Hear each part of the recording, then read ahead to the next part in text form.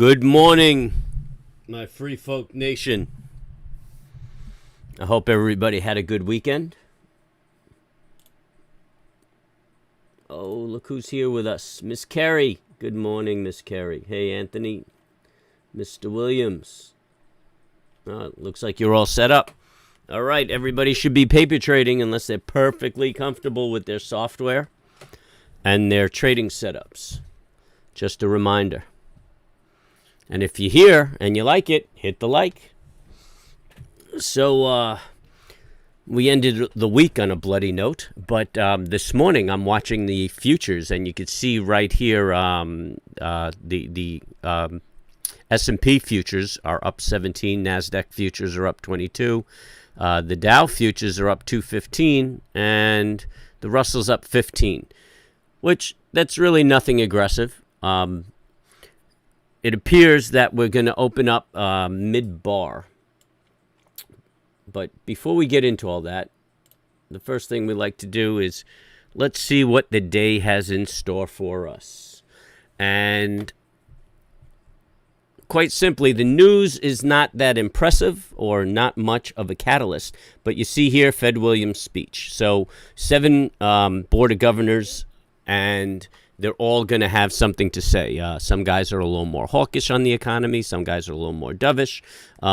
So the Feds are going to dominate the market this week, and we're going to have lots of fluctuation. I am kind of feeling as though that first speech kind of flushed all of the anticipation out. And this is pretty much where we're going to hang out for the rest of the week. I'm actually hoping that to be the case. I don't want to see any more bloody sell-off. And then you look at Tuesday, and you got Powell speaking, which Powell kind of surmises the view of the entire board. Everybody kind of votes and decides which way they go. So, you know, each guy has their own bias, and when they speak individually, it could have a negative or positive effect on the market. But Powell kind of speaks for the whole board and what the general consensus is. So that gives us more of an idea of what's going to transpire and how the Feds are going to move. So basically, that's what we have all week. Really nothing too pressing as far as news goes, except the durable goods on Thursday. But you can see every day we got another Fed speaking, either at 11 o'clock, before the market, after the market. So, I mean, we're going to have volatility based on them. Initial jobless claims are going to be interesting because they were up actually last week. So I think everybody's going to be looking to see what transpires with that. But I'll tell you, here's another Fed Williams, and then Friday we have personal income, which has a bit of an effect. But again, I mean, I'm watching commodities. Commodities are coming down. It looks like commodities have hit their high. They spiked, and they're rolling over. Commodities, you know, play a big role in inflation. I think that they're overestimating the strength of the economy, and I don't think it's going to be as powerful as they anticipate. I think a lot of companies are now first feeling the woes of the pandemic, and I'm seeing people get laid off. Yeah, you know, and we're right at the open, so it's very interesting. So I think this interest rate hike situation might be overplayed.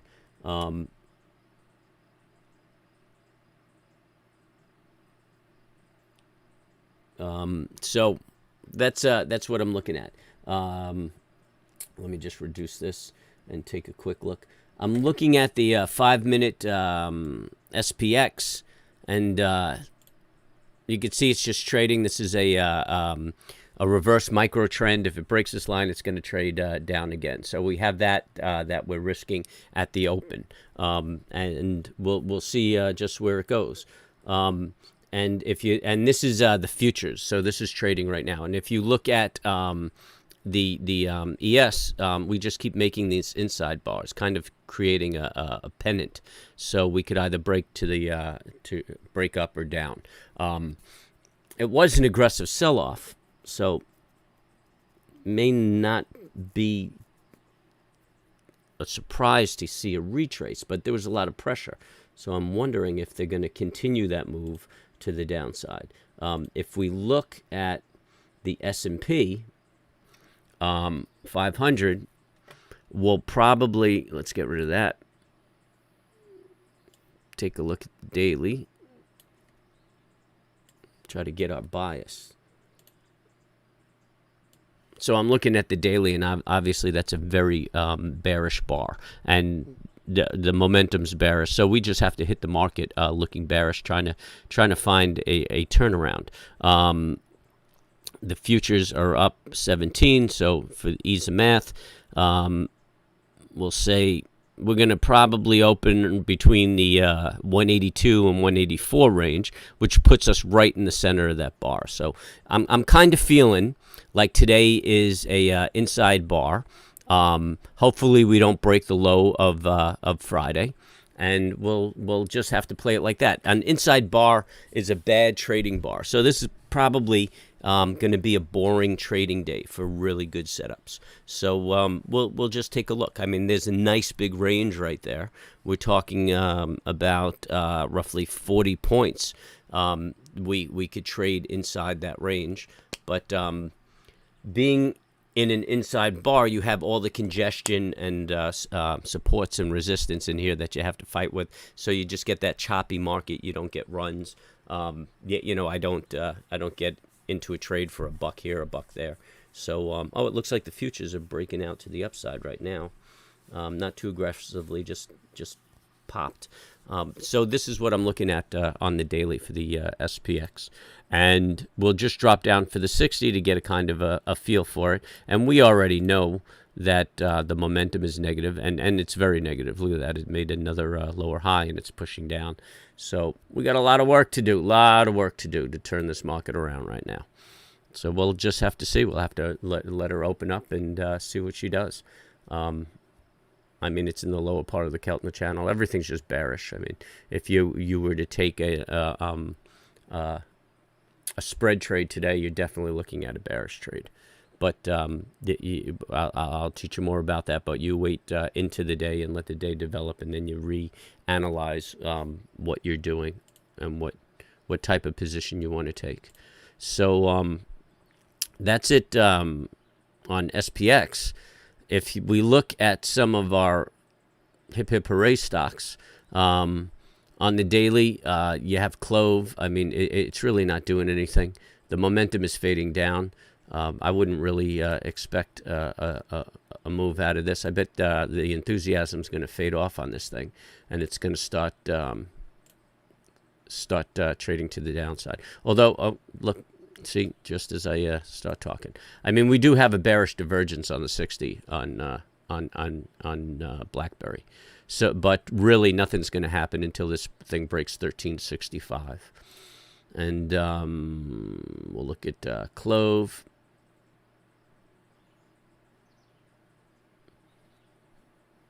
Again, a bearish divergence, just really light trading. You know, the bars are really small. There's really not a lot going on.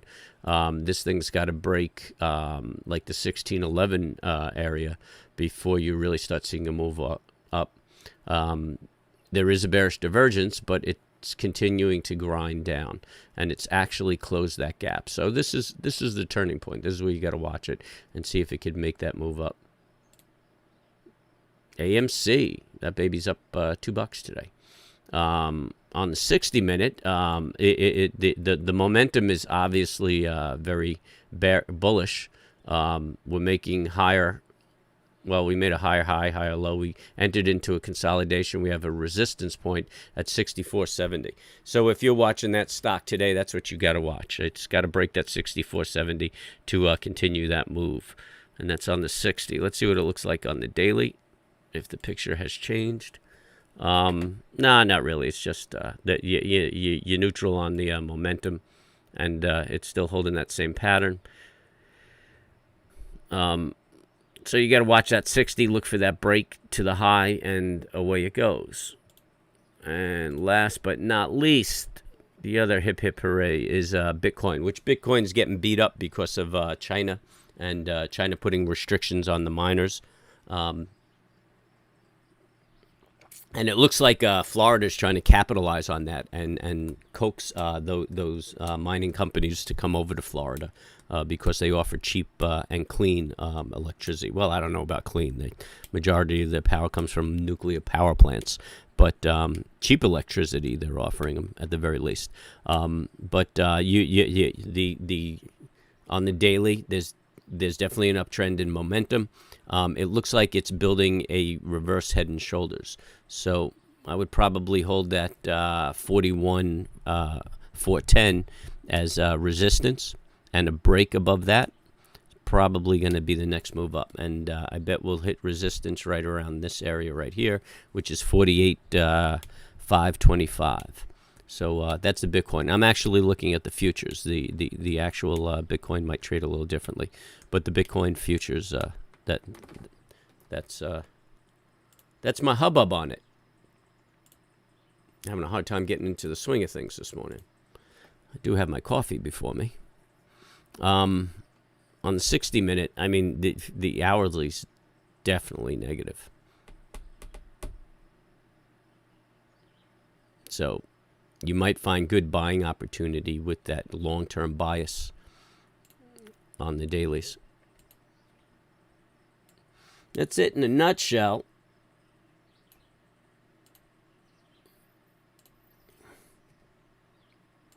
Let's see, anybody talking to me out there?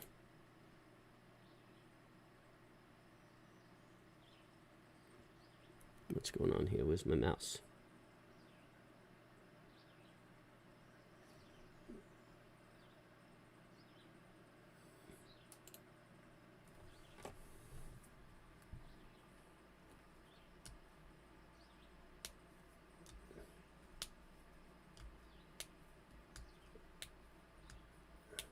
Just way too early in the morning for everybody. But if you're hanging out, hit the likes.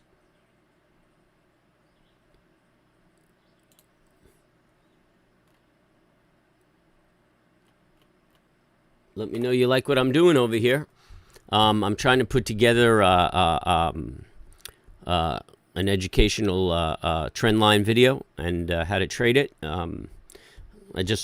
I don't want to just kind of shoot from the hip, so I'm trying to put together some charts that can demonstrate the trend lines and the appropriate setups. So have a little patience, and we'll get a little more educational content out there. Things are kind of falling into place now, so I should be able to roll things out a little quicker.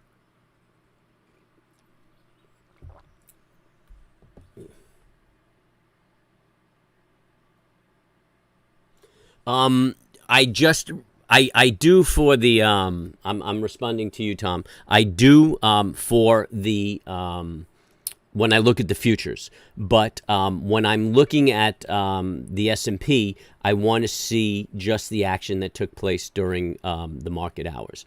And I don't think SPX will reflect extended hours. It shows in the futures, and that's how you gauge where the market's going to open. As far as Amazon and Tesla, it'll demonstrate after hours, but it's not orderly trading, so it doesn't really work for my analysis. So I kind of just keep that noise off of my chart. So that's it. So for equities, I just don't find it viable trading, and I don't want the noise. But when I look at futures, or when I'm trading futures, I trade pre-market, I trade aftermarket, so I obviously take what's relevant. And you'll see the manner in which futures trades changes once the market's open. But it's kind of free-flying when the markets are closed.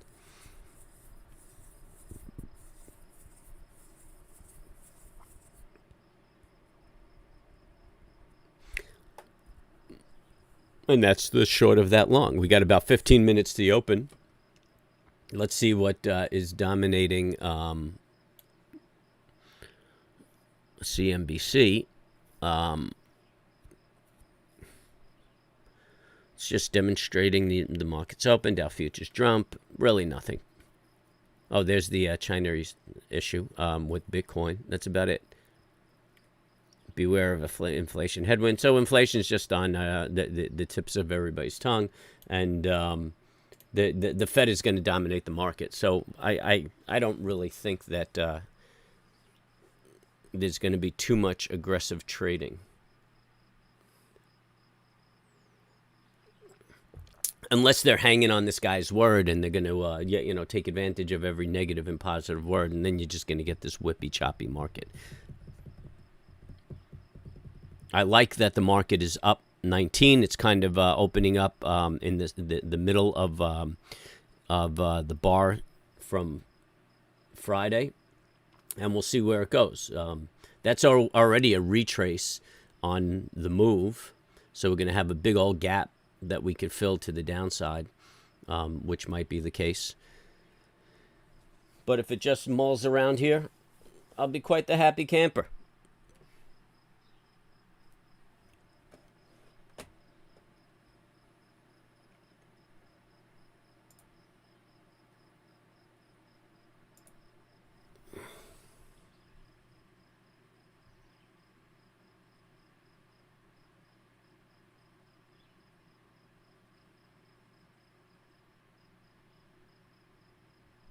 Yeah. You want to see the price action. That's everything.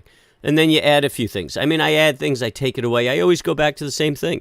I'm just really using the MACD, my Mac Daddy, and I use the cloud. Obviously, it gives me perspective on the security, but I can also see. Actually, we can get rid of this.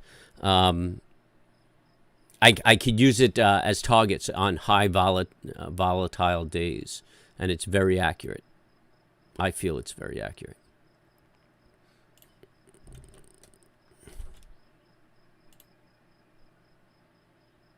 And then, obviously, I use my fibs for targets. And what more do you need? Anything else is just clouding the situation.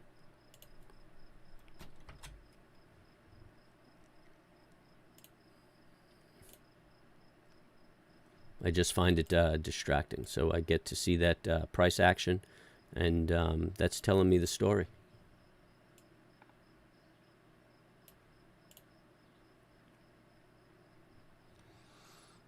What do you have? 19 minutes to party time.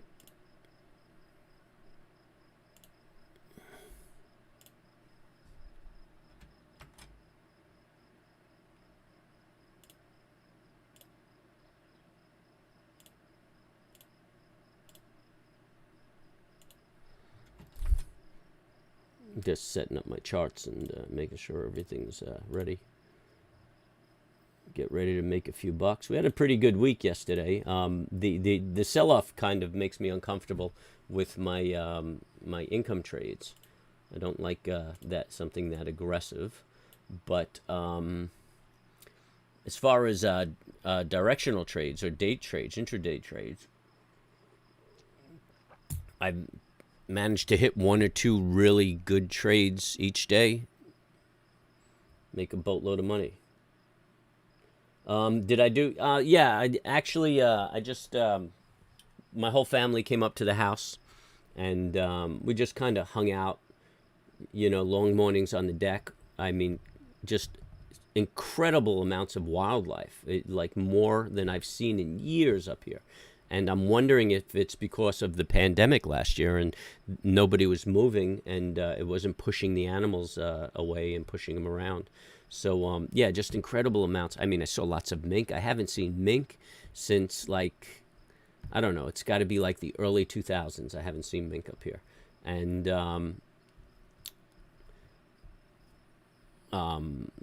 bear scat all over the place. And I mean, deer is always all over. But lots of eagles, hawks. I mean, snakes galore. It's like a big season for snakes. So, yeah, it was a great weekend, and had the big old Italian meal. Got into some political debates.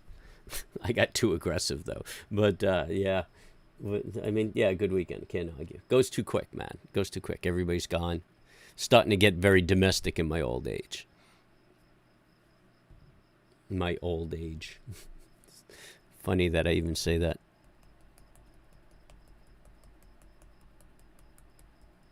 So how about you guys? Anything special? Everybody enjoy their Father's Day?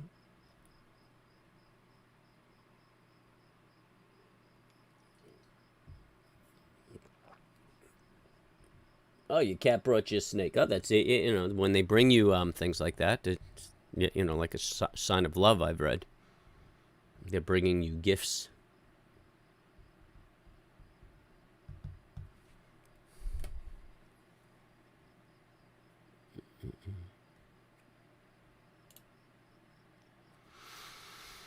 Well, 8 minutes to go, and the ES is holding. That's nice. We should open up about 20, so figure we had that 50-point move, so 25 would be 50%.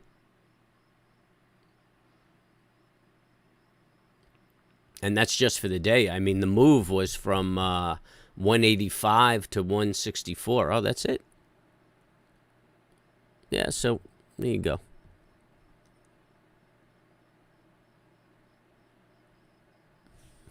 Well, that's what I'm looking at on the 30 second. Oh, there's the move. And that's since 12.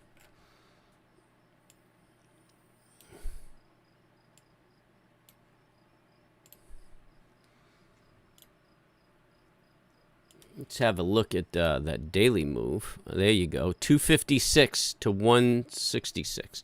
Holy Christ, that's like 90 points. 90 points. So a retrace to 4210 wouldn't be impossible. But if you consider the feds are out there lingering and speaking, they'll probably just interrupt that move.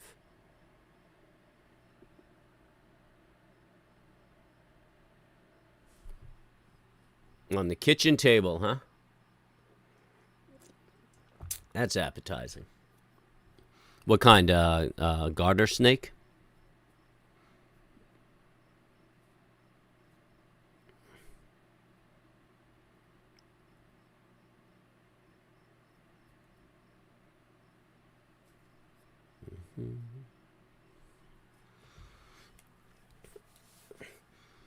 So we were over 300 subscribers, which is pretty hot. In 2 weeks, that's pretty aggressive. People are hopping on here, and the viewing time has popped up. So you know, that's exciting. That's exciting. But if you haven't subscribed, I'd appreciate it if you did and hit the bell so you know when I drop some videos. And obviously, those likes go a long way. And if you have any questions or I need to break something down because you don't understand the verbiage, just you know, be comfortable and feel free to ask. I'm happy to do it. I understand that it's a different language, and if you don't understand it perfectly, then you're not going to be able to do it. So just make sure that you understand exactly what I'm talking about. If you have to ask me 10 or 15 times, it's fine. I'm comfortable going over it. It just reaffirms everything in everybody's mind. Brown with black stripes. Yeah. I think that, yeah, brown, black stripes. Like, I think a black and gold is a garden snake. I saw a rat snake that was not a rattle, but a rat snake that was had to be 4 feet the other day. That was probably the largest I've seen. But I saw a rattlesnake skin at the clearing by this big rock, and that thing had to be about 6 feet. That skin.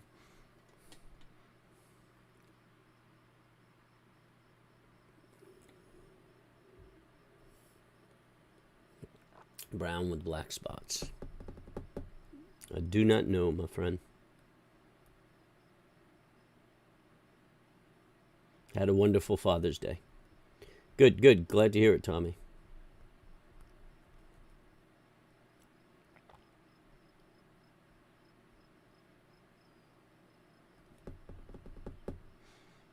Yeah, I got to hang out with my dear old dad, which is cool. Saw a whole bunch of family members. Had my girls with me.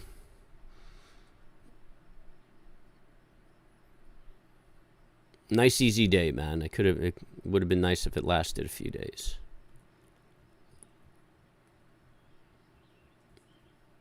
AMC's making a nice move up.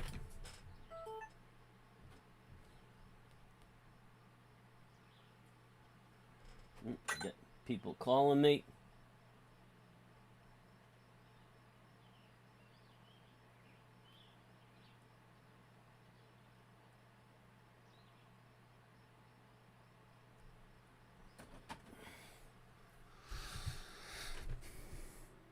Four minutes to party time.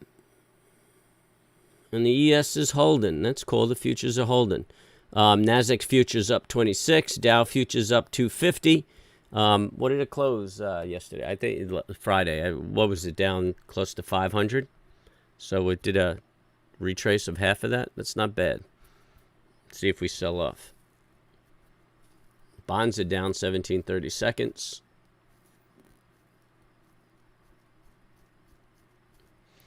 And how about the indicator stocks? Amazon's flat. Apple's flat. Tesla's flat. No pre-market in the financial sector or the energy, so we don't know what they're doing.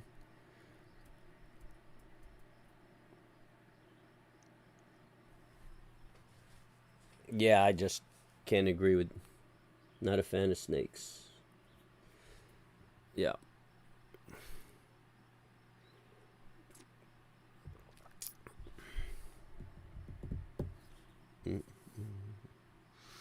Yeah, they don't bother me much. Animals don't bother me much. I mean, I certainly don't want to get bit by venomous ones, but I like the idea that they're around. Looks like a warm day. I saw that a hurricane blew through, shot over to the East Coast. Anybody get affected by that?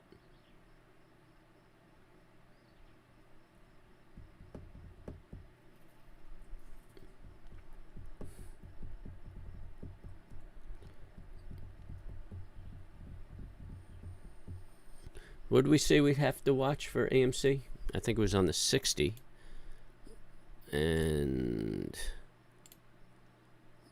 yeah, it was a 60-minute chart we were looking at. I got to get this to stop doing that.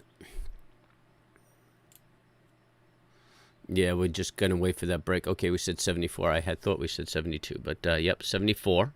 70. We want to see a break of that. And we should have the momentum. Looks like it should do it. I mean, this is an upswing.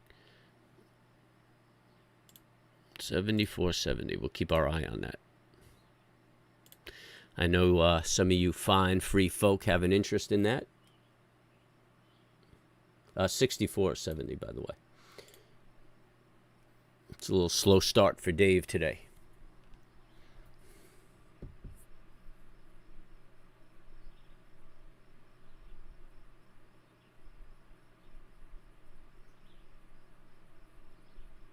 The relationship of bonds to the rest of... Okay, so some people say there's a correlation where bonds trade down, market trades up.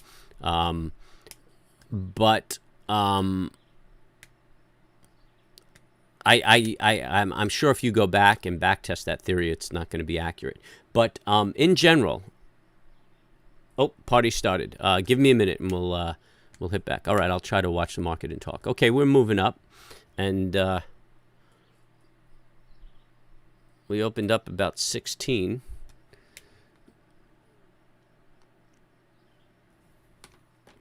So in general, it affects the market in that it's how the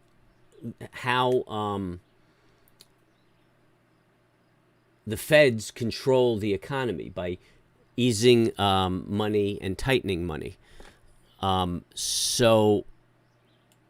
So that's the effect. It's not so much the movement of the bond, but it's the movement of the Fed, whether they're going to tighten interest rates or release interest rates. So if they ease the interest rates, keep them down, then there's more money flowing through the economy, and that's obviously good for the market. If they tighten up interest rates, then they're fighting inflation. So we have this trend line that we just broke through, and now we're testing this high right here, which is 41.88. And I'm all sorts of happy about this movement, but again, the day is young, and that could just be a little head fake. So it tested that trend line and it's turning around. Let's just see how aggressive that sucker turns around. So on the daily, what happened here? Oh, man.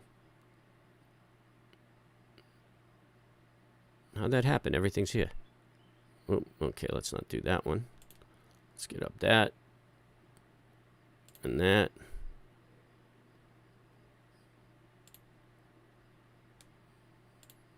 Wow, that was something.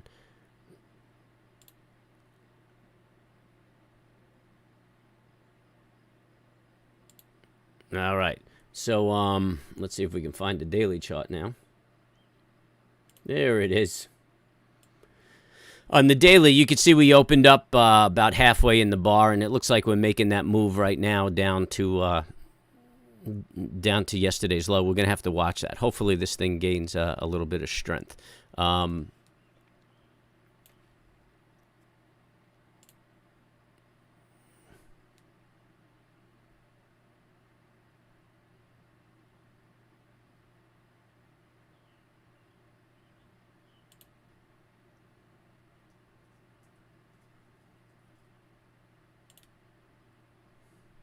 It's going to just be a little flashy while I get everything set again.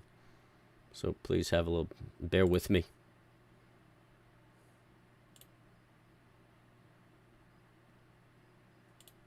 All right, this is what I'm looking for. On the 60-minute, we're rolling over a little bit, which is good. But the momentum's rolling over.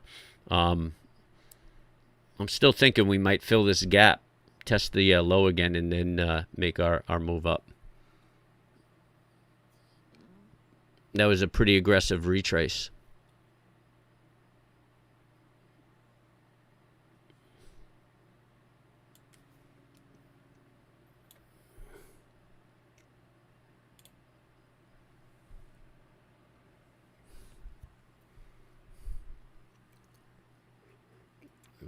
So when they're talking about bonds, they're talking about the 10-year and the 30-year.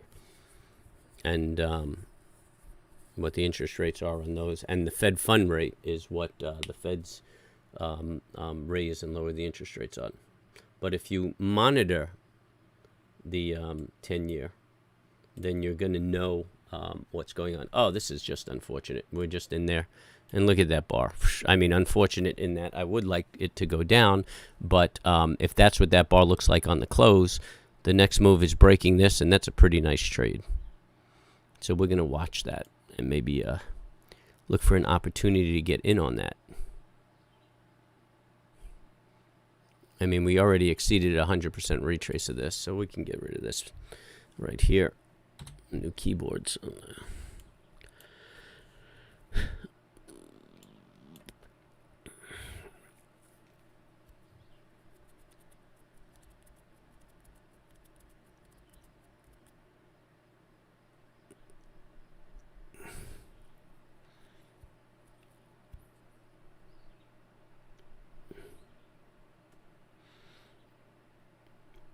I'm going to look at the 175 puts and breaking that low.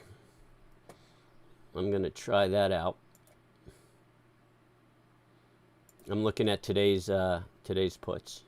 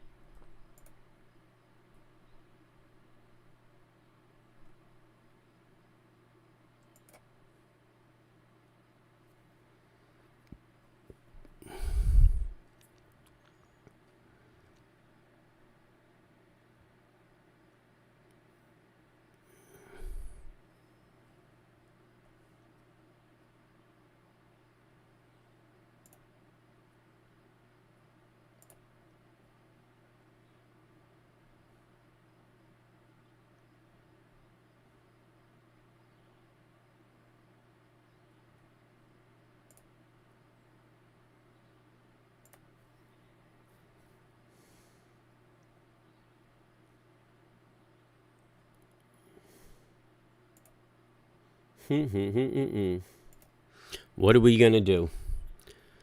I think we're going to make a lower high right here.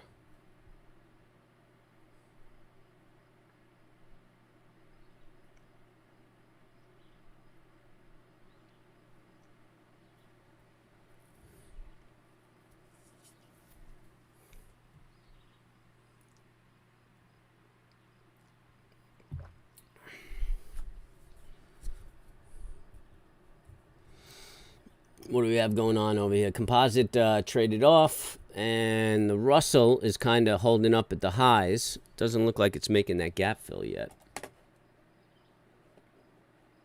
Looks like we're having software glitches across the board on both computers.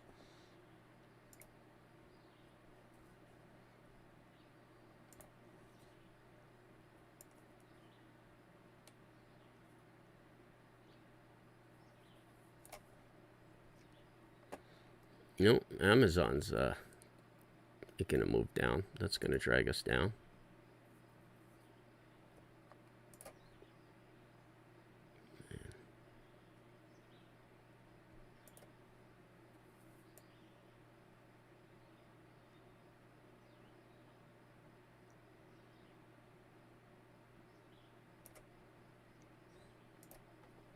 Yeah, composite's pushing down. Everything's going to get dragged down. Boo. Dow's holding its 2.5. Not really that aggressive. Oh, it looks like the Russell might be making a move up.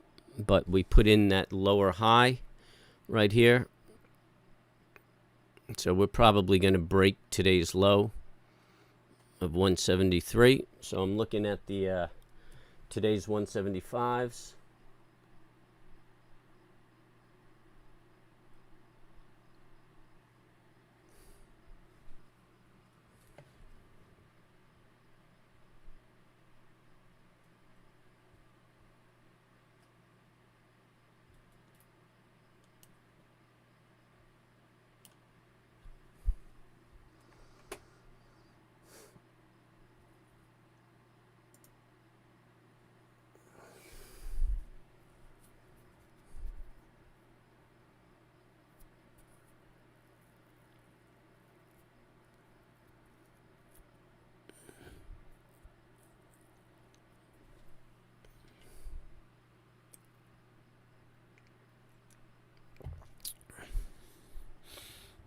Just watching the markets, trying to get a feel. I mean, the composite is definitely pushing down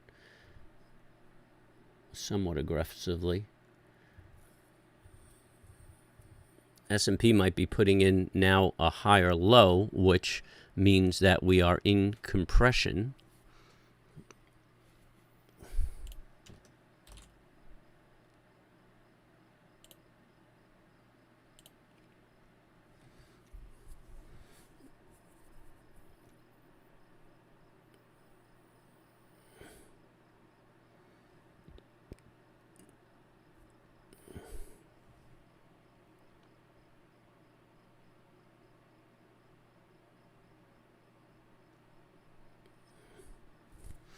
When's that Fed speak?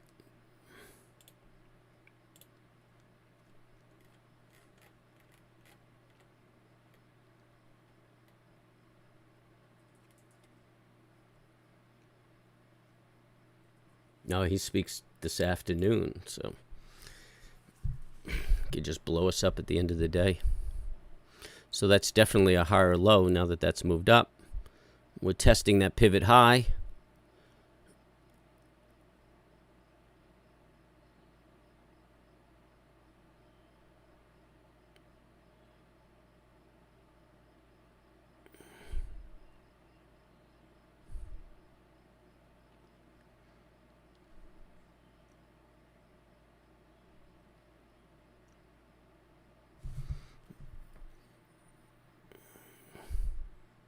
Looks like we might be just moving right into a compression stage. So here's a 5-minute bar. You could see that initial move up, and I don't know if it was taking out stops or what the move was there, but traded off, and now we came back halfway through that bar, and it looks like we're going to enter compression right here, and we might just be trading sideways until we hear from that Fed. And I think this guy's a Republican too, so he's not going to do the Democrats any favors. This is a reverse micro trend, but I don't know if I'll trade it. Actually, I know I won't trade it. I might trade that break of the low, but that's about it. Amazon looks like it's putting in a bottom.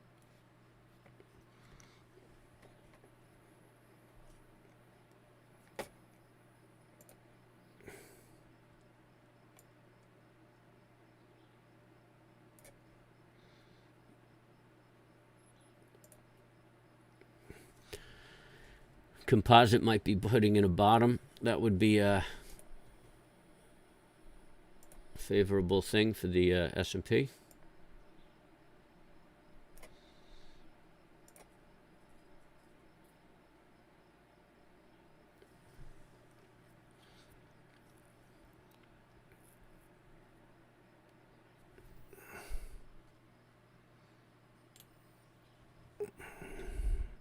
It could be a cheesy last kiss, but doesn't look tradable to me.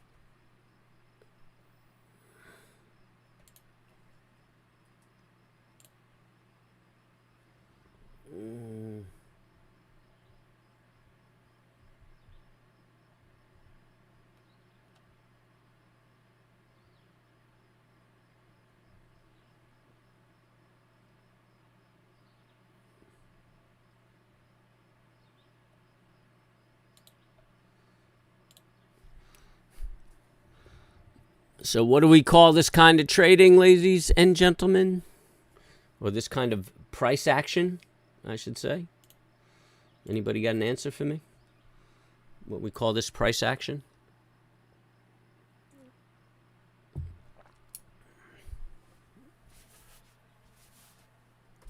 Woo, it's getting mighty hot in here.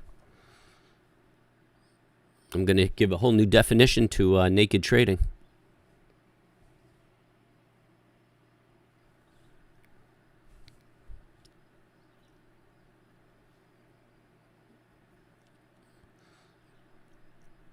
So if you like the silence and the lack of interaction, subscribe, hit the bell, and hit the like.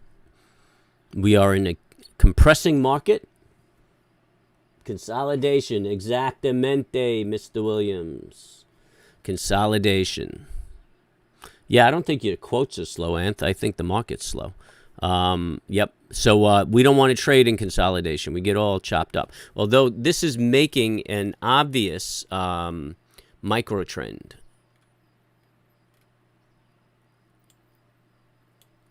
So we had this move down, and it's just kind of trending up, but it just made a new high, so it blew up that concept. Looks like we're rolling around on the 30, but I still have to argue that it's a consolidation. We could look for a break of the open, but the problem is that we're breaking into yesterday's bar. I mean, this is just a lousy place to trade because it could get very choppy, lots of consolidation, a lot of hard work. Breaking this bar, I might consider that trade. A 30 minutes not really telling us much. We're just trading sideways if we're looking at our 30-minute. Probably hit resistance at about 190, 41.91. If we do break out, I don't even know if I'll take that trade. 88 to 91. I mean, yeah, that's not a bad move. Oh, no, that is a bad move. What am I saying? Yep, a little too slow on the math.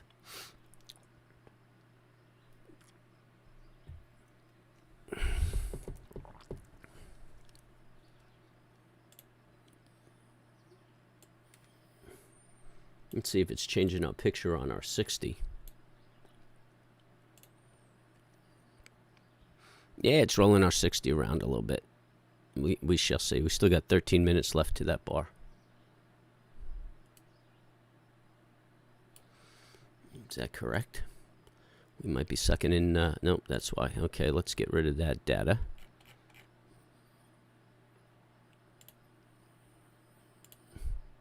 There we go.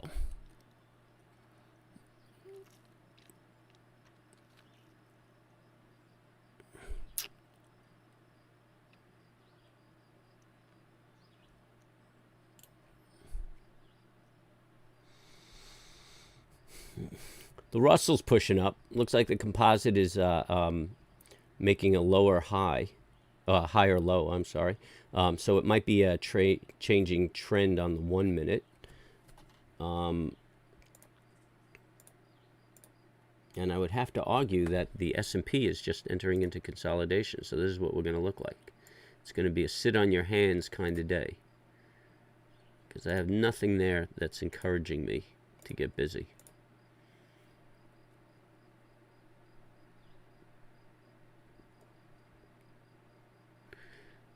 We're just in the middle of our high and yesterday's low.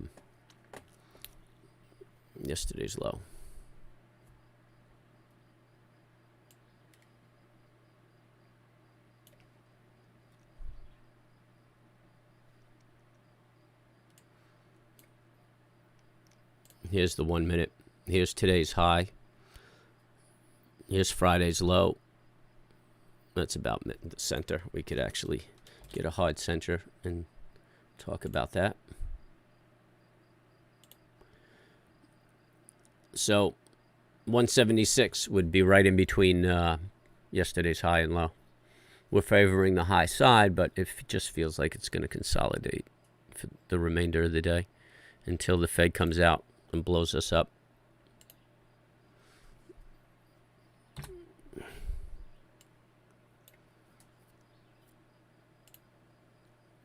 But I really feel like the fear is already in the price from Friday. I think the fear is in the anticipation of all the talk came out on Friday. It's just going to be a consolidating week.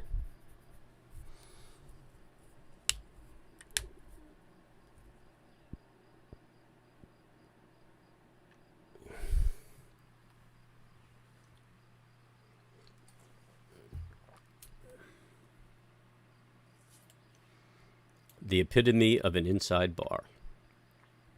But again, we have the rest of the day. So, who knows? Wonder if we're just going to try to make our way up to like the 33, the 38, which would be a decent retracement. It would be a healthy retracement.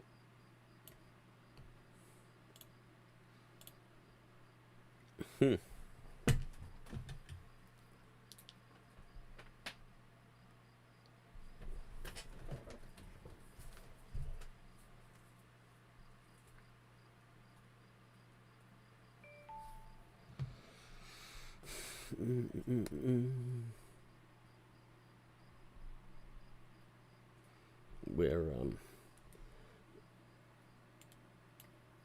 someone tweeted that the last 3 weekly bearish RSI divergence in SPX were followed with a Monday gap and go.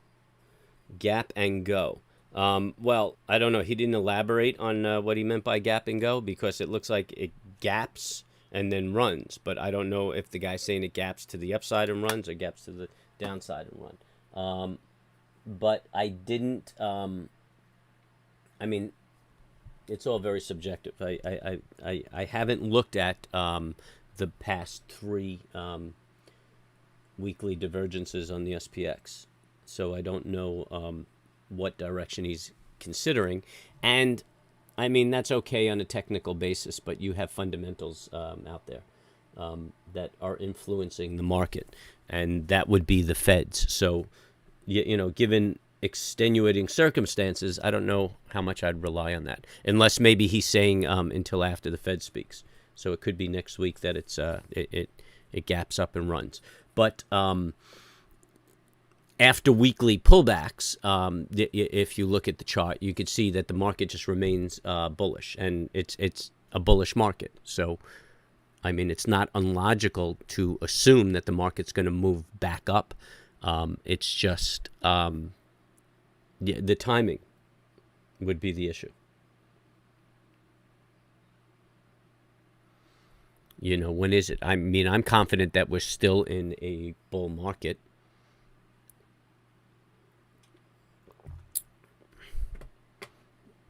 We're retesting the high.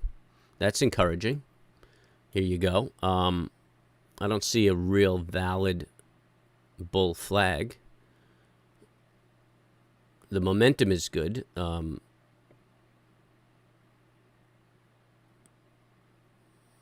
Kind of a divergence on the 30-second. You can see this high here is lower than this high, so it's diverging. So I don't know how much strength is going into a breakout at this moment. We'll probably consolidate around here. You could argue, I mean, you could argue that this is a bear flag. I just like when a bear flag makes this high where my crosshair is, and then the following bar doesn't exceed that high, and then maybe retraces a little bit. That's a real, the ideal bear bull flag. But, I mean, I've seen these trigger and run. And this 5 minutes still has 2 minutes on this thing. So this may even just be a pole in the flag. There you go. We'll break in today's high. Normally that's a trade that we take, but because it's breaking into the center of yesterday's bar, I'm not that enthusiastic about it.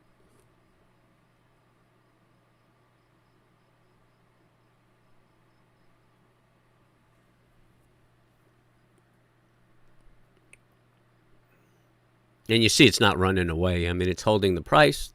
That's positive. Oh, my.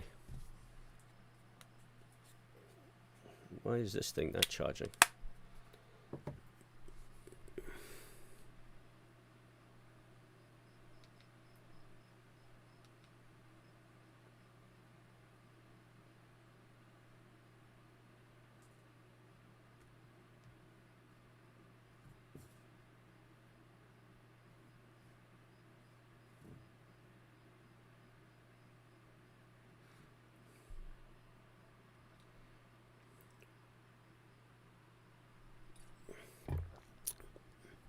Yeah, it's just a slow-moving market. Look at that. I mean, it's grinding up. That's a plus.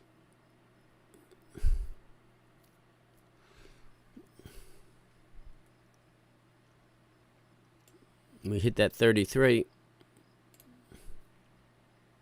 Say up. There you go.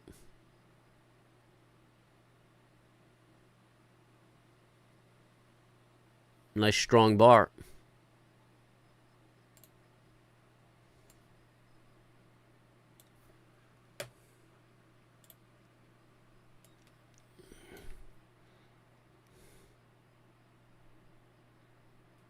You might have another 8 points in that, baby.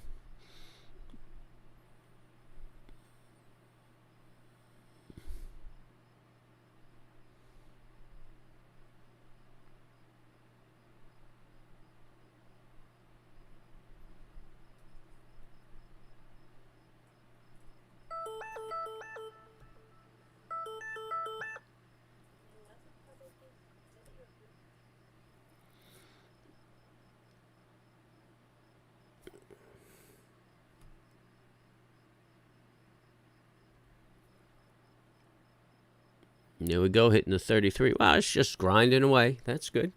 The composite turned around after that double bottom, made a move up. Russell broke the highs and it's making a move up. The Dow's up 345 points. Looks like it's going to be a retrace of what it lost the other day. Composite's only up 12, so the Dow is the strongest. I mean, it dragged everybody down yesterday. Hopefully it pulls everybody up.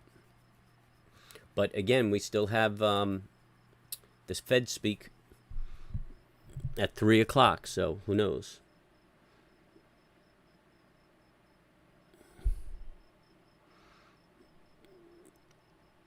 Did anybody take that break of the high?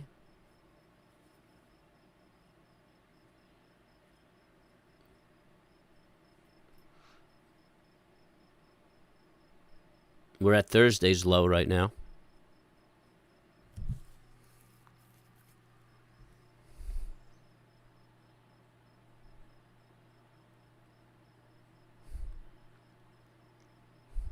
Looks like we're making our way for that 33.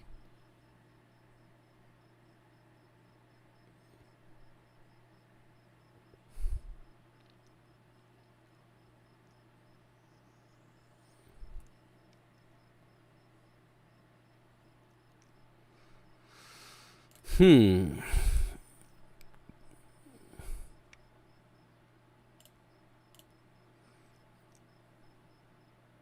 Still in the bottom half of that channel.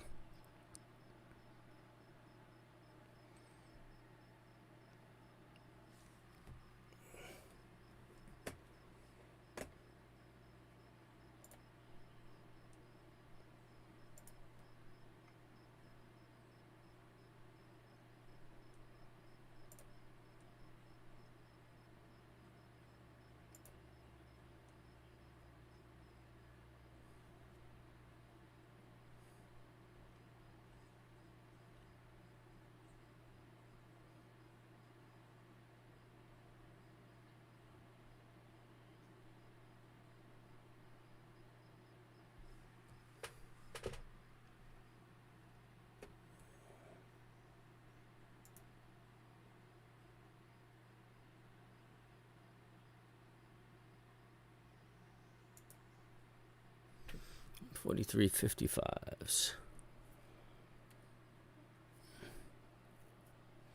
I like that.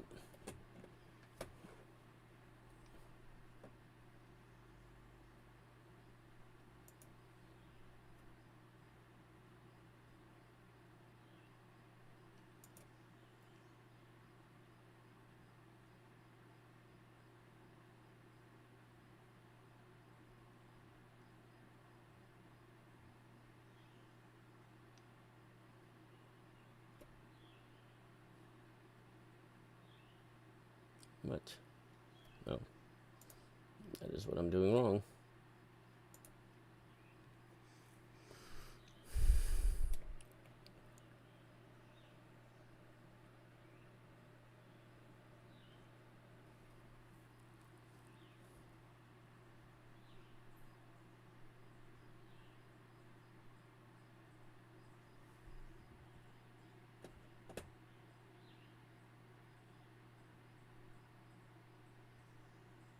Oh, Dave.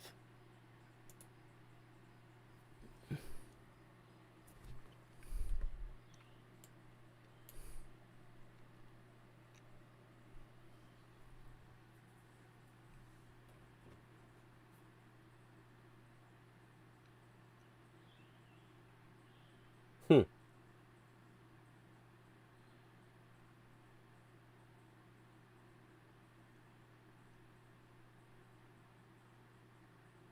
Yeah, I'm just not playing with that.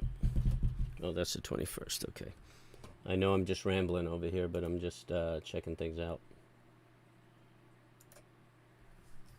Anybody talking to me? All right, nobody's talking. But if you enjoy this peace and quiet, hit the like, hit the subscribe, hit the bell. I appreciate it.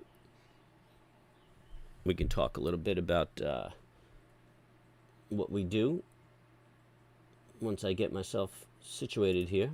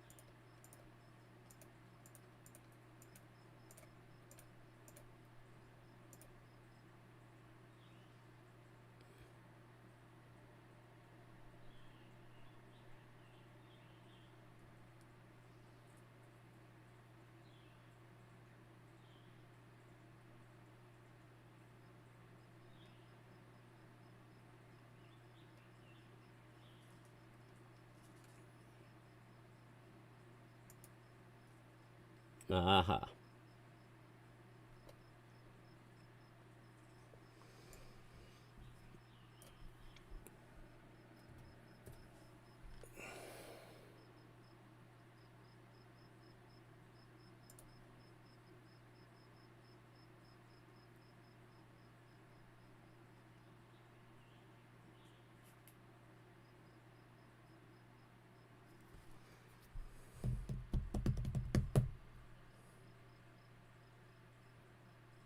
Hey, good morning, Mr. Ditter. How you doing? Yeah, the QQQ was trading nicely. There was actually a nice trend reversal at about 9:45. So taking it about 1400 would have been a good break. I'm looking at the composite, of course.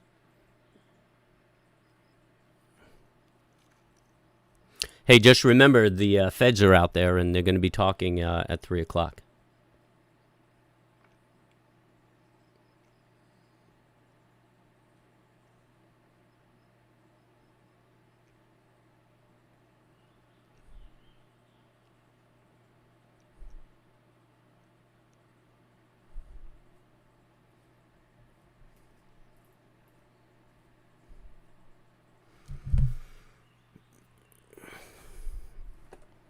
I'm just watching the market, seeing what it's going to do.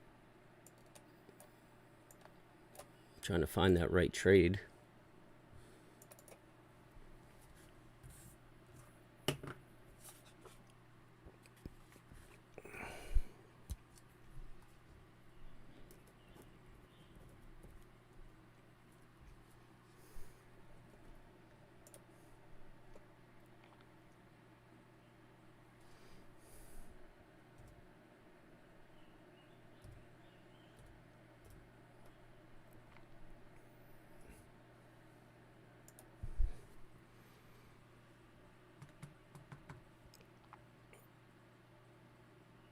Oh.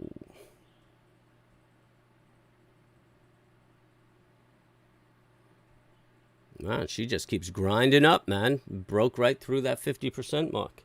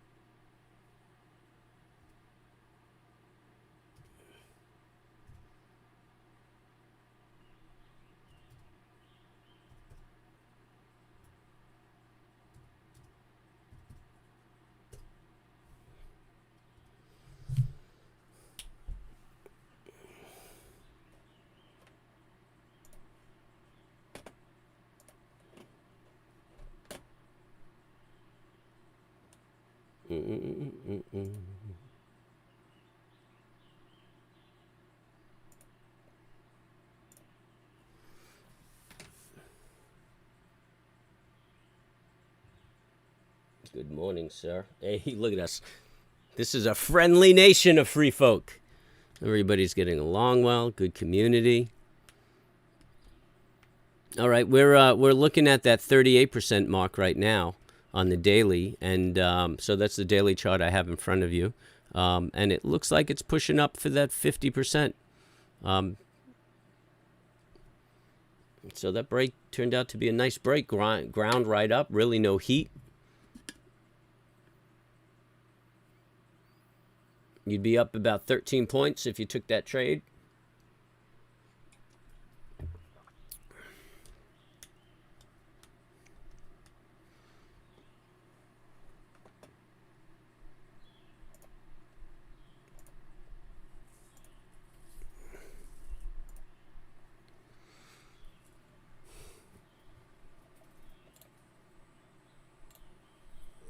$60-minute is rolling around.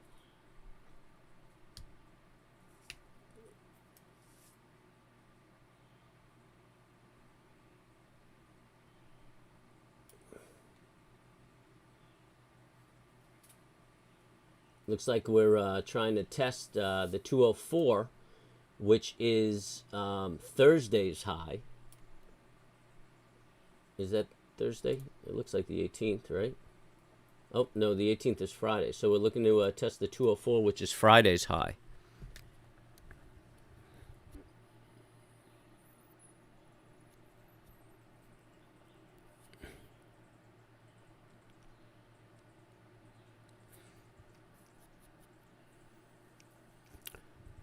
The Nasdaq's putting in a topping pattern. The Russell is still grinding its way up. Financials are grinding their way up. Energy's grinding their way up. Amazon's having a little hard time. Got Prime Day coming up. Oh, AMC. Interesting pattern on the 1 minute on AMC. It tested that 64 we were looking for and then got rejected. So it looks like it's very interesting. I'm going to try to slide a 1 minute over. You know what? Let's do this. Put this bad boy back. Oh wait, let me just take another peek at that. At 127 mark. Okay, that should be a good trade. Just entered a spread trade. But let's take a look here and see if we can get the charts to comply. And we'll take a look at Amazon, not Amazon, AMC. And we're going to look at it on the 1 minute. And hopefully we're going to look at it with candlesticks.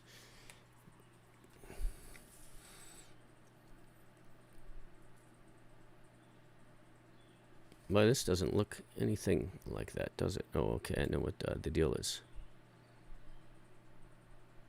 Oh, okay, that's why. It's actually the 60-minute that I'm looking at over there. I think.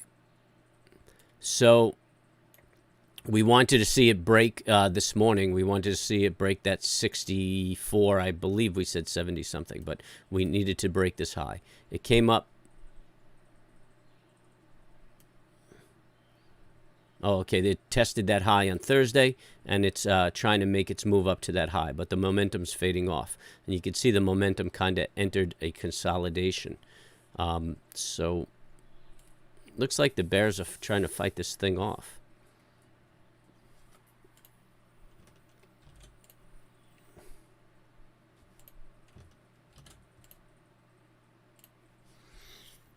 And that's the pennant. Actually, let's get rid of that right there and make that array.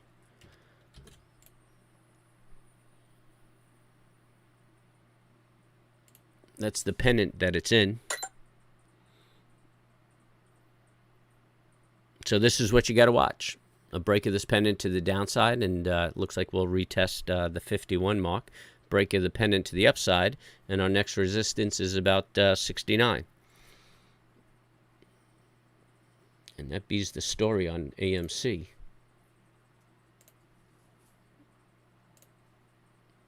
I wonder what kind of rhetoric is going on all those AMC hype channels. Ooh, look at this. SPX up 36. What were we down yesterday? Like 55? Almost doing a retrace of what transpired. Yeah, baby. Leaving a gap to the bottom.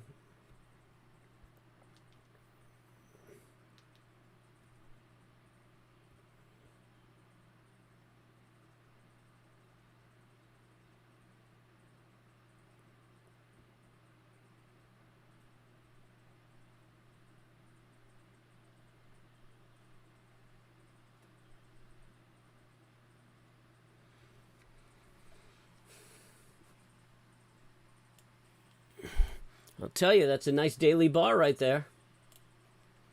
Good strong move up. What are we looking at on the 30? Just nothing tradable on the 30. I bet we could wait for a bear flag on the 30 and probably trade a nice bear flag for the 30. But, yeah, you know, that's pretty powerful. Trending up.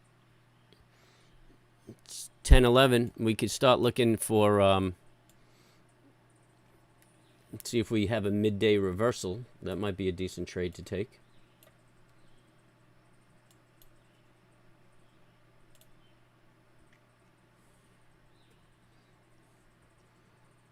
How you doing with that trade there, Mr. Ditter?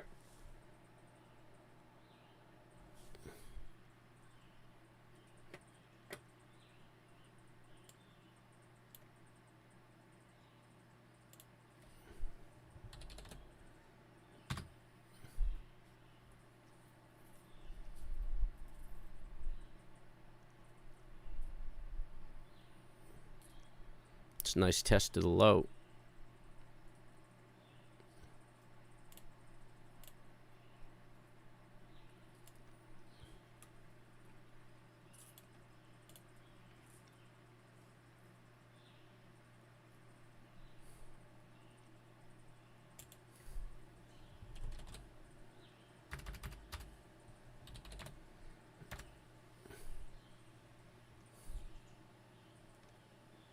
Yeah, you got a divergence right here. Oh, that wasn't that chart, but nonetheless, you have a divergence.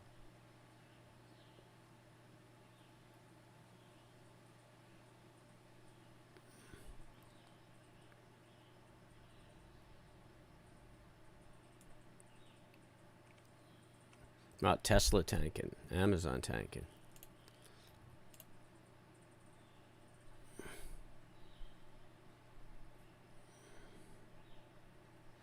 Tweezer on the 5 minute.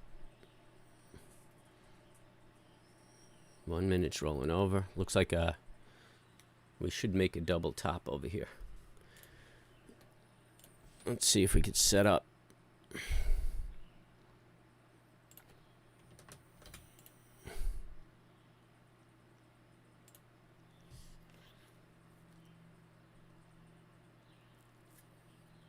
Yeah, baby, eat it up, eat it up.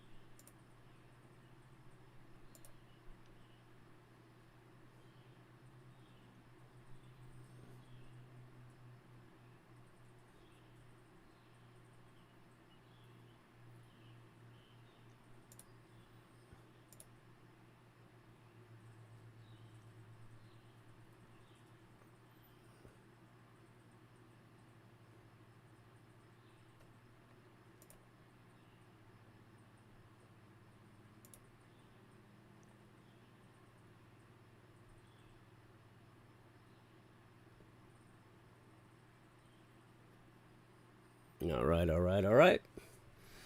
Everything's looking good. It looks like we're getting that double top.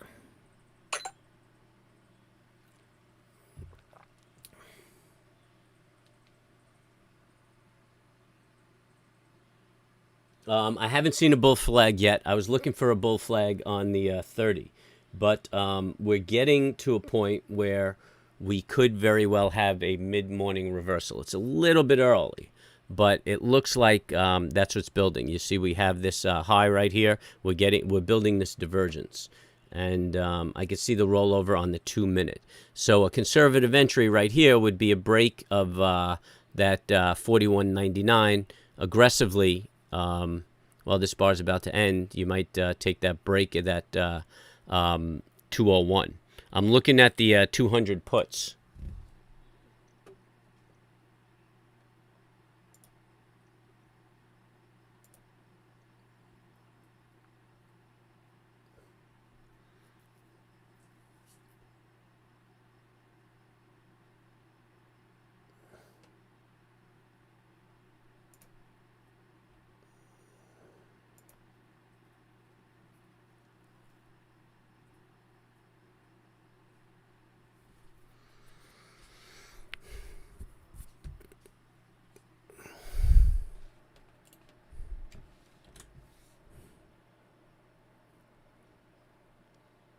You know, I'm putting a good test in on it.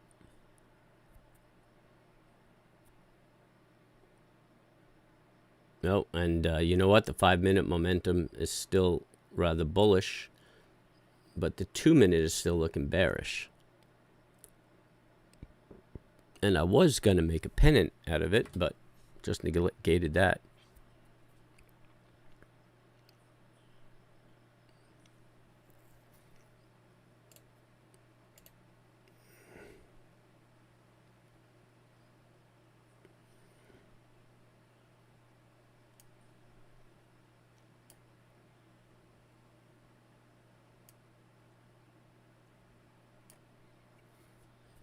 I'm watching for an aggressive entry on this double top right here.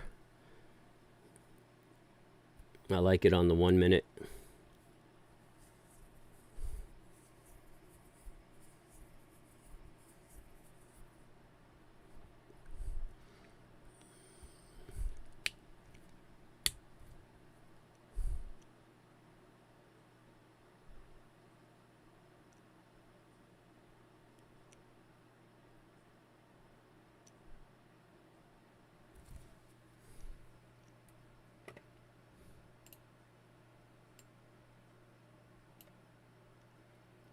I'm waiting for a break of the 202.52 since it tested it twice.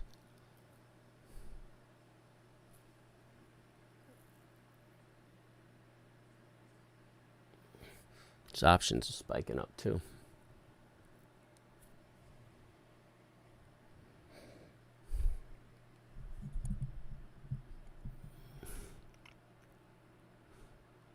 There it is. Oh, bounced right off.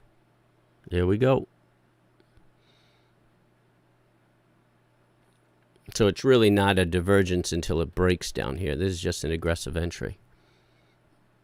Momentum is fading off.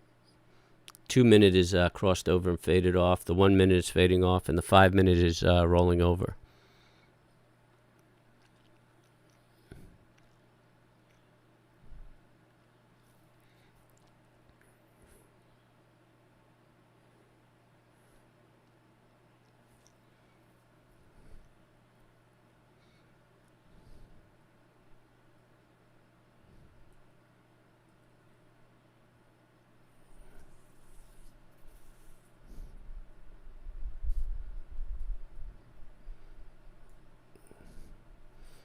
Not really dropping too aggressively.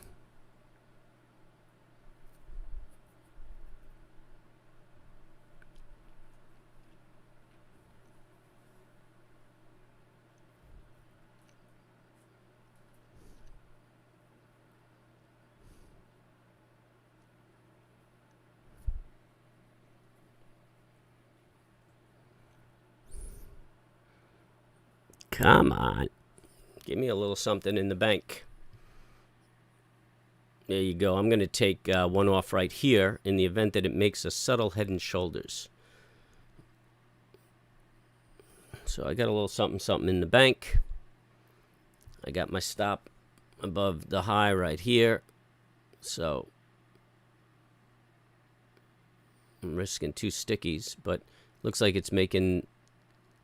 I'm calling this a head. It's kind of a small head, but I have a feeling it's going to make a little head and shoulders, and I think it's going to retrace back up to about here. The momentum is kind of flattening.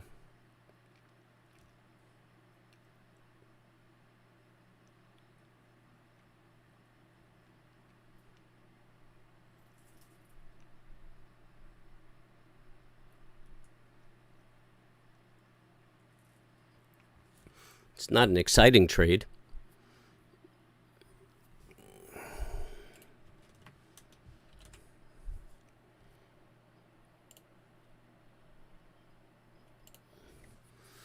don't know if that's really a pivot.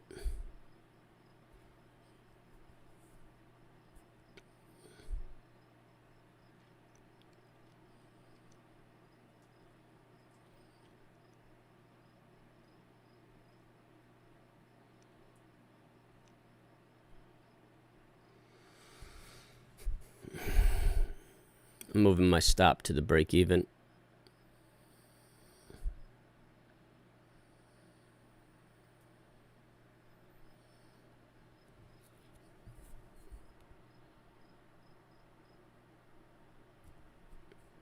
Actually, I'm taking a third off there.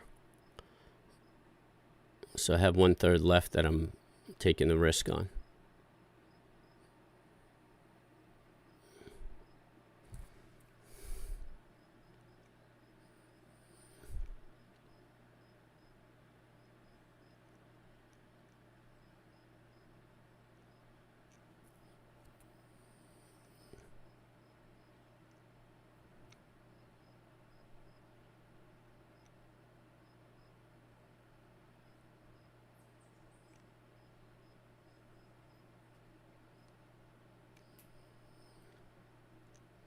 Yeah, I'm out at a break even on that. I just made a little money on that other one. It doesn't look like it's going to turn around.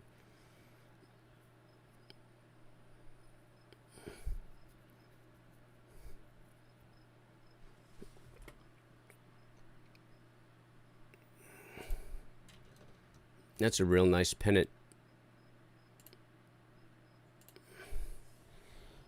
And there it goes, breaking the pennant. May not be getting that reversal today. See that momentum turned around? That's what encouraged me to close out that position.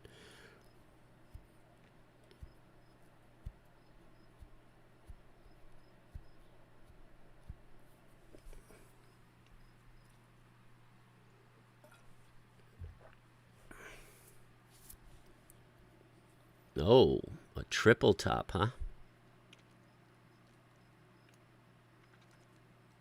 I'll get back involved if we break this line right here, especially after rejecting that pennant.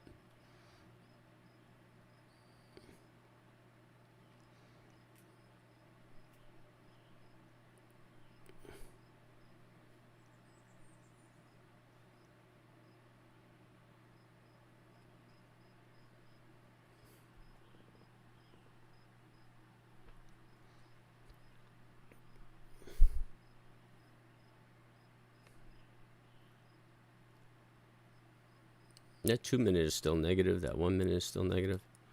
Yeah, we might get that retrace.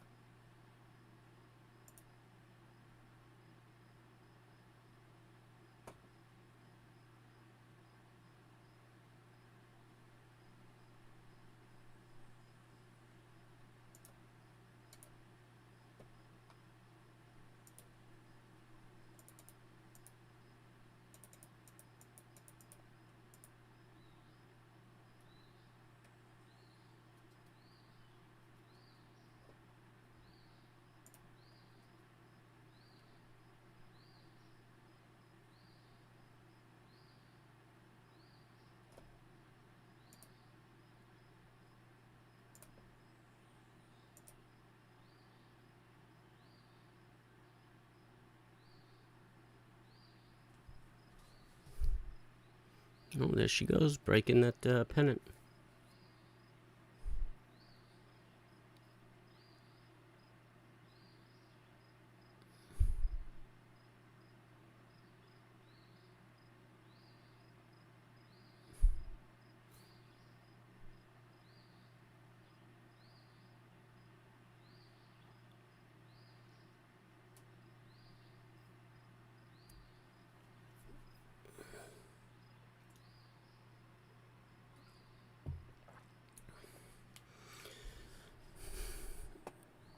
So we looked for the midday reversal, and there's just a lot of strength. Taking a nice grind up.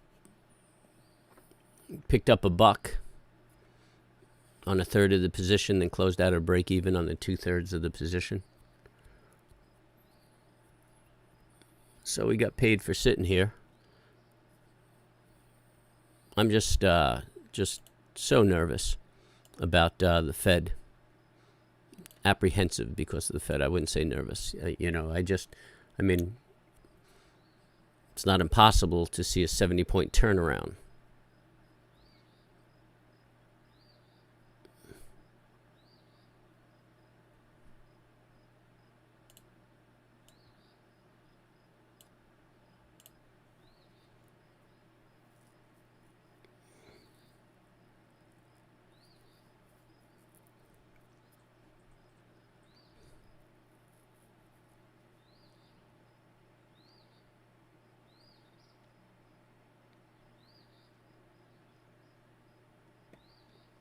What?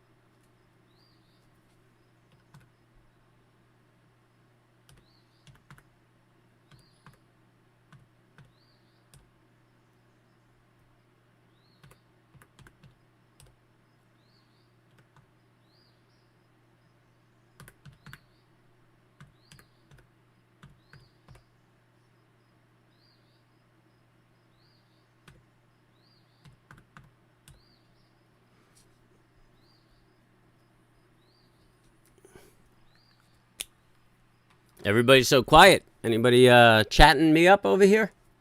Any questions? Any stocks I could look at? Just another relatively quiet, sit on your hands kind of day.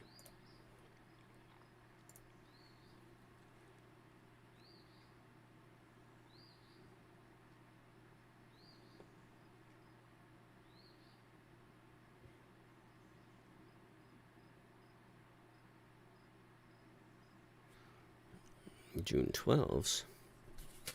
I don't know June 12s.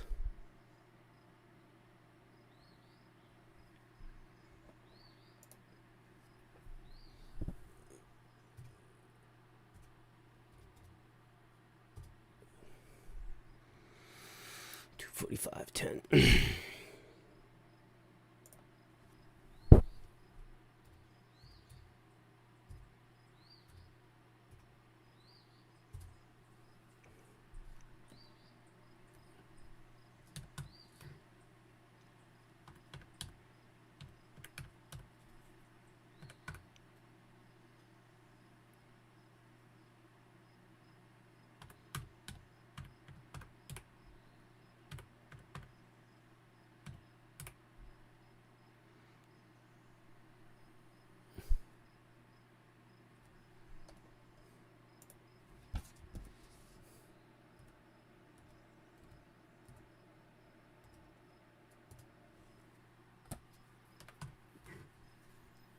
Wow, just grinding its way up.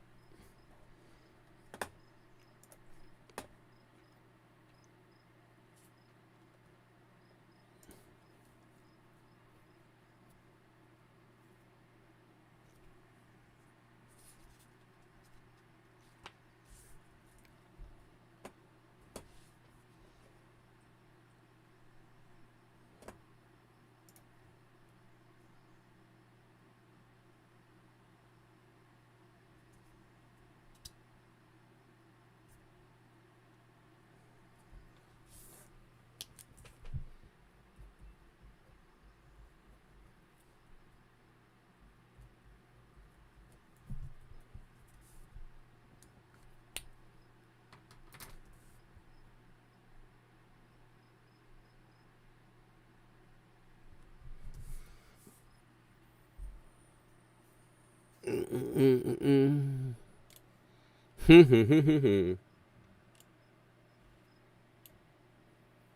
typing is horrible today. What time frame are you looking at? I'm here just working and listening alone.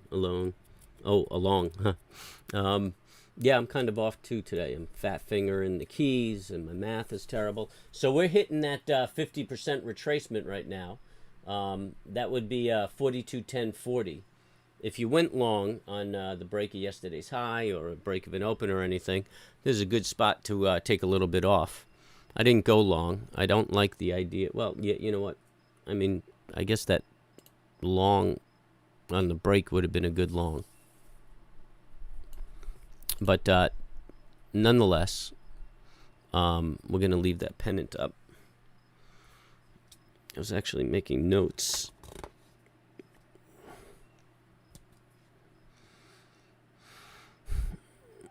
S&P, we have a nice pennant at 1023. I'm trying to get good patterns so that I could just run through a little training video. And this is a good pattern to demonstrate on that training video. So we shall take a note. We're at that 50% mark. I'm expecting some resistance. What time is it? 10:42, 34. And we are up 1%. And I'm going to keep an eye on this and see if I get a reversal right here, because now's a good time. This is a strong resistance point. This chart keeps dropping down on me.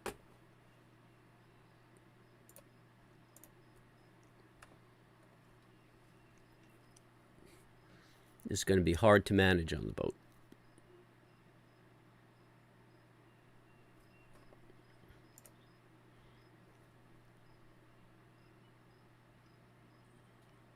Composite's messing with today's high. Has a slight divergence. Yeah, we might get a good reversal.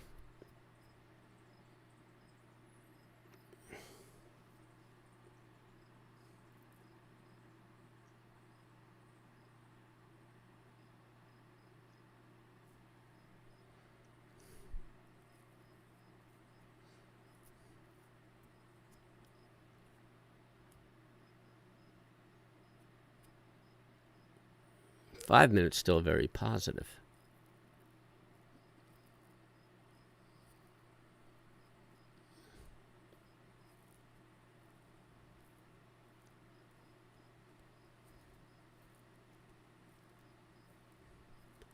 Russell's putting in a topping pattern. Let's see what it does with this right here. I'm looking at the 210s.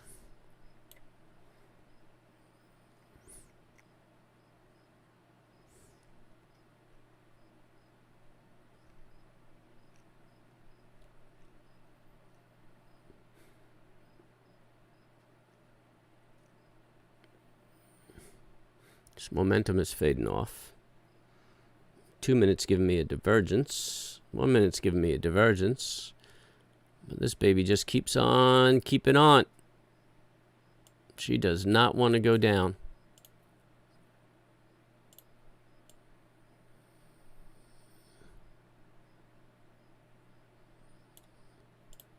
Oh, look at that, just busting out.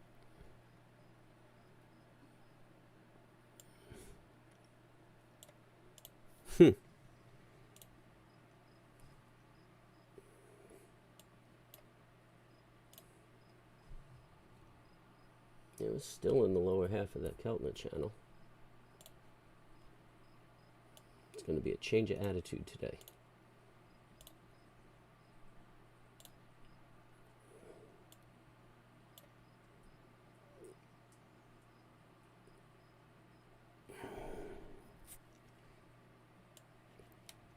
We are up everything we gave back. No, we're halfway through this gap.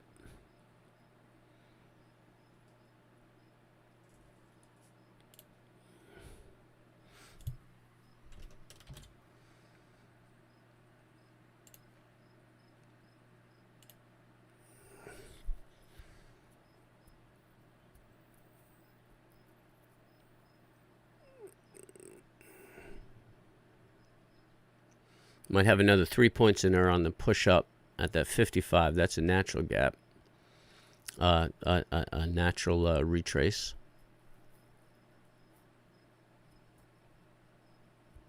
Which is right in the middle.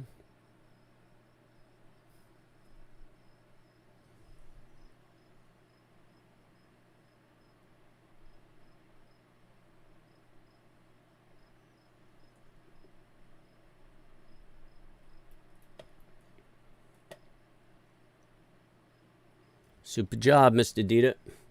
Yeah, don't worry about it, Anth. You'll make it back on the next one. Did you try to play the retrace? Maybe pulled the trigger too soon?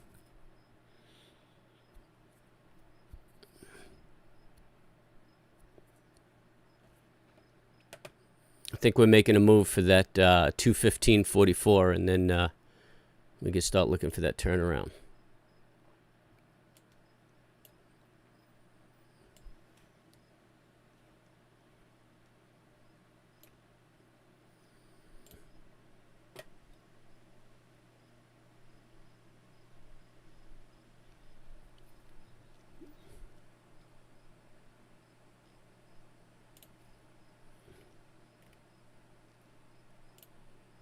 Yeah, it's a nice move. All right, you can see the momentum starting to fade there. We hit a high on the 2 minute. I'm going to look for a retrace.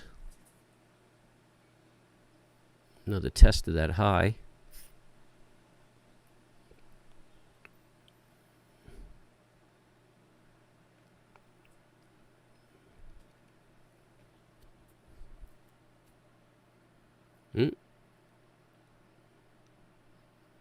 Yeah, it wants that 215, I think.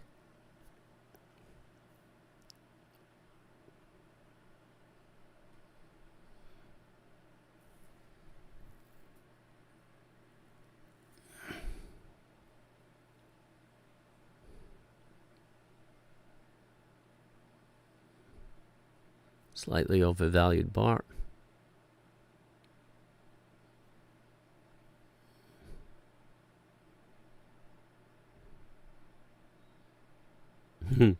Yeah, this baby's just grinding, man.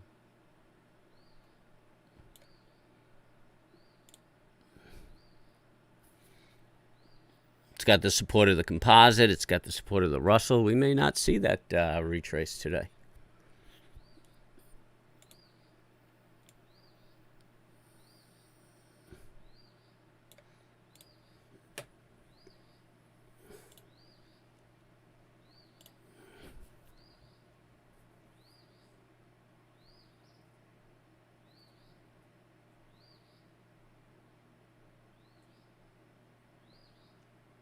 Nope. CNBC just posted.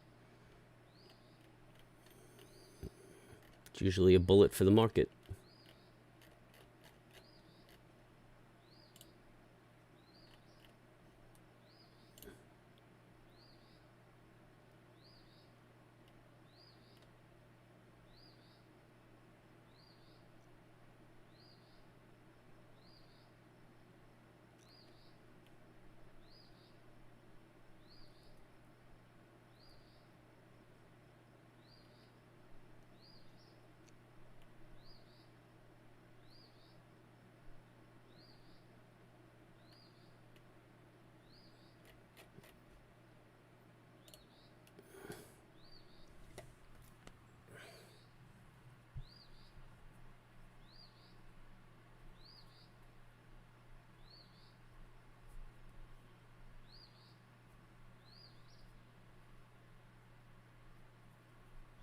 Yep, that's it. Limit your downside. You just don't want those blow-up days.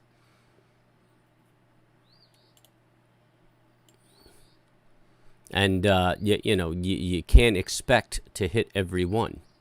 When the idea doesn't work, you get out. You have a down day, that's no big deal. You did nothing wrong, as long as you're stuck to your rules and traded.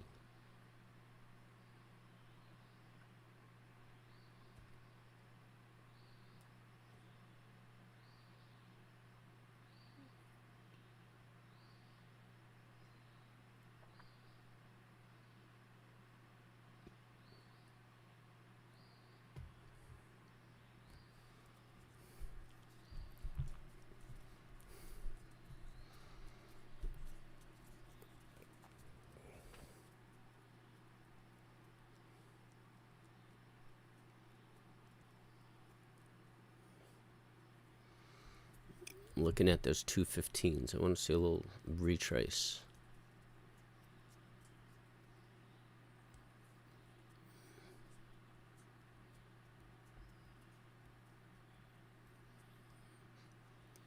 I'm going to take a small piece right here.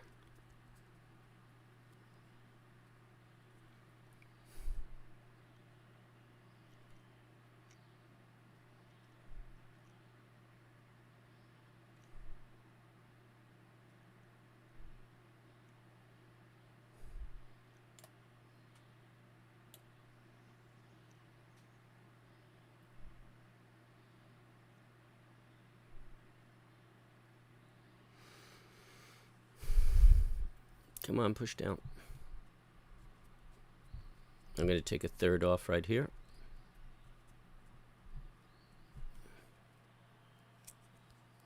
Kind of figured it's going to fill that gap.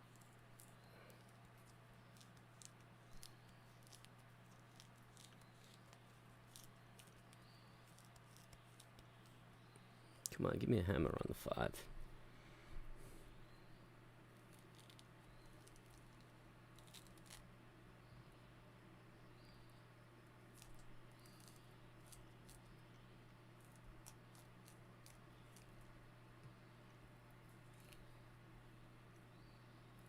Yeah, nothing else has fallen.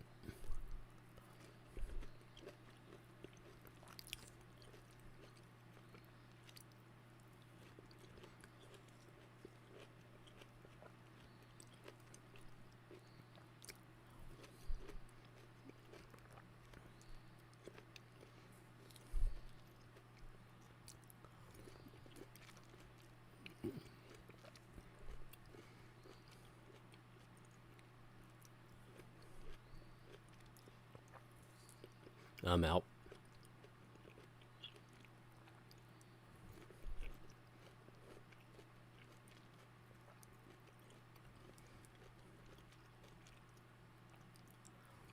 That looks like a good double top right there, though. But she just seems to keep grinding her way up.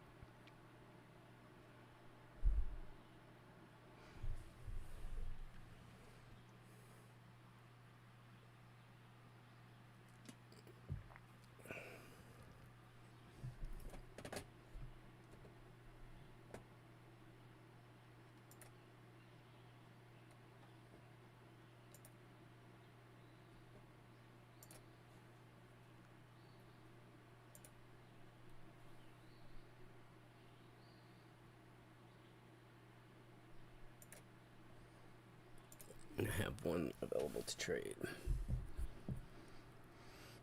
Amazon's putting in a double top.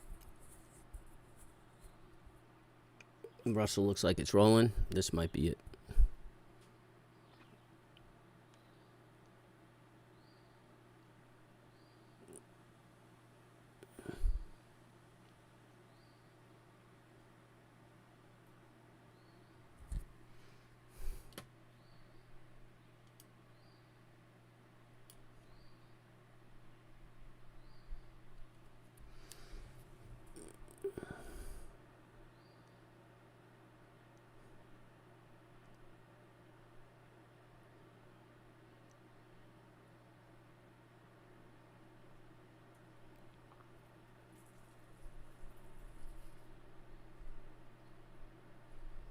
Got a bear flag triggering on the 1 minute. Hitting the test now on the 1 minute bear flag. It's got to break through the high. At 14, I'm going to try that again. 1431.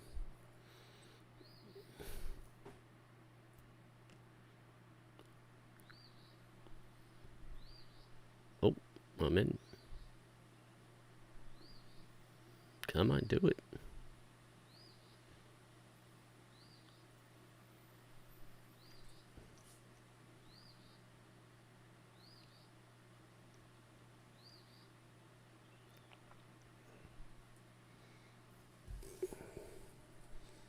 Come on, composite. I need you to drag it down. Man.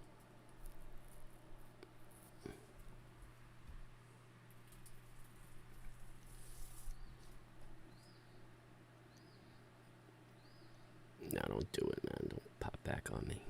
There you go.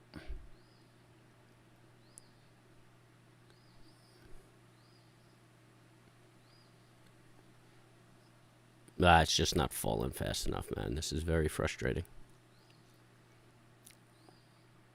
There she goes. Come on. Keep pushing down. Doesn't make you a bad person. Nice, healthy correction.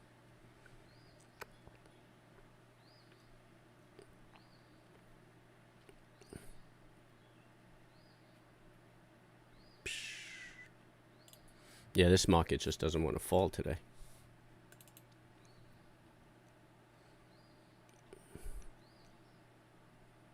Now I'm out. Oh, I think I might have given back some of my profits today.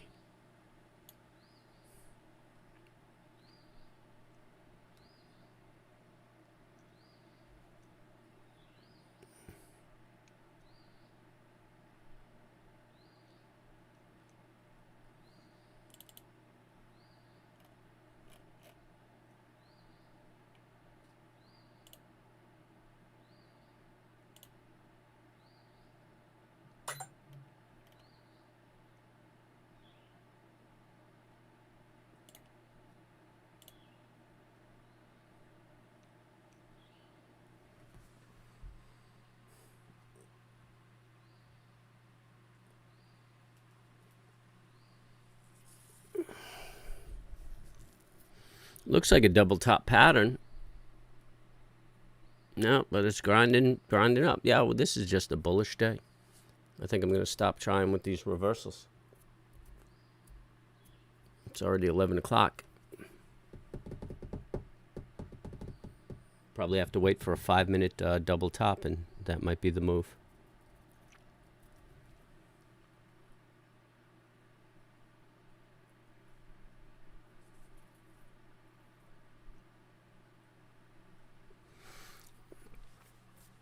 So let's see, what do we do today? Let's kind of analyze what half our day looks like so far. Bank, here it is, here it is, here it is. So we've had this move down, 1, 2, 3, 4, which is kind of aggressive. This, you can anticipate a retrace today. And we're at the 55, which is a natural retrace. And that's why I keep looking for that reversal. But this baby may just keep on keeping on, you know, and close that gap between this is Friday's bar, this is Thursday's bar. It looks like it's might be looking to fill that gap.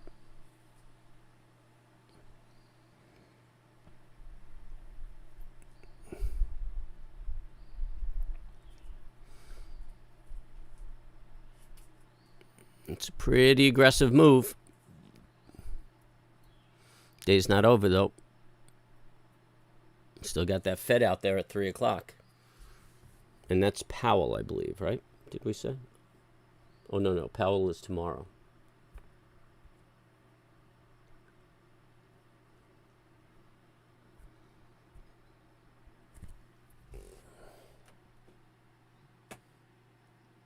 Wow.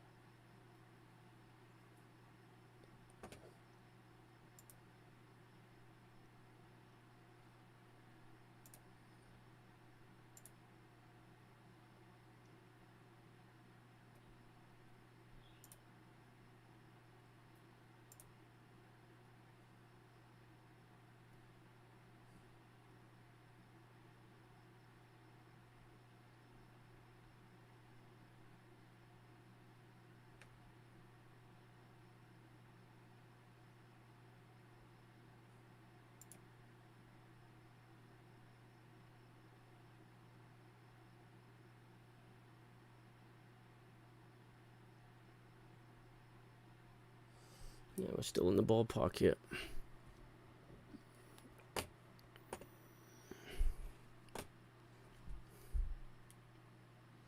Really strong bar today.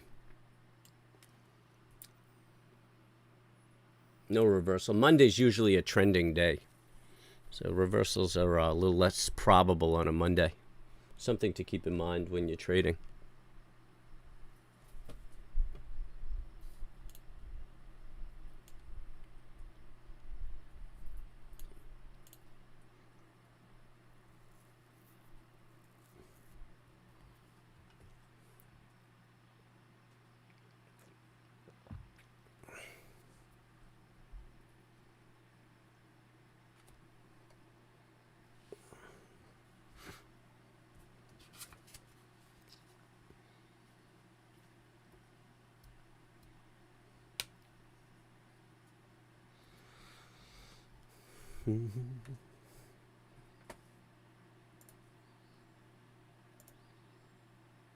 It's hard to be exciting on this day.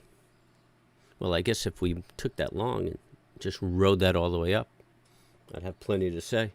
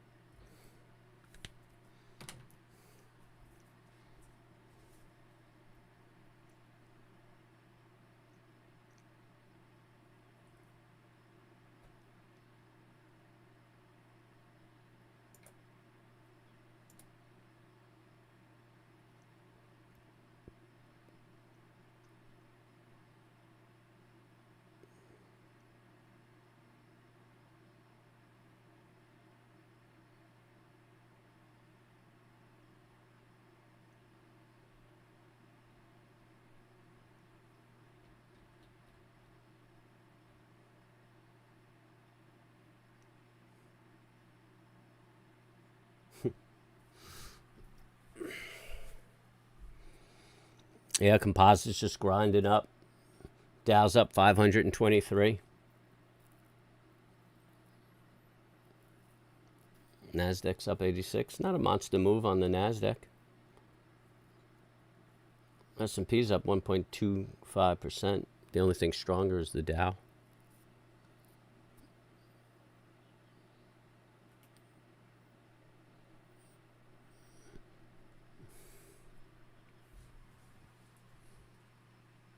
Yeah, I had read that. Yeah, he's worried about China. And China's getting strict on the Bitcoin. And China wouldn't like that, Bitcoin, because they like to control everything. I was trading with Chinese business in the early 2000s, and the individuals were only able to move $10,000 a year out of the country. So they couldn't really invest much in foreign markets. So now, they've obviously tightened the reins on their society over the past 10 years. So I don't even know what they can get out. So, China doesn't want to see other vehicles that help the citizens move their money out. They really clamp down. They're actually getting very restrictive with them. It's an entirely different environment than it was 10 or 15 years ago. A lot of protests. That you don't see much of them because China has such a tight grip on the social media, and obviously all of the news is state-run. So you don't really know it, but there are constantly protests going on. And now there's a big issue because they don't have a workforce, and they're a manufacturing company, and everybody is getting professional degrees, bachelor degrees in professional industries, white-collar industries. So now the government is forcing those degrees to be blue-collar degrees, and forcing requirements to graduate college to have blue-collar things, and kind of dictating where people are going to work. And there's a big uprising in colleges, and they actually just stormed into a college and just were ruthless with these kids who were protesting, just beating them with batons and beating them with the shields, and it was just horrific. And this is just some information that got leaked, some video that somebody managed to get out. But again, they're going to suppress it, and Amazon and Apple and Google will suppress that information because they want to do business over in China, and which is really disgusting. So they support this manipulation and human rights atrocities, these companies.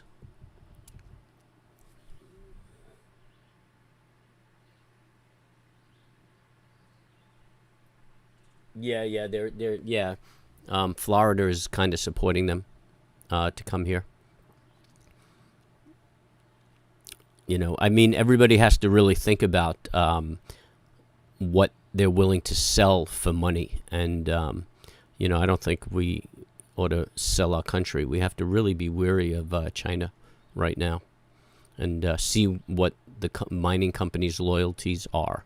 If they want to come here and establish themselves as U.S. companies and not be subject to China, I could support that. But other than that,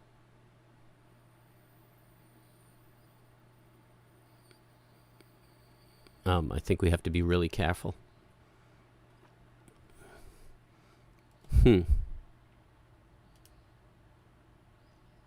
216.18 looks like a decent low. What time is it? 11 o'clock. It's a little late, but it looks like we're making a lower high.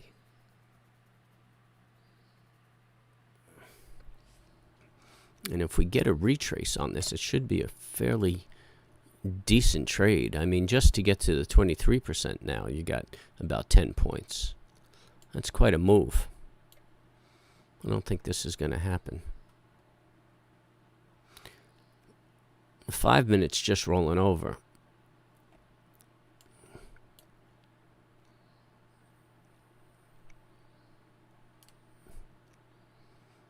$16. I'm going to look at that. What do the 15s look like?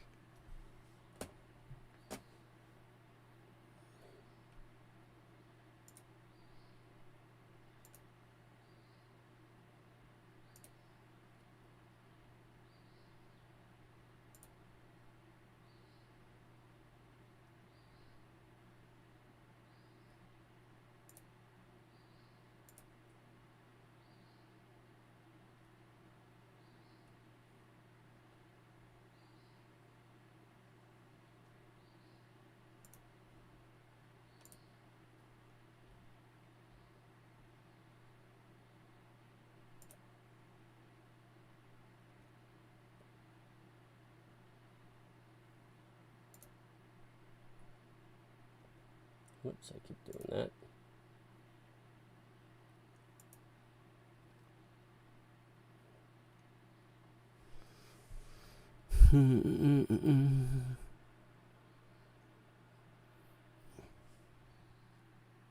Six and a quarter.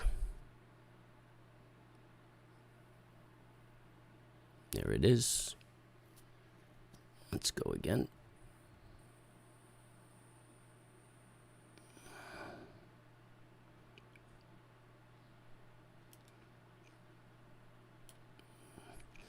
All right, we're below that 5 minute. Yeah, we're not getting any support. The Russell is turning around. We just need that composite to turn around, and that ought to drop this bad boy down.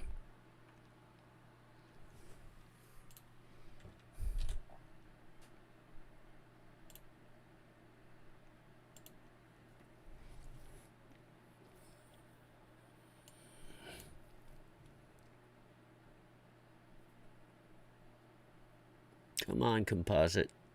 Join the party. The financials are dropping. Energy's dropping. Tesla's pushing up. That's going to inhibit this move. The Russell's coming down.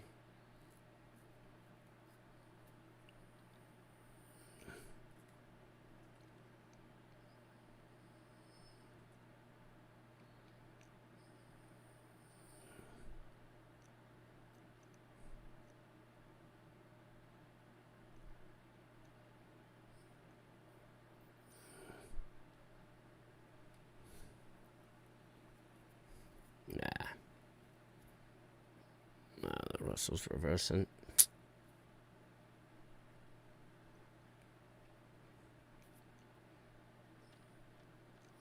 1 minute and 2 minute look bearish. The 5 minute is rolling over.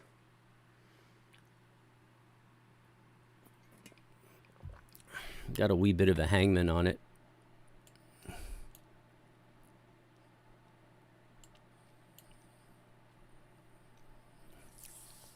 $13.85 might be a good spot for the first target.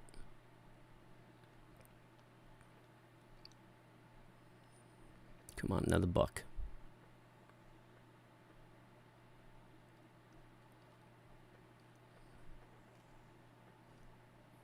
That composite just won't fall. If that composite fell, that would just knock this baby right down. Tesla's crawling up too. I'm going to take a buck right here off of a third. If they'll give me my price.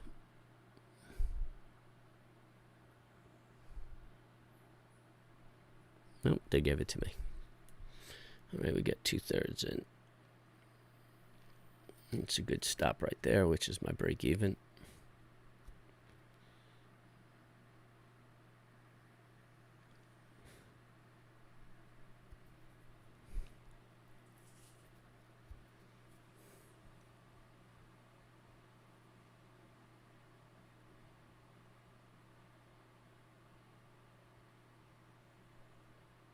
Yep. Yeah, these corporations, I mean, they come out with their rhetoric here in the States supporting every crybaby that complains that somebody might have called them a name. But I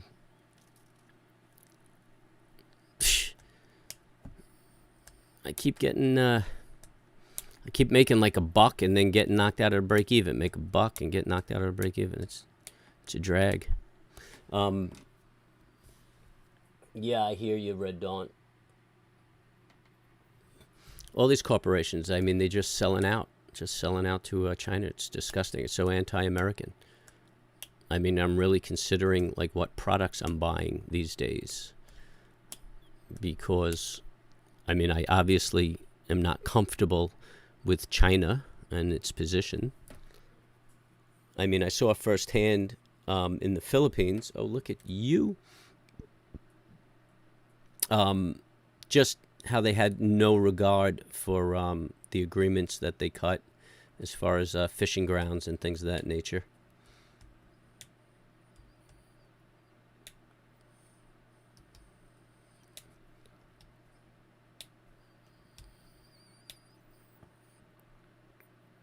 Oh, this is most upsetting. No, it looks like it might be entering a consolidation here.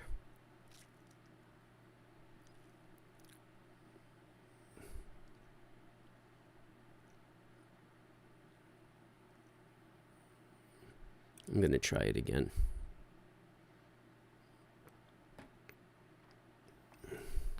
No, come on, man, just go. Oh, composite looks like it might be joining the party.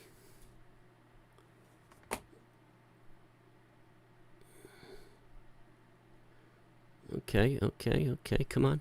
At least give me a buck. Like you've been doing for me.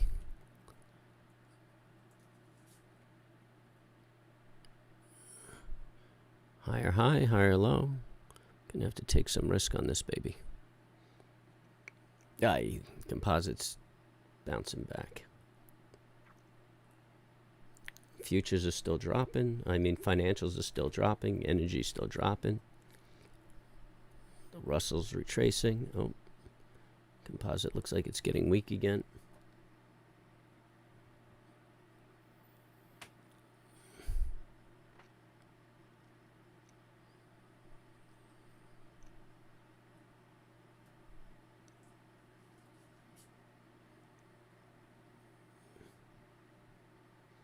Well, the Russell's getting really strong.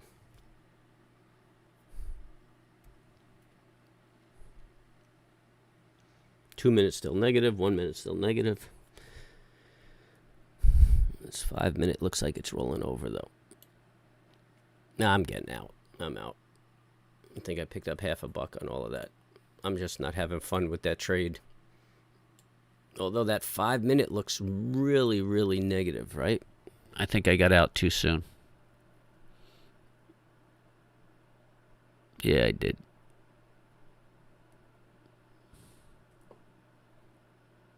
There it goes. It's just not falling apart.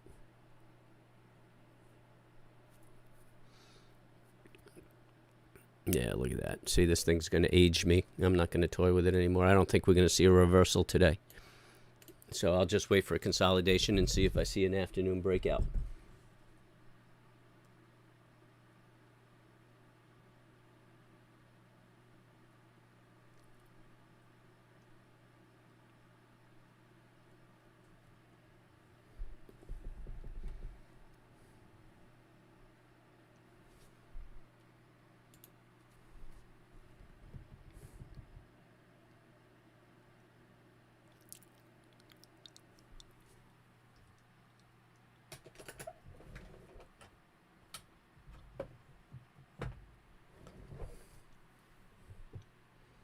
So hello, Red Dawn. This is the first I'm hearing from you. Are you new to our channel? And if there's anything you want to know or you want me to look at, just chat me up. I'm happy to do it. But basically, we just take setups. Market's not really working with us because the feds are out there lurking and speaking.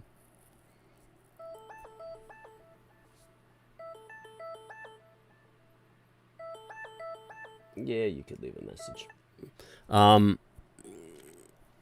What time is it? 11:11. Yeah, it's getting a little late for the mid-morning reversal.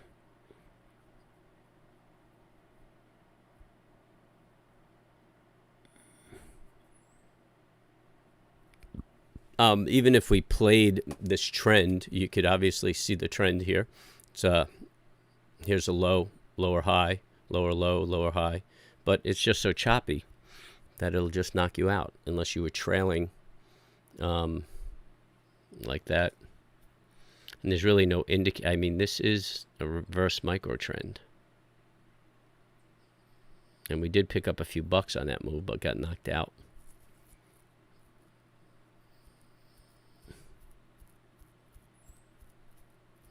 Yeah, it looks like it's just going to enter consolidation. I don't think there's a reverse trade.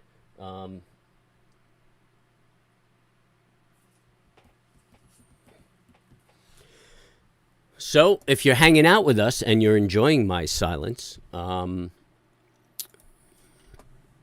hit the subscribe and hit the bell so you know when we drop in tutorials and things of that nature.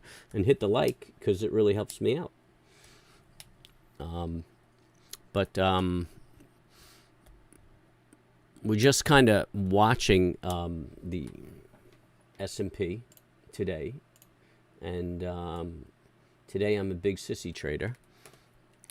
We opened up inside the bar, and then we made that push up. And traditionally, I don't trade inside the bar. Breaking the top of the bar would have been a good entry. And then you could ride this thing up. And it looks like we made the effort to close the gap here. And we made a really nice retrace of 55%. And I used the Fibonacci for those who just joined us, from that move of the high to the low, which that's a really impressive retrace. And what's interesting is, I believe we're looking at a Keltner channel here, and that yellow line is the midpoint of the Keltner channel. And if you look, the 68 is right there. So the 68 Fibonacci line is right there. They're both meeting, which makes that a very, very strong resistance point. So I'm feeling like that's the target of the day, that 42.2150. And then you have some Feds speaking at 3 o'clock. So it may very well hold that and might retrace off of that. But if we close up with this big green bar, that's very impressive. So we may end up running back and challenging that high, or just grinding up slowly like we did over here. You can see we challenged the center and then moved back up.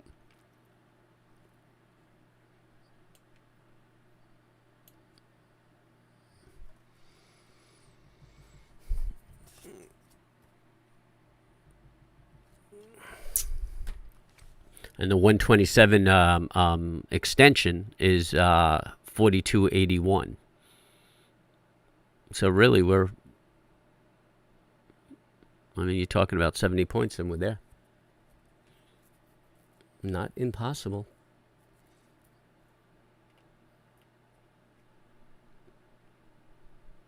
Here's what happened the last time we tested the Keltner low in the Keltner channel.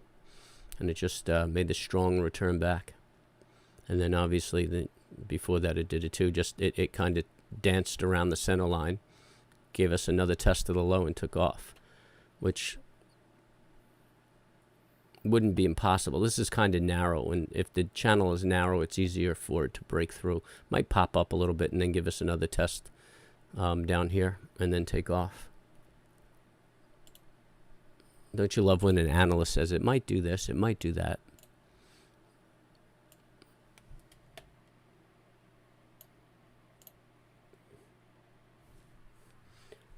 Found your channel in a Wall Street's Bet group. New to investing and just interested in learning more. All right, well, I'm trying to put a series out called Trading 101. It's just I'm kind of short-handed. But there is a first one that explains pivots and compression and expansion. So just take a little time. I think it's like maybe 15 minutes long, and go through that and see if you get the gist of that. And I'm always open to answering questions. And I'm putting together some charts to demonstrate trend lines and the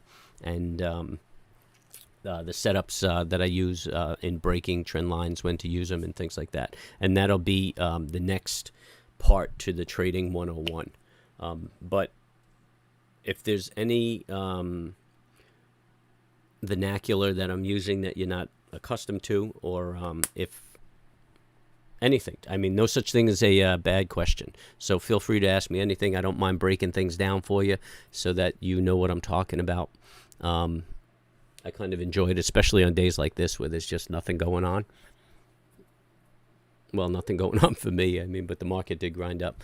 It looks like we might be building see, here's a downtrend, and it looks like we could be building a reverse head and shoulders, which means that this downtrend has come to a close and it's going to start challenging that high again. We would have to come down and make another low right where my vertical, my horizontal crosshair line is, and then this could be the neckline that it's building, but I mean, we have to wait and see.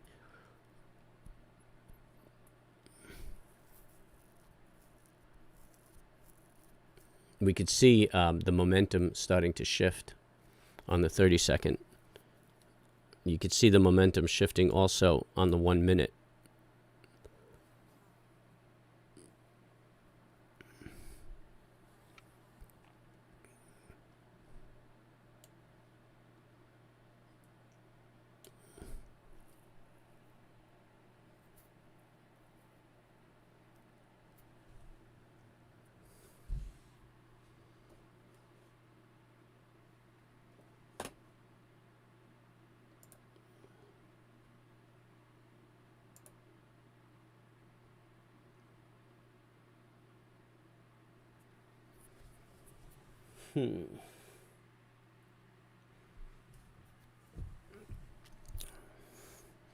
So I just want to remind everybody to hit that like me.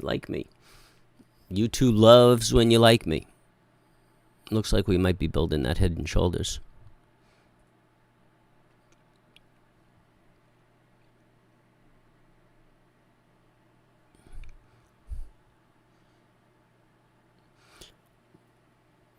So everybody who's new to the channel, I kind of keep off the grid. I'm either in the mountains or trading from a boat. I'm in the mountains right now, dying to get back to the boat. I would have been there, but I've been paying attention to the channel. Looks like we're breaking that neckline. That shoulder wasn't too impressive, but it did create the neckline right here. So it could be an indication that this is going to reverse. I'm not taking any trade off of it.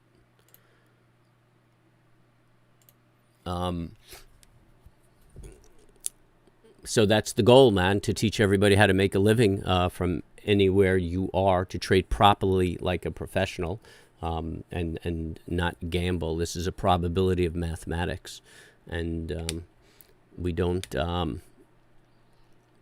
take shots. We take calculated risk. We control our downside. We use good risk management, good trade management, and we make some money. We had a really good week last week.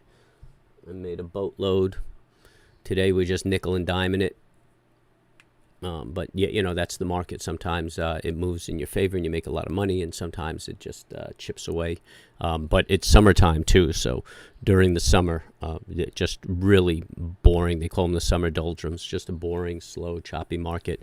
We're getting a lot of volatility now because it's like Fed week. And last week we had a Fed come out and say something about interest rates that caused the market to tank, and we're expecting another Fed tonight. And like every day, we got another Fed talking. So there are 7 Fed board of governors, and each one is going to have their moment in the sun, and then the market should be moving in an orderly manner again after that. Wednesday is Powell, and Powell's the head, the chairman, and so he doesn't really speak his personal opinion. He kind of represents the Fed Reserve and what their general policy is, and their policy is reflective of all of the boards and the general decision between all 7 members. That's interesting. It broke that trend line, retraced immediately, and now it's doing a tanking. So it's really hard to get a decent trade-off. I mean, this was a good trend down. You could have stuck with it if you rode behind each pivot. But when it's not dropping too aggressively and it's trending up on a Monday, I'm very, very conservative and keep my stops very tight. Monday's normally a trending day, so trying to get a reversal on a trending day, and you could see, I mean, the pattern, what the pattern looks like. You could see the divergence, but it's not a clear, you know, this is going to turn around kind of topping pattern. So some days it's just best to be conservative or sit on your hands entirely.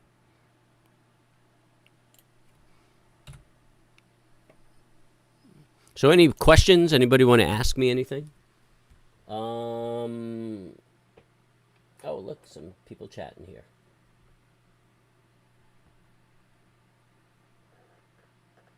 Yeah, Wyatt. I mean, that works for me. And if you know the patterns of those 2 ETFs, then you're stacking the odds in your favor, and that's all this is. It's we trade things with probabilities in our favor. I mean, nothing's a guarantee, and you have to control your risk and only trade with funds that you could afford to lose.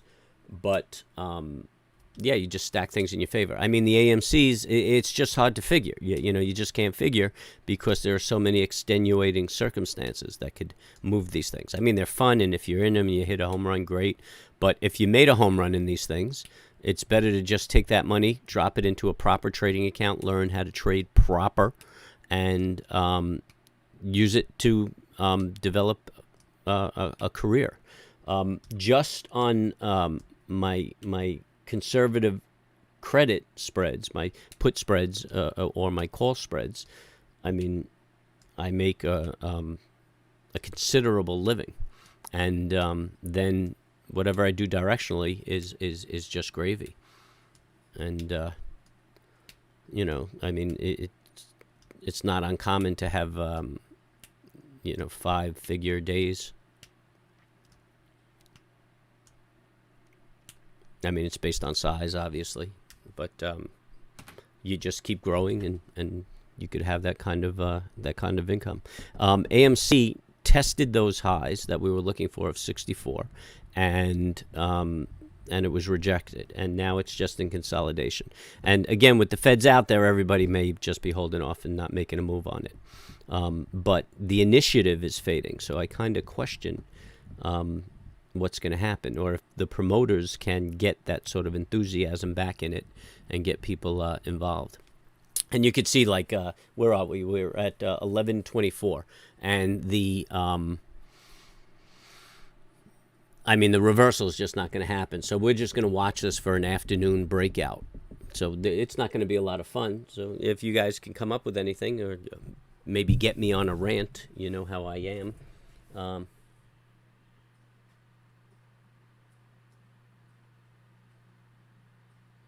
The top ETFs. Yeah, you know what? I don't know any of the top ETFs, and I don't trade the ETFs.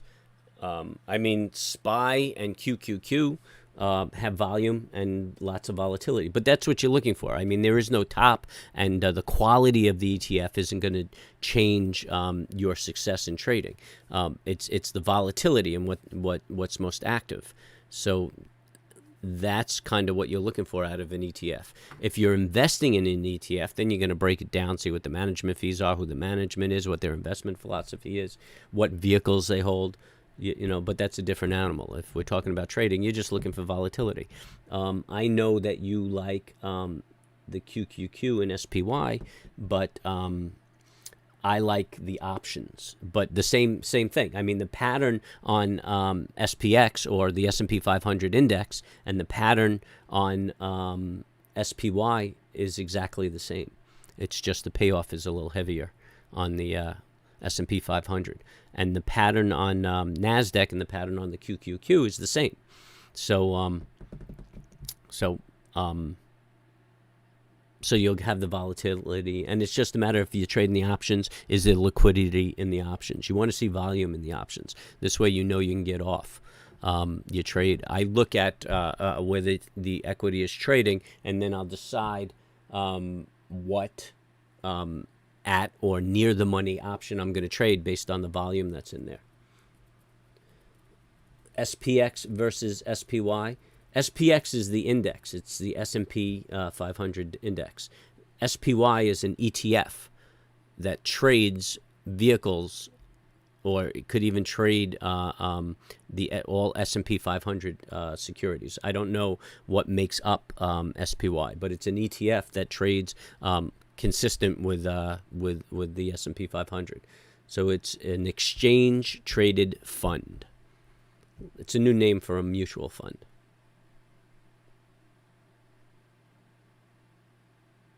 There are plenty of secrets out there, man, and if you come across them, let me know.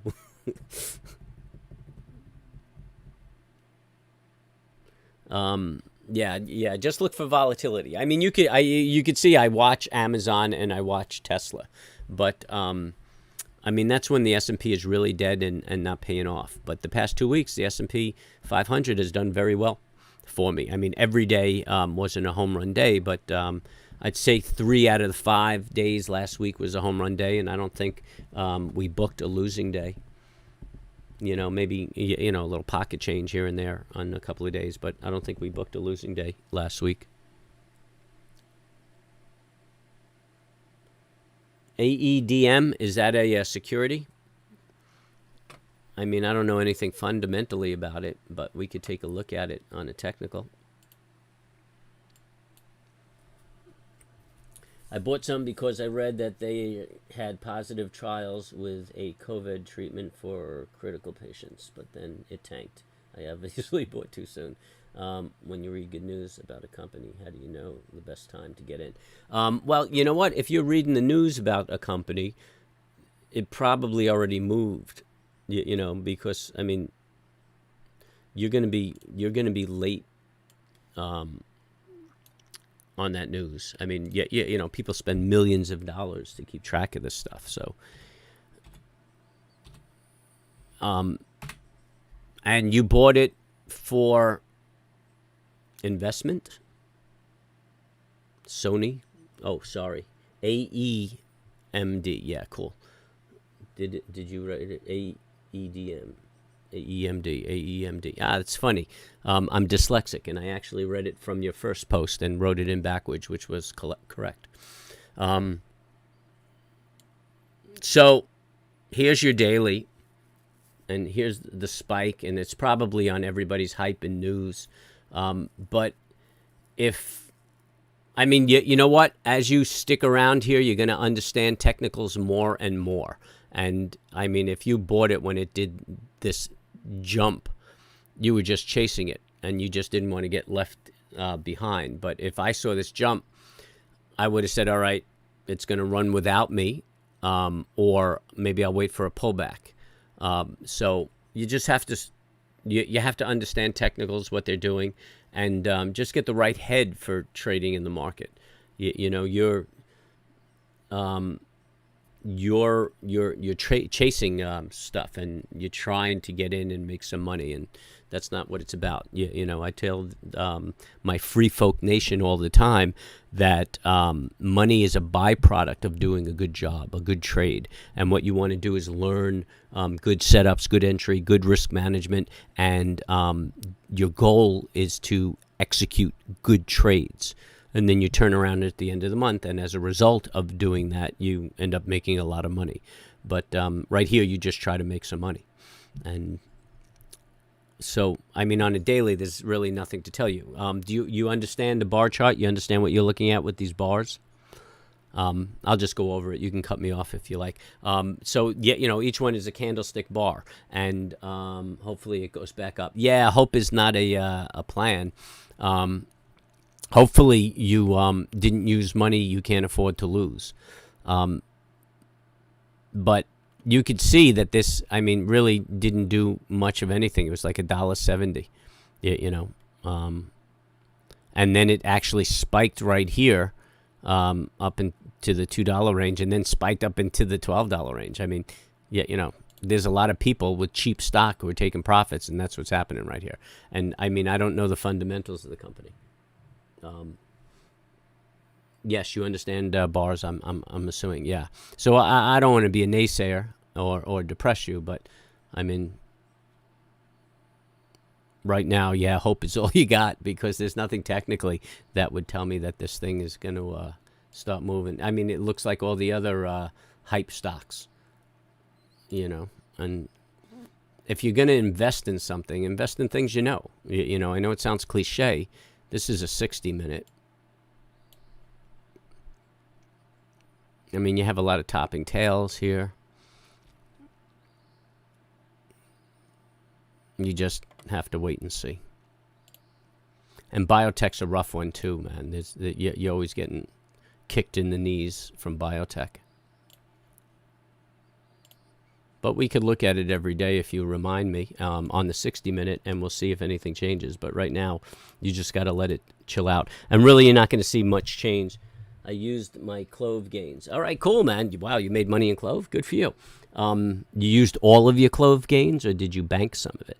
Hopefully, you banked a little bit of it, and no personal capital. If you have no capital in this AEMD, then it's fine. Just hang out, wait. I had a company. I can't even think of the symbol. It was a biotech company, and pharmaceuticals, and huge position. Even my clients and everything.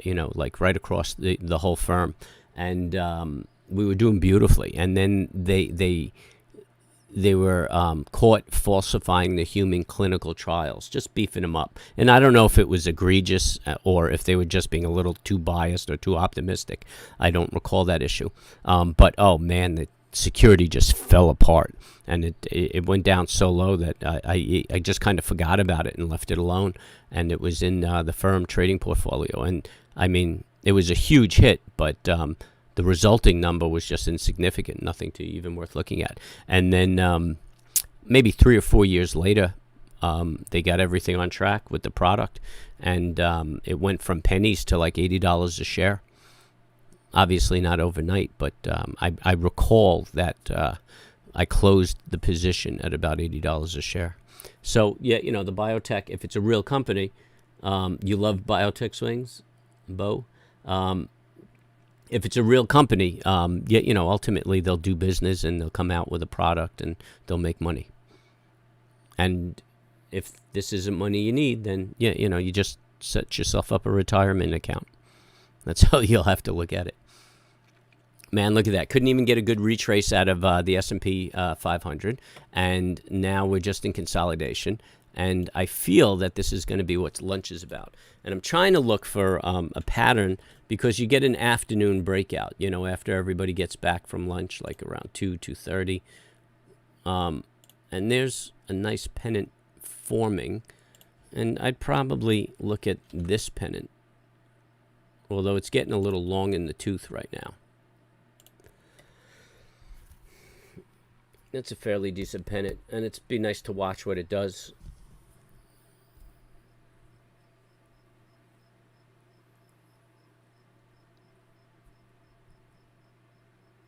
So if everybody's new to the channel, do me a favor, hit the subscribe and hit the bell so you know when I'm putting out some new information, and hit the like, because that does me wonders, and I appreciate it. And yeah, you know, we don't do anything hype here. Sometimes it's very boring, but it's good technical trading and good risk management, and it's what professionals do. This is what goes on in the industry. What you're seeing on YouTube and all the hype, it's not what we do for a living. It's just inconsistent with success. So if you hang out here, we'll teach you good management, good trade management, good risk management, and good setups, good probable setups. Give you a good understanding, and it's about just reading the signals that the market gives you, and we take advantage. And I got some guys in here who, on good days, they do very well. They bang out trades. We're not hearing much from Anthony, so I'm thinking he got a little hurt today. And my boy Zach is not here, carrying on. And Miss Kerry just graces us with her presence every so often on the chat, but always quality stuff. So a nice little community here, learning to trade, and some guys really becoming very effective.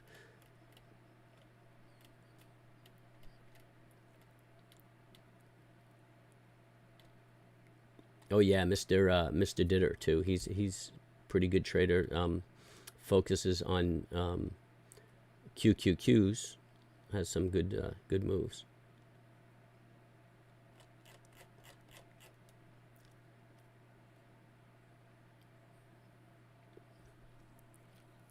Woo, and it's hot and stuffy in here.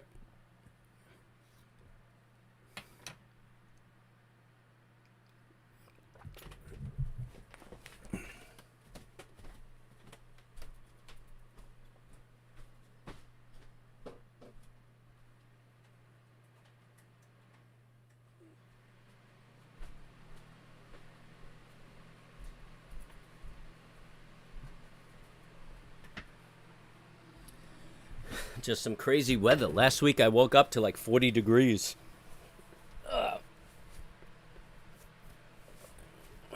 Now it's got to be up in the 80s.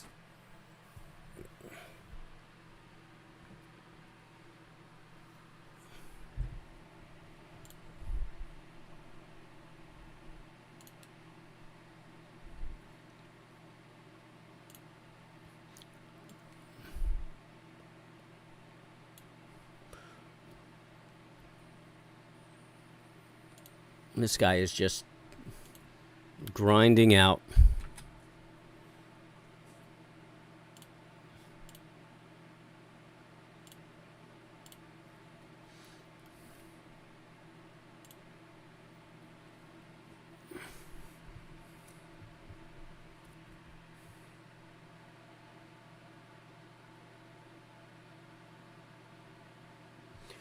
M.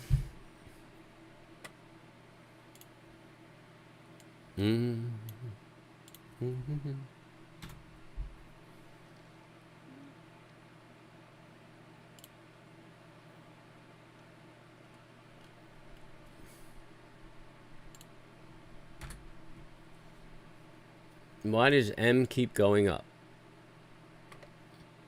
I don't know that it does there, my friend. Oh, there you go. Okay, so it's still grinding up. It's $18 a share. I don't know what M is. Oh, I don't tell anybody where I hide out. That's the beauty of being off the grid, man.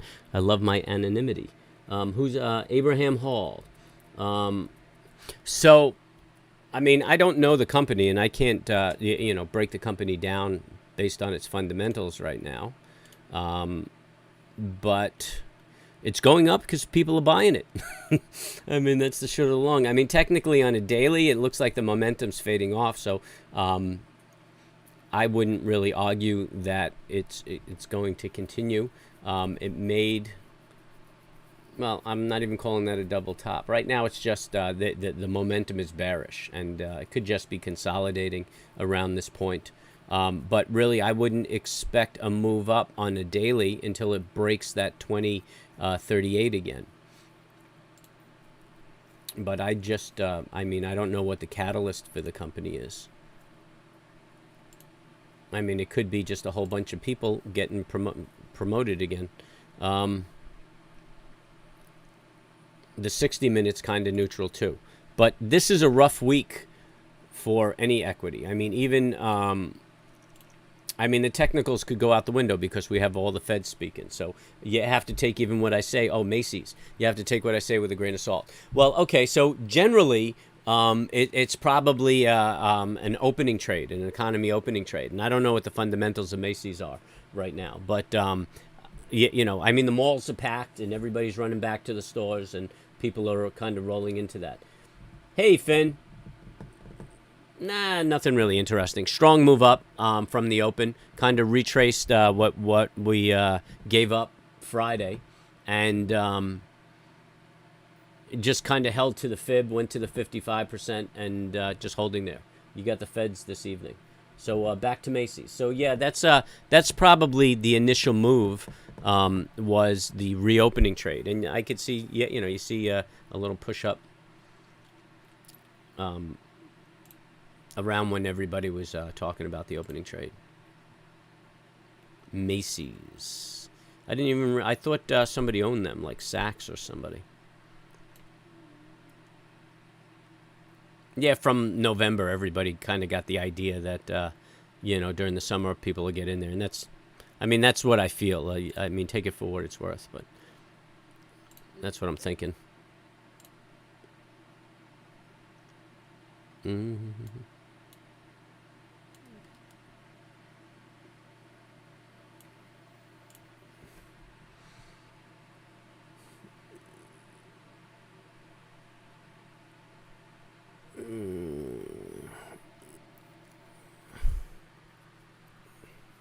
Look at that.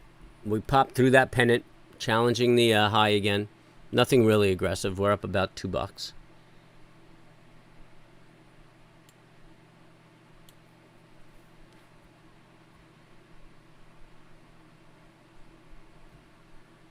I really feel that everybody's just going to trade back and forth until the Fed comes out. It's really keeping me at bay. Oh, this might be a last kiss. I'm looking at the 30-minute S&P where my crosshairs are gathered and dancing. Little hammer off that trend line for the last kiss. If you believe it's a last kiss, you could take a break of that hammer and see what you get out of it. Momentum is bullish. Oh, look at that. It gapped up on the break. And there she goes. See if she... This is the test. If it breaks that 18... Well, it's only 1850. You got 1883 you're looking at. There's the test. There's the break. Run, run, run. Not a whole lot of money to be made in that movement. But it could make a new high. That's what that blue line represents. That's the high of the day. It might be making a new high. And if we look at the daily, which we're clocking the Fibonacci on the daily, let's make this clear. It's running up to test the 6180.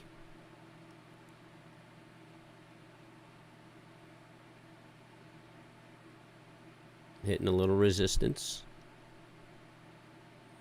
at the high of the day. I do think we're going to see that 6180.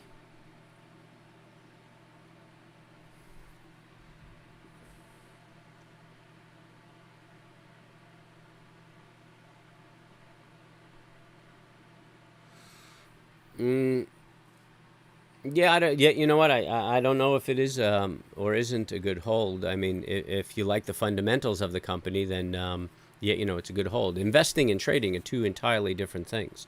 Yeah, you know, investing takes a bit of work. I sit down and I break down the companies and see what I think. I research the management, because I mean that's everything. So, and then I'll make a decision on what I invest in. Trading is just a matter of pattern recognition and patterns that have high probability of continuation or high probability of reversal. So, I mean, what I just looked at was the technicals and then gave you a general idea of a fundamental. So I would recommend that you just sit down and see how you like it.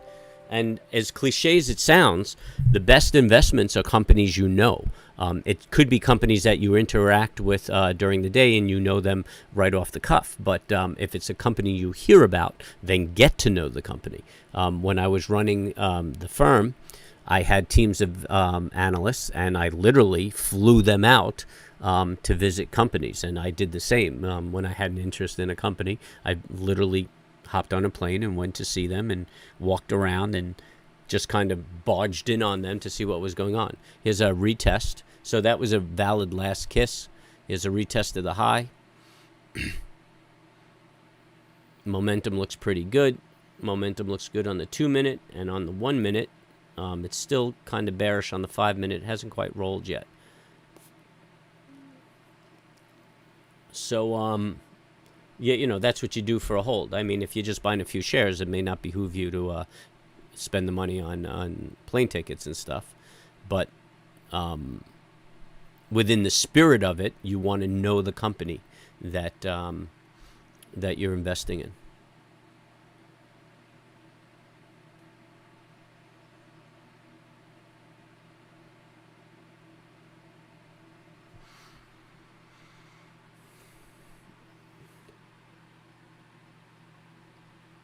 But I appreciate you asking. I like to look at that and talk about things.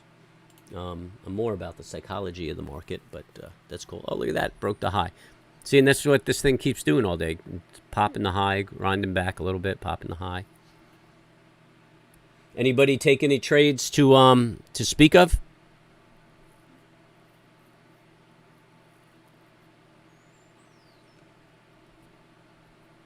I think I took like 3 or 4 trades today, and one was a loser. The rest of them were just picking up a buck, picking up a buck, picking up a buck. So I've grown disenchanted.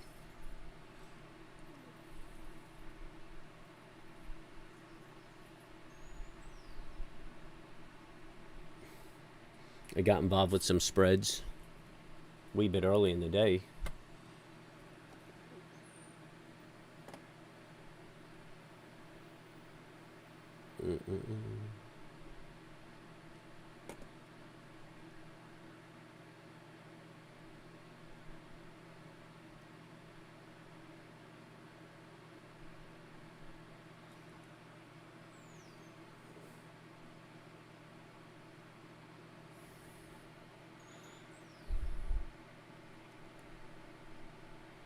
Yeah, I think we're making a move for that 180.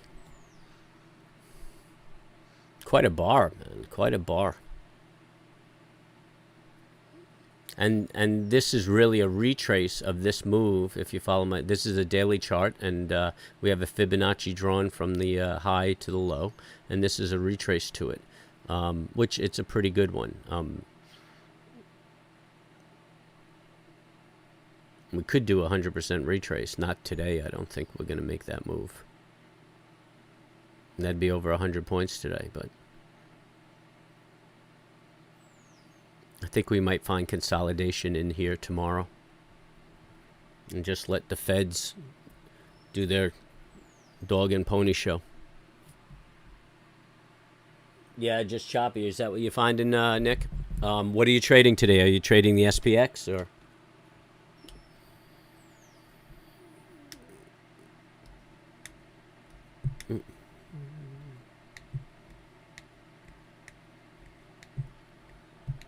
It just seems to be grinding its way up, coming back and grinding its way up.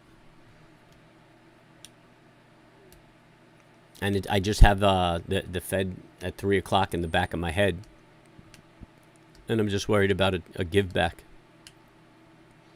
Especially when you look at that divergence on the weekly.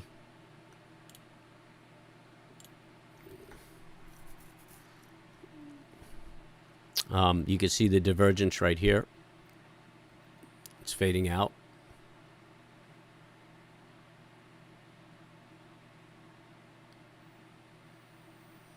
I don't think it's unlikely that we visit that 41, 48, 41, 44 mark.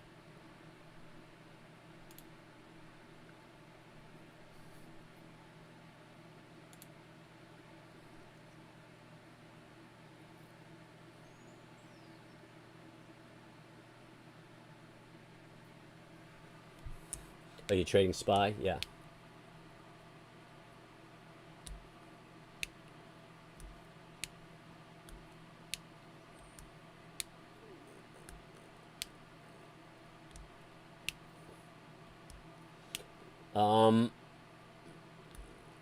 Yeah, well, hey, good risk management. Just watch your downside.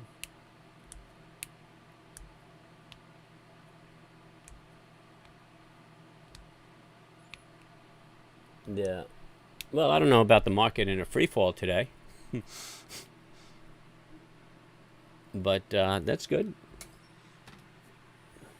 TRCH. GSAT.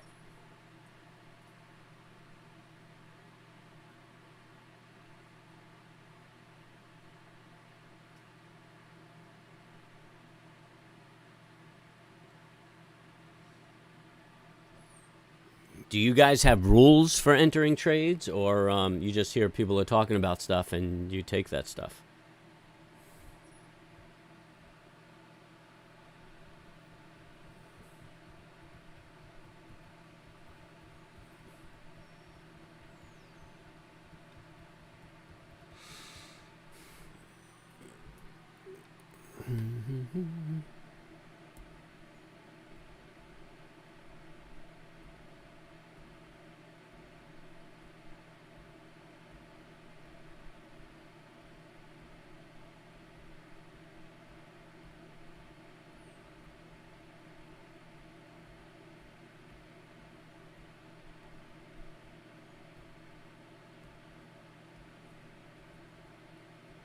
Yeah, Global Star. I'm familiar with it. A lot of cruisers use that.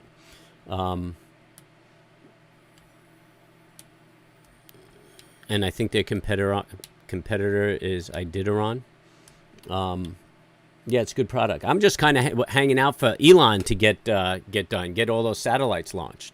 I mean, once he does that, it's going to change the whole face of things. I'll be broadcasting from the middle of the Pacific. I'll start including video clips of waves coming over my bow. I'm just really excited about that. I mean, I keep watching what he's doing now, and I think this guy is going to rewrite the industry. I really think he's using Tesla as a marketing vehicle, and then the energy storage aspect of Tesla is probably a good business. But I don't think competing against General Motors and Ford is really that advantageous for him. But what he's doing with Starlink is really incredible.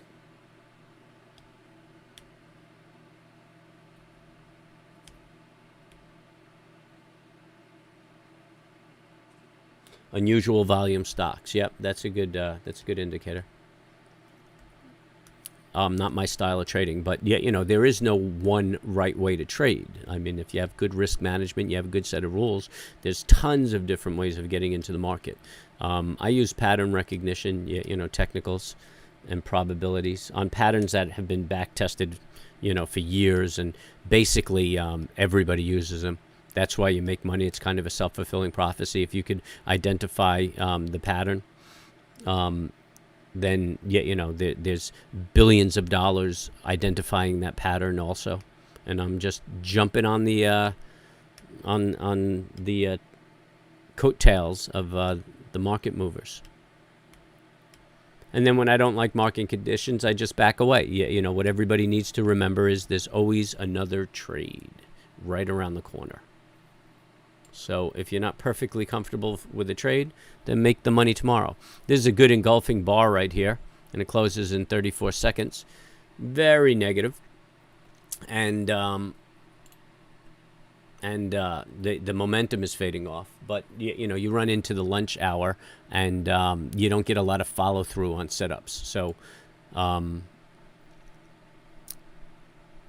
I usually back off for lunch. I don't trade. I wait until like after 1:30, and I'll trade around then. And again, you know, it all appears very conservative, but I just stack the odds in my favor, which is what the whole program is. This is all a probability of mathematics, and you want all the probability in your favor before you take a trade. And even that doesn't always come to fruition, and that's why you do good risk management. And that is a lesson that is hard learned, I promise you. I put my my horizontal crosshair line there because I see that gap, and historically or traditionally gaps pose some sort of resistance. And you can see it bounced off of it a couple of times, and it's actually forming its bear flag right there at the gap. So it gives you reason for pause, but it looks like it's going to push right through that. But maybe run into that cloud and hit congestion. So I'm going to take a break at 12, and we're going to come back at 1. It's a little longer, but I got to run a few errands and get some things done. I don't have much time because I'm usually, you know, talking with everybody until 4, and things close. So I'm going to have to take advantage of that right now. So in about 5 minutes or 4 minutes, we're going to take an hour break, and then we're going to come back, and we're going to look for that afternoon trade, which is an afternoon breakout, which may not happen because it's going to run into the time that the next Fed speaks. And today, I believe it's at 3 o'clock. Yep. Fed Williams. And I think Fed Williams is a Republican.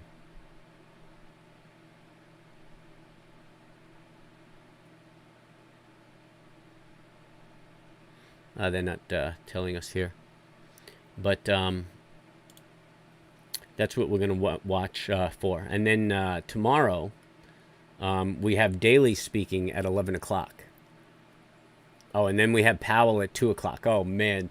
Tomorrow's just going to be a mess. A mess, a mess, a mess. Everybody go to the beach. And then 9 o'clock, we have Bowman speaking, Fed Bowman, on Wednesday. So at least we'll know what the market's going to do before the market does it.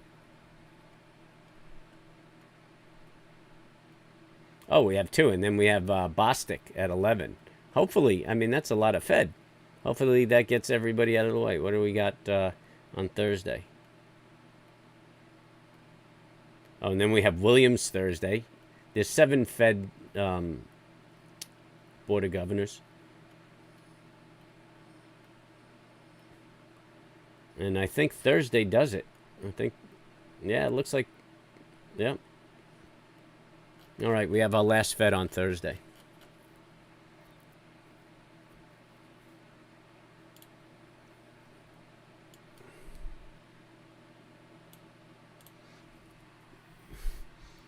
Everybody gets their 15 minutes.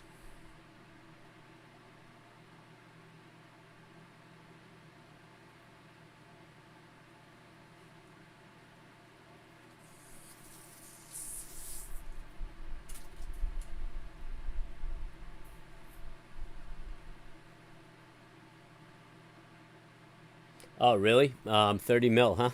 30 billion.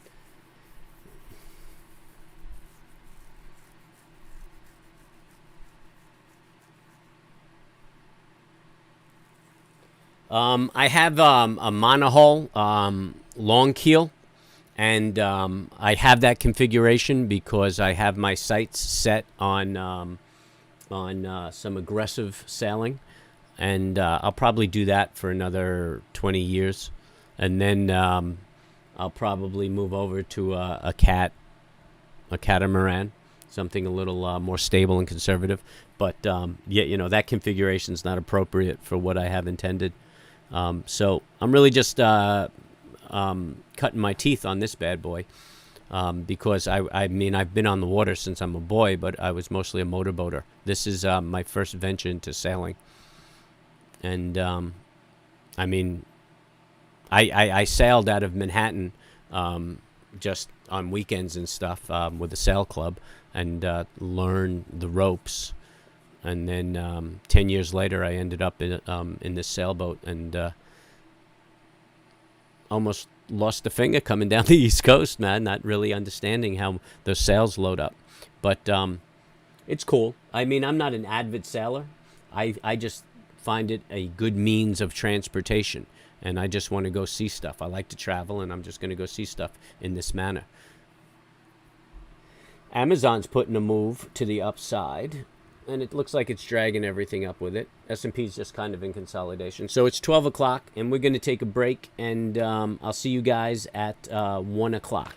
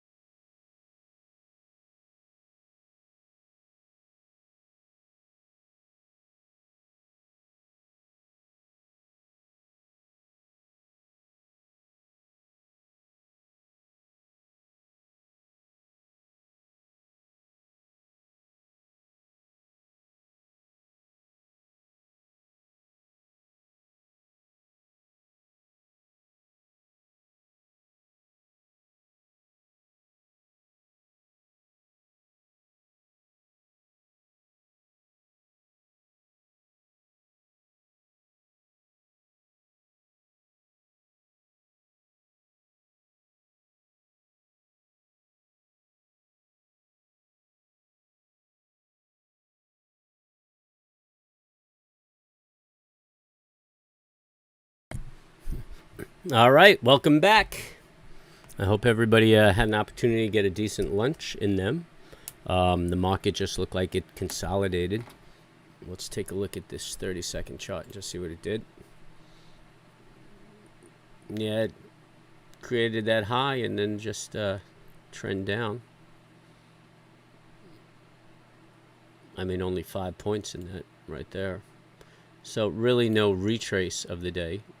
We can clean up these lines. Yeah, we'll get rid of that. I think that's a real good support right there. Real good resistance.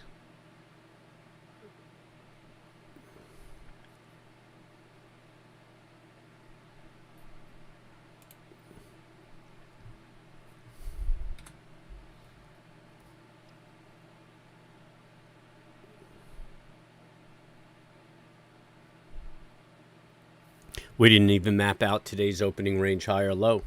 We just grinded up all day. It didn't even work to our benefit. But I'm thinking we're just going to grind around here until we hear from the feds.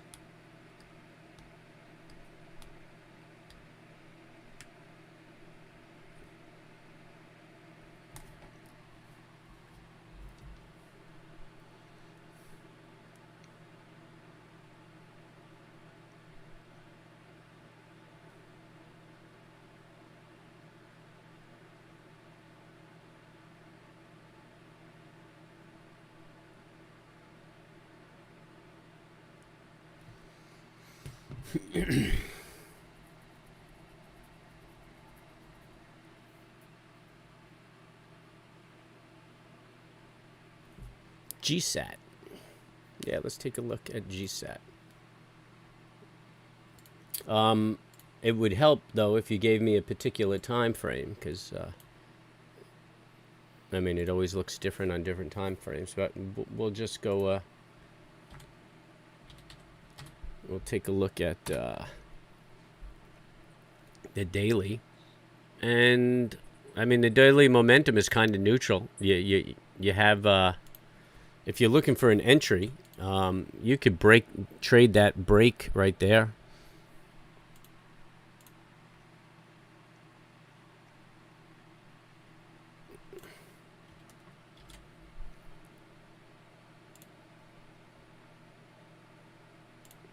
Yeah, that pennant's getting long in the tooth. So if you're looking for a long, I mean, it's testing that on the daily. The momentum is kind of flat.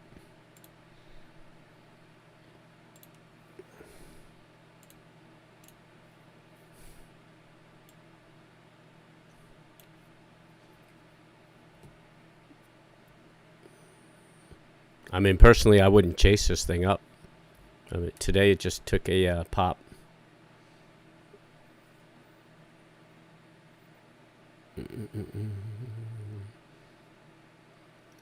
Yeah, you know, these gaps down here are kind of ominous.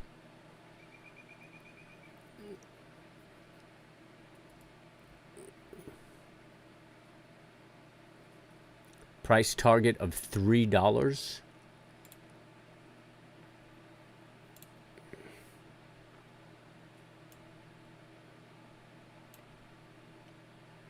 So what you're saying is it's going to challenge the high. That's what you're looking for.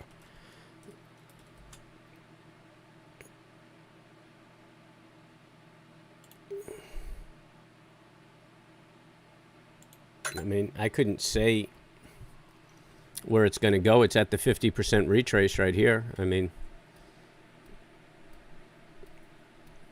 and it's kind of building a consolidation there.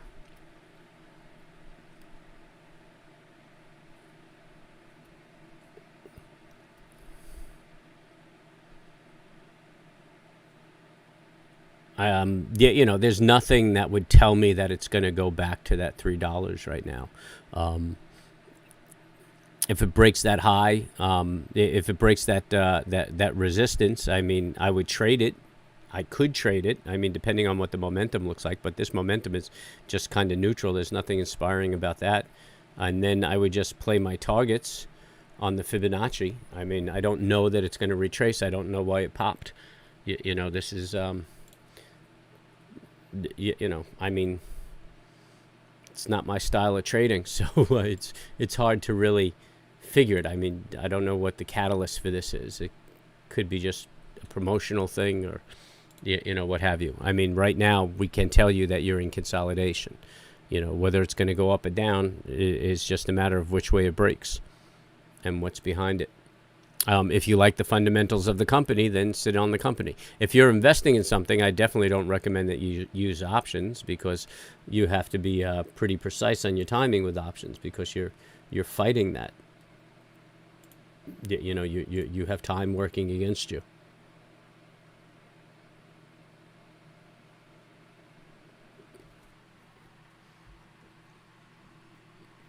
Can you share with me why it popped? Was there news, or is it a Reddit hype, or what have you?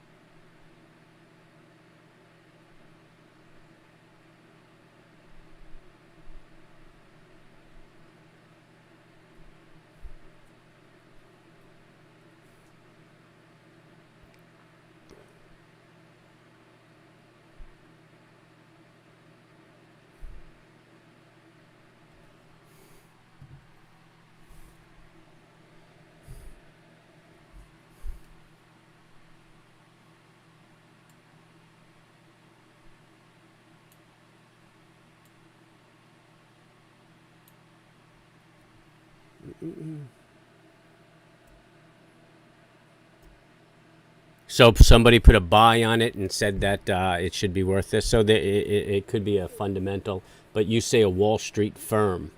I mean, that's a broad stroke. Could be a promoter. Could be a market maker. Was it a reputable analyst that is doing a price target based on sales and earnings?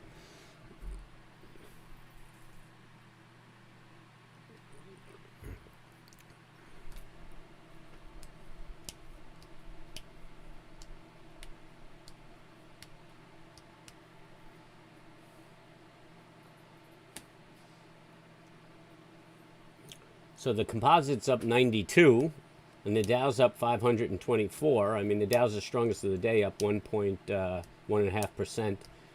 S&P's up 1.125%, and the composite's up 0.5% for the day.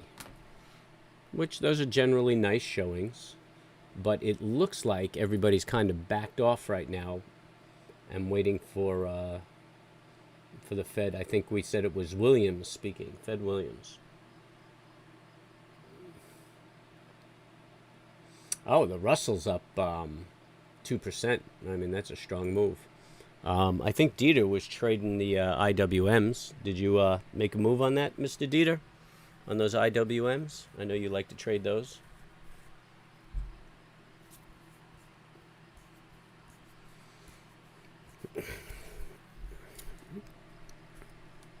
Ran some errands, and I managed to isolate some charts. I'm trying to get that other training video out.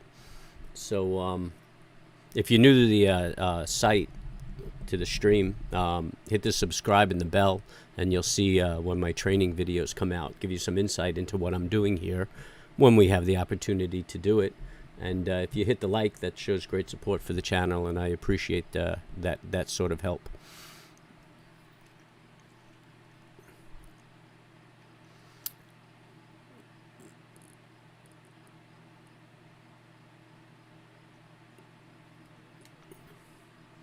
Any comments are welcome.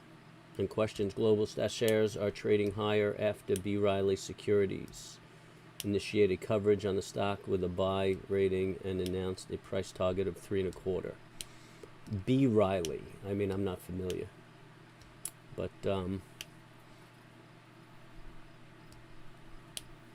I mean, I like the product. I don't know how big the market is, or what who they really sell to. I mean, I know it's used in the sailing community or the boating community in general, and I'd imagine aviation. Actually, I believe I remember that product when I was flying, and I think Garmin kind of dominated that market because my plane was all glass instrument, and there was a Garmin display. So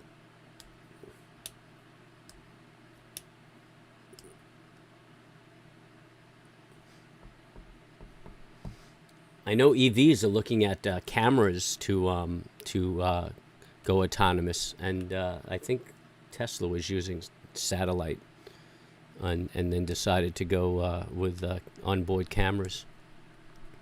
So, I mean, I don't know really what the catalyst is going to be, but you should be able to get fundamentals on your platform and see what they're earning per share, and compare that with industry standard, and get a good idea if you like it. Do you use the product? That's always a way that I like to tell, and I've gotten involved with companies many times because I use the product. I like the customer service. I like the company.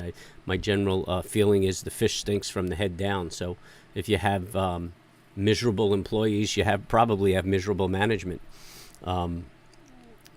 So yeah, that's how I assess my investments. I mean, if you're just jumping in and hoping to hit it on a run, I don't think that's very prudent.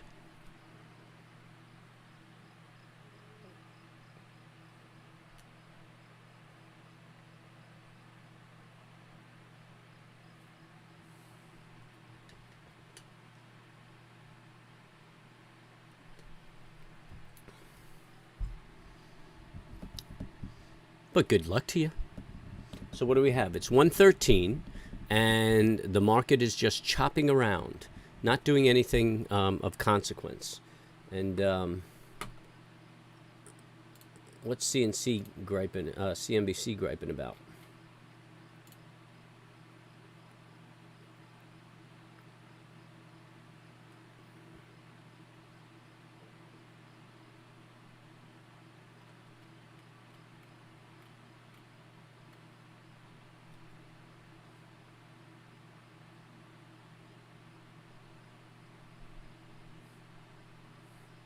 Boy, Biden's all about slapping the sanctions.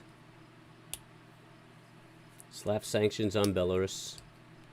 Slap sanction. Oh, what's this?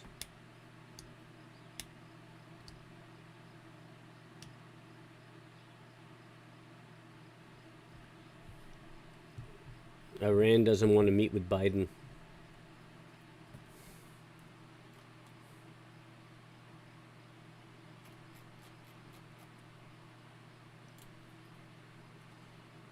Not a whole bunch going on.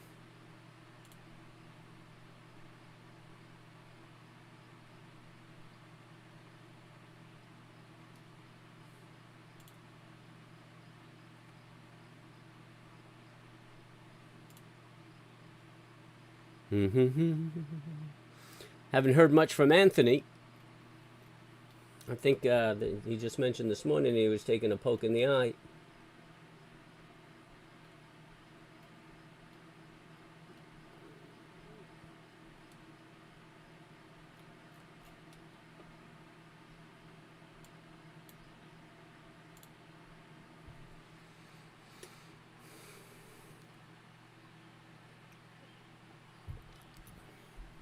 Yep, look at that. Just trading back and forth in this consolidation. And that's going on across the market, everything I'm looking at.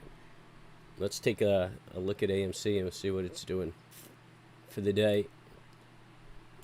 Anybody know what Matt's carrying on about today?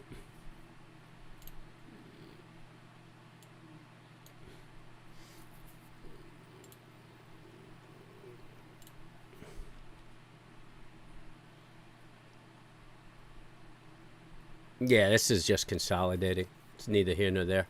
Looks like it's waiting for the Fed also. Daily momentum is fading off, though, which is a little disconcerting. And take a look at that 60. Yep, still haven't fixed that.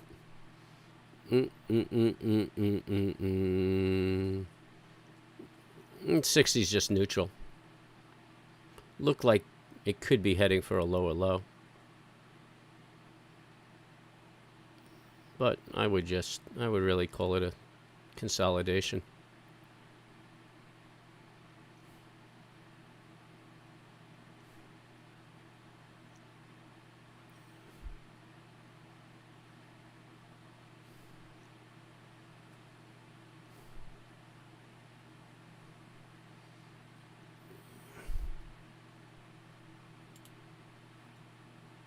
And this is just a wait and see. But generally, I would say time works against us.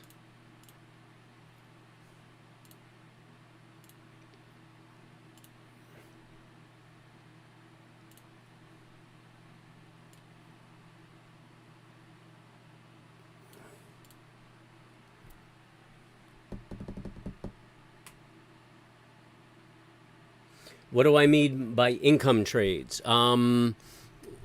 So that's a conservative way of trading the market and using spreads that generates revenue every day. And I don't get into it in too much detail yet because it's rather technical. It's very conservative and it's easy once you know what you're doing.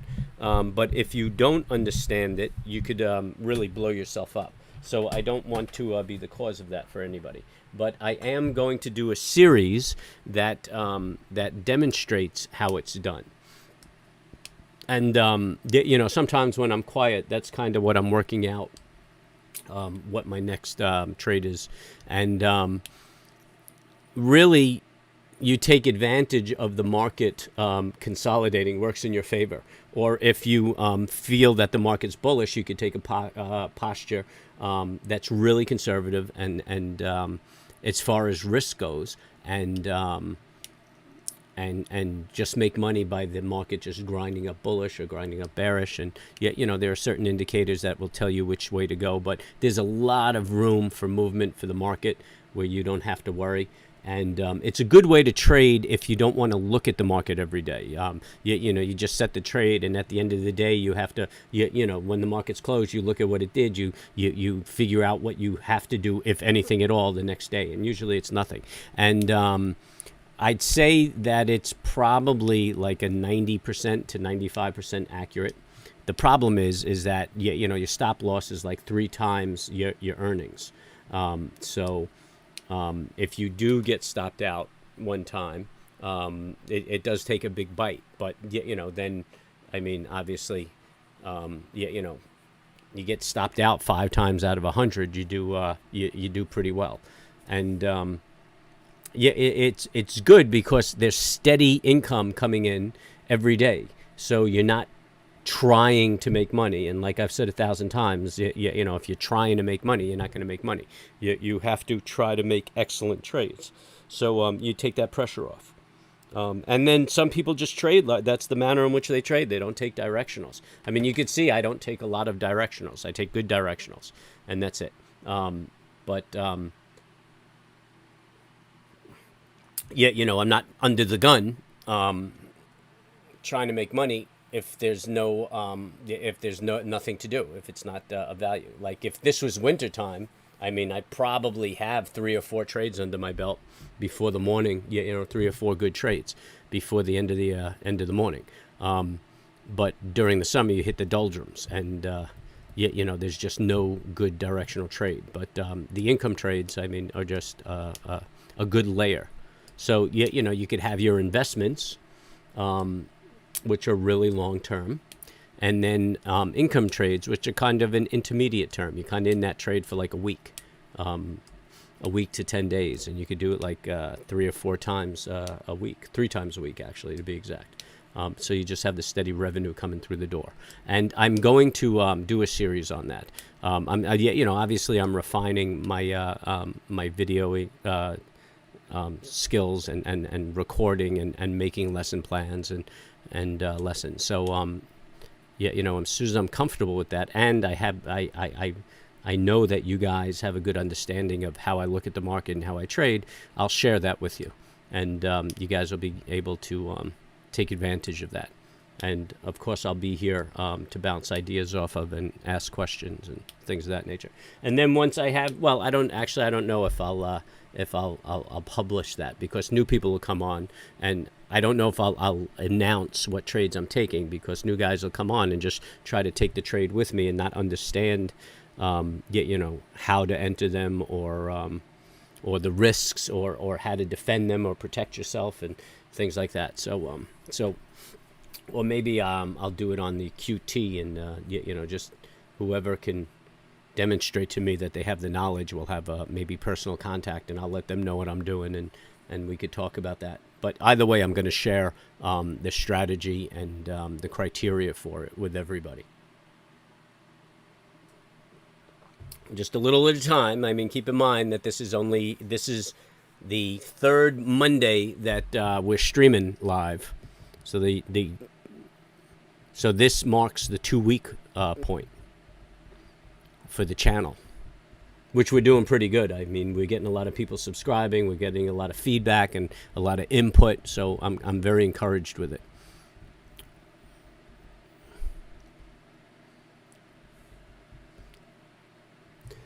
So if you're new to the channel, or if you're old, subscribe, hit the bell, and like me, and spread the word, man. Spread the word. Tweet me out there. Trying to get the Twitter going. Thank you. Great answer. You actually answered the next question I was going to ask too. What do you do to make money when the market isn't moving? Yeah, that's it. That's very important. I mean, a lot of retail traders, I mean, this is just something they do when they're not working, so they have streams of revenue. But as far as somebody who's trying to make a living at this and just starting to make a living, you can get very uncomfortable during the summer when markets aren't moving, and then you start looking for reasons to trade, and you try to get into a trade. And sometimes people feel like if they're sitting in front of a computer, they have to be in a trade. But with these income trades, it forces you to work the market every day, even though there's no moves to make, and understand what the market's doing, and keep that stream going. So, yeah, I'm at 301. Really, 301? So today's actually a slow day, because I think we opened up with 301. We're not really getting many people on today, which makes me feel like I'm not doing my job.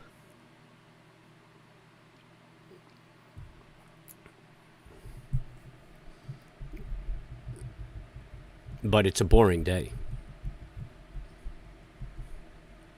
I think schools are coming to an end too, and the summer's happening. Hey Dave, we got a lot of hey Daves. You're at 301. Good. At trading off Dave's Twitter account. Oh, thank you very much. I guess I should have popped that out.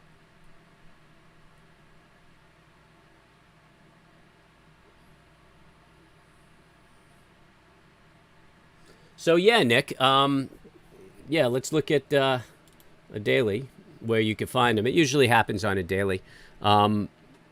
So basically, well, quite simply, let's look at here. This gap is very obvious, where you can see my crosshairs. The market closed here on the 19th, on May 19th, and then on the 20th, it opened higher. So you'll see like the futures are trading up. And if you join us in the morning for the meetings, I look at the futures and I say, okay, we're going to open up 15 points, 16 points. So basically that's it. It creates a gap up. And And you can see there's another one. This is where my crosshairs are. That's the close. You know, you have the tail, and it's a green bar, so you know that it closed higher than it opened. And here's the close. And then the following opened up all the way up here, and it gapped up. And historically, or very commonly, the market will fill in that gap. And you kind of figure it fills in the gap halfway. Like, that's all you could really expect from a gap fill, is about halfway. And if you look at this close right here on the 14th and this open right here on the 13th, you'll see that on the 20th it did half a gap fill and then resumed its move up. So and then that happens in the reverse. I'm trying to find a clean one for a reverse, but you could see right here on the 17th that the close was up at the top of that green body. Let me just expand that a little bit. The close was at the top of that green body, right? Because it's green, we know that it opened down here and it closed up here.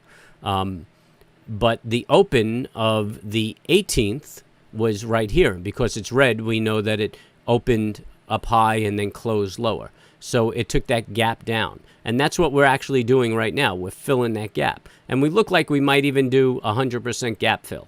And it doesn't mean it's got to stop there. It could run. But historically, when you have these fills, this creates resistance, and you'll get a consolidation. So, we might fill this and then retrace a little bit tomorrow for a less aggressive day than we had here. And we had a very aggressive move down. So it kind of makes sense that we had that aggressive move up to fill the gap and do that fib retrace. So that's what a gap is, Nick. Pretty much happens when a market opens and closes. It could happen on a bar. Like I see a 2-minute gap right here. I'm going to bring that over. But, I mean, they're less important in trading. Let's get rid of the daily.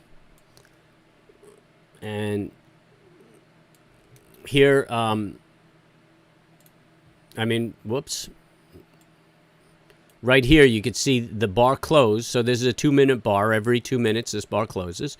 And the 126 or 1326 bar closed right here at 42.16. And then on the open of the next bar, it opened up from I think we said 16 to 52. Or actually, we could just get the numbers. So it closed at 16.38, and then it opened up at 16.51. So it just did a 20-cent gap up, which could just show there was some interest in buying. There could have been stops, like if it was a flag or something, or a resistance. It could be an exhaustion gap. That just means like the market's running out of steam, and you get this pop, and then it pulls back. And they call that an exhaustion gap. And then the gap can also, intraday gap, can also indicate the halfway mark through the run. So you don't know really what it is until it's all over. But, it could indicate those two things.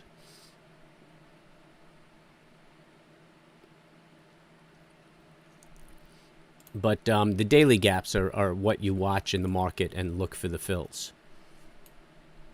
So, even when I look at those meme stocks or those hype stocks and I show you the gap, it's, the news came out, everybody got excited. When the stock opened, it opened up that much higher. You couldn't get any trades in between because, it was the evening that it traded like that. But this is an interesting chart. I mean, it's just really demonstrating consolidation. Just going right back and forth and back and forth. Really not a whole lot of interest in moving the market ahead of the Fed right now.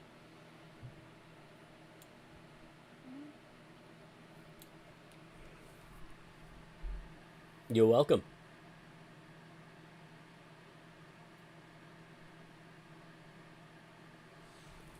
Yeah, SEC passing regulation. So I don't know. Actually, I'll find out.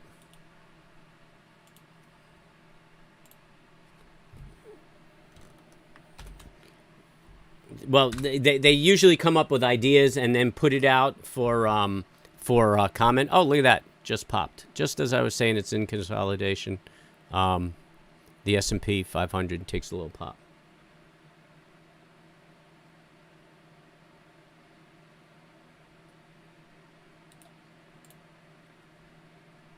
Yeah, they put it out for comment. I don't see a date.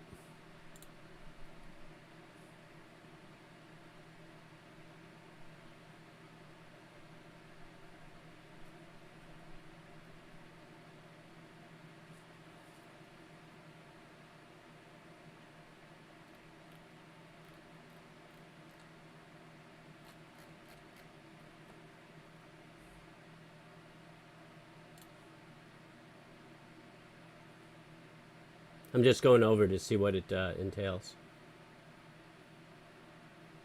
Oh, they put this out for comment or proposed this rule in March.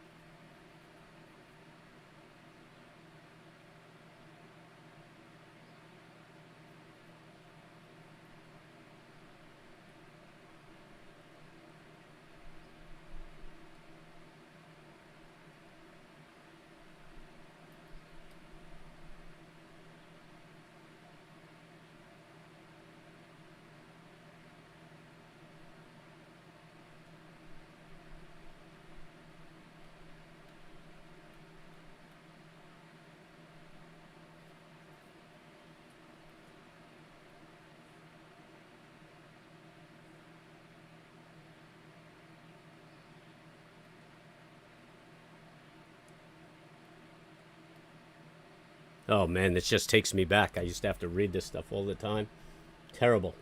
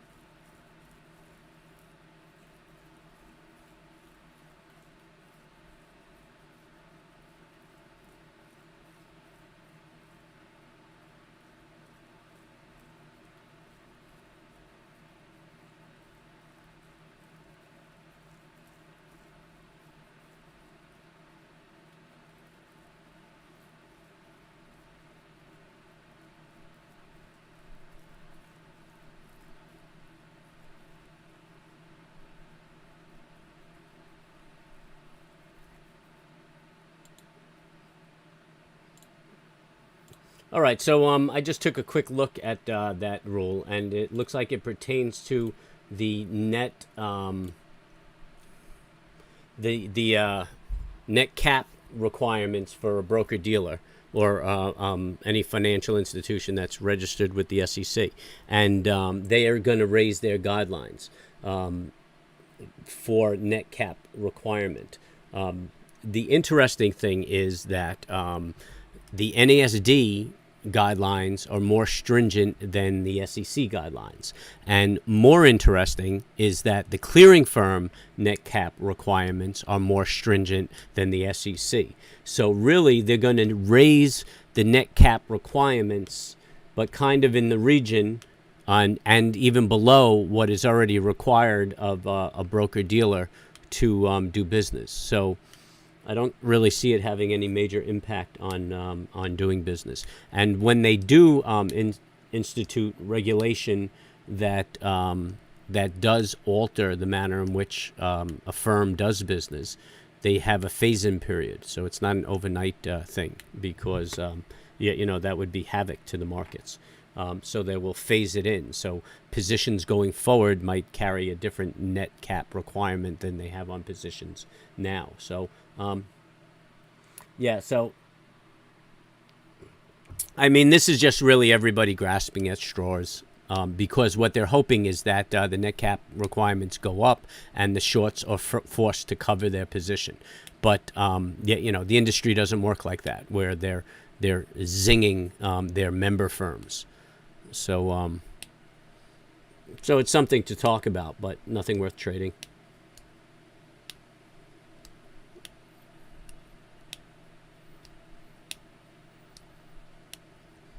Yeah, like I said, the requirements of the SEC are way below what's required by the NESD, who governs all retail securities, and way below the clearing firms who carry the securities. So the clearing firms carry the securities for the hedge funds and the investment banks and everything like that, and they require a much higher net cap or even a deposit than the SEC requires. So the SEC made one standard, arbitrary numbers. The SEC saying every broker-dealer has to have $1 million, but the clearing firm won't do business with you unless you're sitting on $5 million cash. So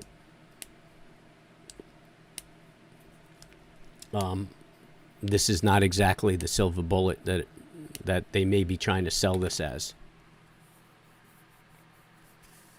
As a matter of fact, if I was able to operate within the guidelines of the SEC, I probably would have done 10 times the business I was able to do as a broker-dealer, because the clearing firms are much more stringent. But that's because the clearing firms get left holding the bag. If an investment bank goes bankrupt and there's their negative equity in their accounts, then the clearing firms get stuck with that negative equity. So nobody's in the business of losing money, so they just make sure that the hedge funds and the investment banks and everybody has a healthy balance sheet to carry their positions.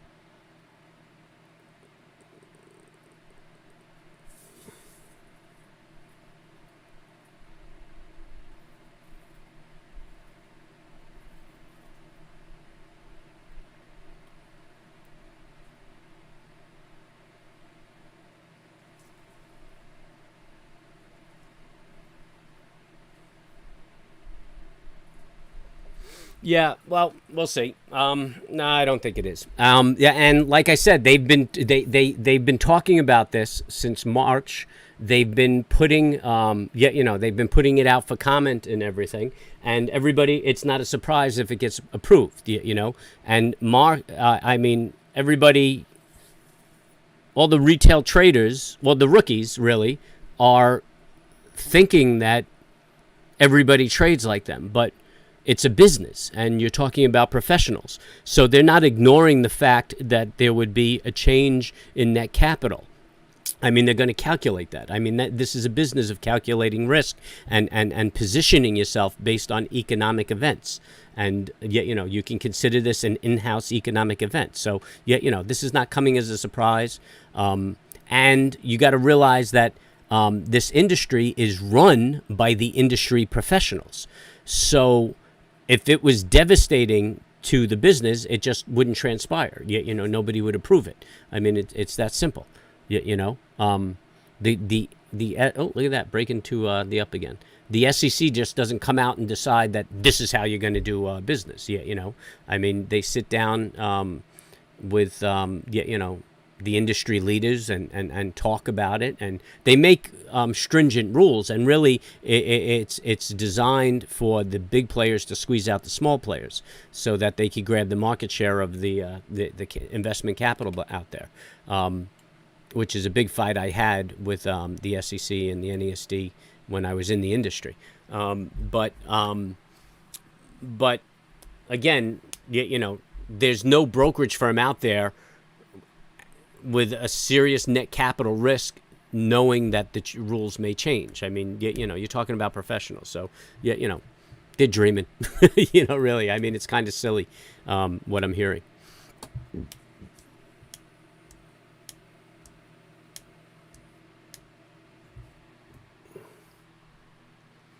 Yeah, with this looming, they would have been closing their shorts, starting March. They would have just been fading out of it, fading out of it, fading out of it. And I mean, it pulled back off the highs, and it's been sitting there. So they would have been fading out, fading out, fading out, fading out, fading out.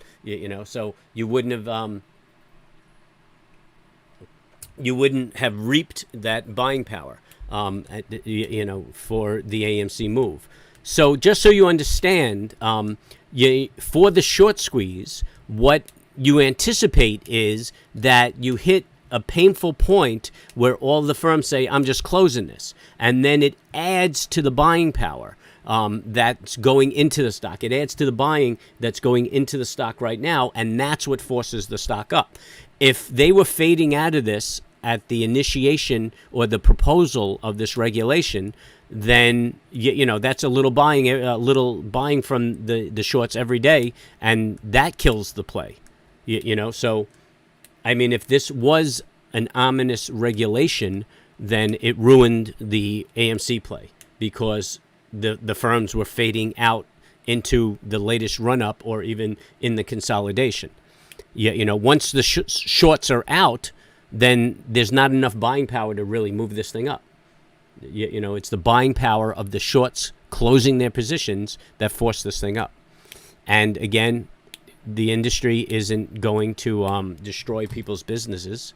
I mean, that's not what the SEC is about. There's nothing egregious going on by shorting this security, so they're not going to inhibit it.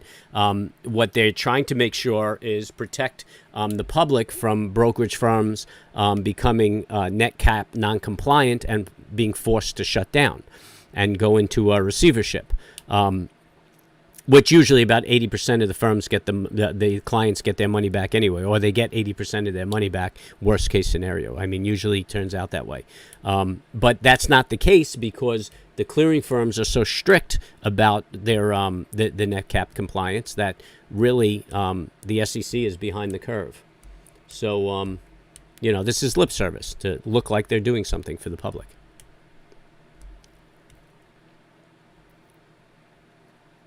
Yeah, that's funny. If they're hanging on to that, I'm kind of, if Matt and the apes are hanging on to that, I'm kind of questioning the validity of this short squeeze now. Because it sounds like people are just grasping at straws for something to move this. And nobody got involved with this AMC because the SEC was raising the net cap requirements. And they're really just changing how they structure. I mean, I read it briefly, but it looks like that there was a supplemental deposit needed before options expiration. And then it read as though there would be circumstance on a daily basis that they would look at it and decide whether there's supplemental deposit necessary. And you have to realize that that's what the Fed funds are all about, right? Clearing firms can go out and borrow money from other banks and take a subordinate loan and make a deposit and be net cap compliant. The security firm, the SEC is kind of saying, okay, you might have to do that more often. No biggie, no biggie. Money's cheap right now, and it's part of doing business. So instead of them making $1 billion off of their short, they'll spend an extra $500,000 to cover intra charges.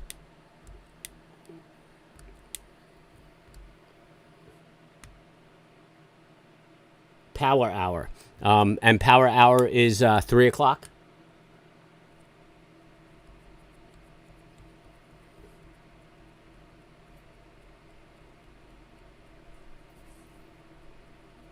And why would you say power hour may get nuts for AMC?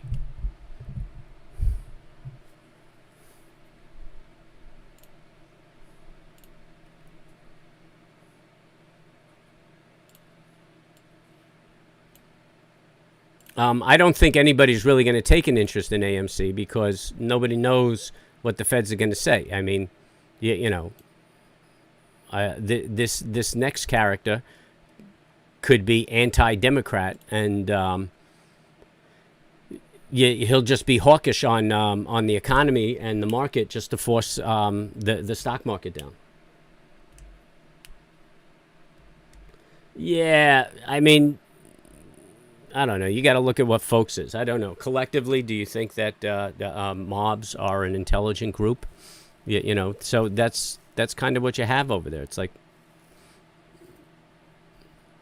I don't know. There are two theories. Some say collectively mobs are intelligent, and others say collectively mobs are unintelligent. But this all sounds very emotional to me. I mean, that's not how I was trained to trade.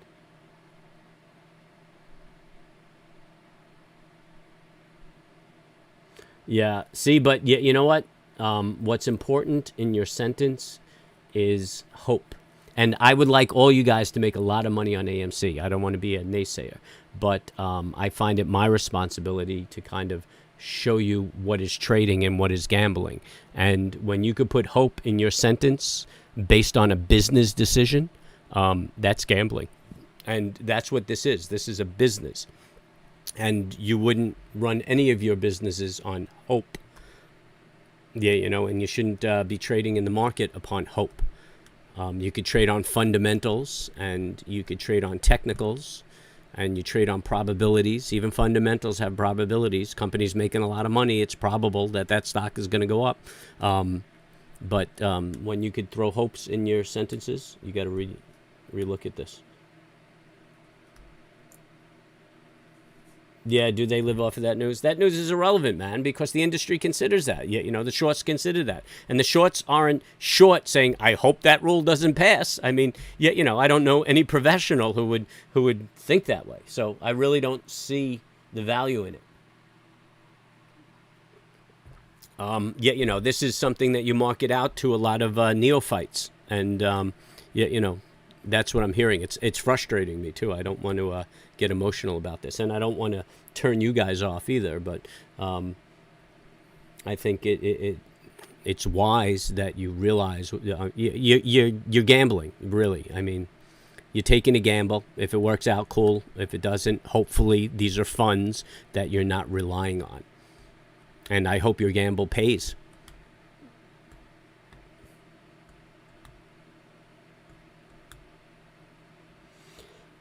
You can swing trade. Well, I see swing trading as being overnight. I don't know if I want to go overnight on that. You can catch momentum based on rumor and sentiment. Just piggy off the momentum, the movement. Right, exactly. And that's how you could do these things. And that's how I would recommend you trade it. But if you're going overnight in it, you're losing the momentum. I mean, right now, there's no momentum in the stock. I mean, we're looking at the daily right here, and we're a little off the lows for the day. And the daily momentum is fading, which is unfortunate. So on a technical basis, I mean, this is starting to look a little sloppy. But anything could happen. I mean, buying power comes in out of nowhere, and it'll blow the technicals out of the water. And, if you're sitting there hoping that does, then, bad move. The S&P is just crushing it. Crushing it. We're up almost 60 points today. We still have, we got an hour and 10 minutes until the Fed speaks. So I'm thinking he's going to knock the market back a little bit. So I'm looking at the 60, and I mean, you could say that it's continuing a downtrend on the momentum. Kind of in a consolidation on the price action. It didn't break that pivot high, created a double top and a divergence on this, and created this resistance right here.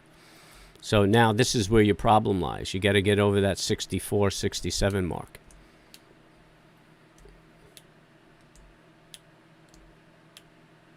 Yeah, a lot of the apes are emotional. Yeah, well, I mean, how can't you be emotional? You have no confidence in what you're trading. because you're trading on hope. You're hoping that the shorts cover and they squeeze out. I mean, yeah, you know, I've been demonstrating to you why the shorts haven't run. They still have this gap here that they feel could mitigate the damage. On this move up, if you're watching my cursor, on this move up around June 14th, I'm sure it got them a little sweaty, and they're wondering. Then, yeah, you know, the pullback, and yeah, you know, here's another gap right here. I bet within the next day or two we fill that gap right there. So now they're still saying, okay, yeah, you know, this could still pull back and grab that gap. This isn't looking all that favorable, and yeah, you know, it's fading off here. And people are going to lose faith more and more.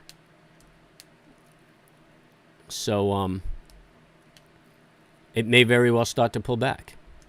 And if it pulls back, they're going to fade that and yeah, you know, increase their short position and maybe squeeze these longs out. You know, because a lot of people won't be able to take the pain or get scared out, and yeah, you know, they could flip this whole thing on everybody.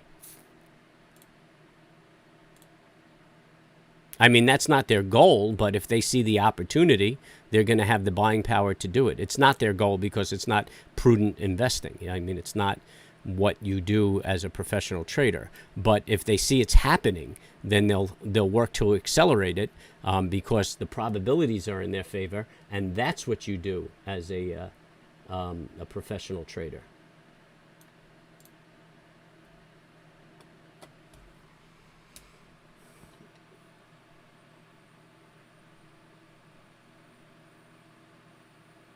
Yeah, I mean, how does he know when to trade at what price? Unless he knows, I mean, maybe there's a skill he has that I don't, you know.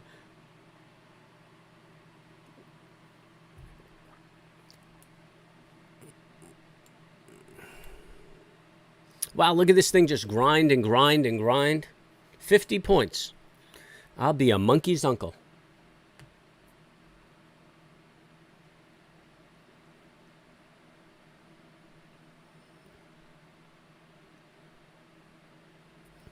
What's this baby looking like?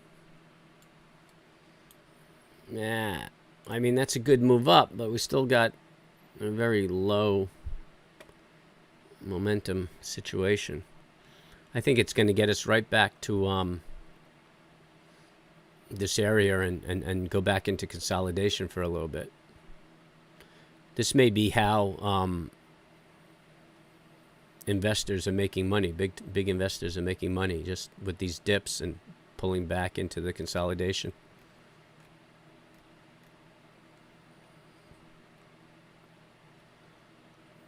And that's all right. I'll be happy if it stays in this channel. I'm sorry I didn't start the channel sooner, the streams channel sooner, so that I could tune some people up on the income trades. Yeah. Well, yeah, you know what?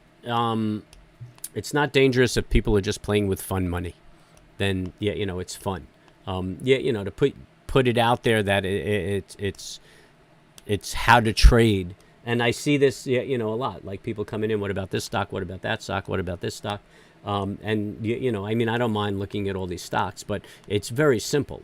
You know, you get good setups and you look for momentum. That's it. And it doesn't matter what stock it is. And some people scan the market every day looking for momentum stocks. And that's, yeah, you know, that's viable. You find a stock that has momentum, you get in there and you look for your setups and you trade that momentum. Yeah, you know, yeah, that's fine. But,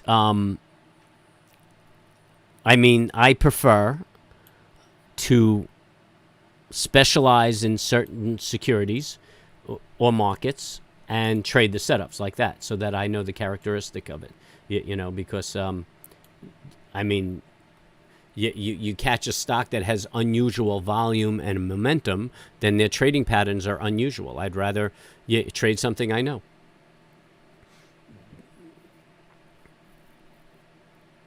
I mean, I read about that too, like all sorts of scanners and stuff like that. And yeah, you know, the only time I ever saw anybody use any sort of market scanner was based on fundamentals. You know, they would scan through the markets and look for, yeah, you know, companies that are beating expectation in earnings and things like that, and then they start delving into those companies to see what they're about and if they're going to make an investment on it. I mean, in industry. To the retail guy, I mean, I see all these scanner products being marketed to people, and I mean, it's not how everybody trades, and you can't confuse trading with investing. It's two different animals.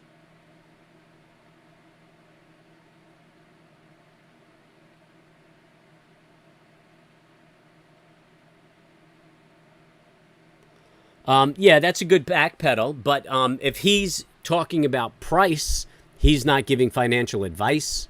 He's not telling people where they should invest and how much they should invest and if this is a good investment. People come on this stream all the time and say, "Where's this? What do you see?" And I tell them technically what I see. It's not advice to invest or what have you. So he's doing a backpedal. I don't want to throw shade on the guy, but yeah, I mean, there's a difference between talking about a technical or telling somebody how to invest. I mean, my main spiel is trying to tell you how to protect yourself, risk management. And this is trading. This is not investing. So these are speculative funds, and you need to be comfortable with the loss of those funds. And you need to understand that there's a crazy learning curve in this. And if you're trading real money, you're probably that's going to be your tuition. So that's why I advocate to everybody to start out paper trading and just do it until you are just dead confident in your trades. You have no anxiety, no hope. You're just methodical and clinical and in and out of the markets, taking your losses when it's time and taking your profits when it's time. And that's trading, and that's what I'm teaching. And as far as your risk, I mean, you could do that with whatever the minimum is in your clearing firm and whatever the maximum risk you're comfortable with. And you shouldn't exceed that. And if you ever took a trade where you're uncomfortable with the trade, then you're obviously exceeding your risk.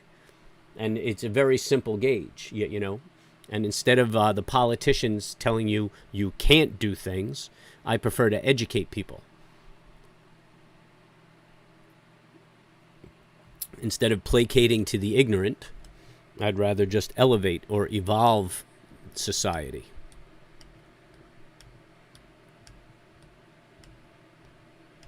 He talks about technicals all the time. Does he? I didn't see him break anything down the few times I checked him out.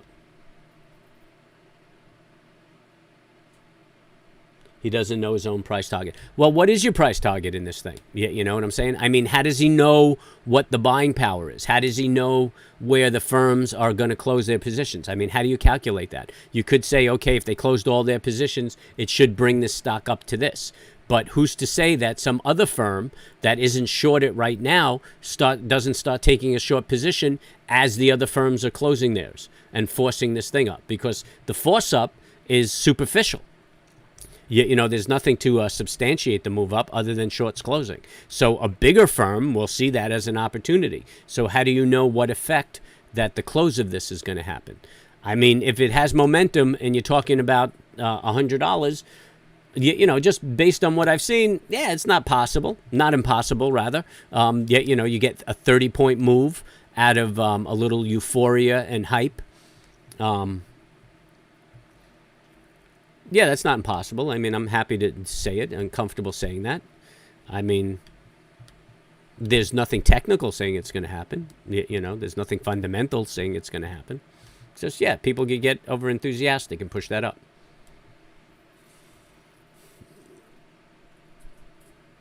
Hey, Bobby Boxes. I'm glad you like it. Spread the word, man. Apparently my Twitter account is up and running. And Kerry shared the what do you call that, an address or a hashtag? Or see, I'm such a Darren, as my kids would tell me.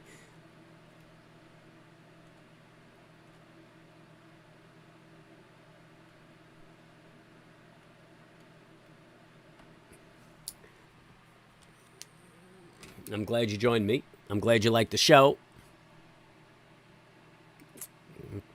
So I guess you hit the subscribe and hit the bell and the like, and I'll like you right back. And hey, any questions, man? No such thing as a bad question. Just ask me and I'll let you know. And if there's something you don't like about the show, I'll take that too. You know, I'm actually at this point because of all the input from everybody on the chat, which I like to refer to as the free folk, because we're trying to live off grid, make a good living, and live a good lifestyle.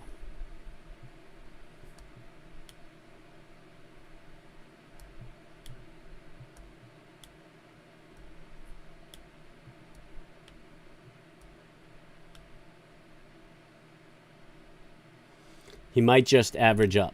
Well, I don't know, man. I mean,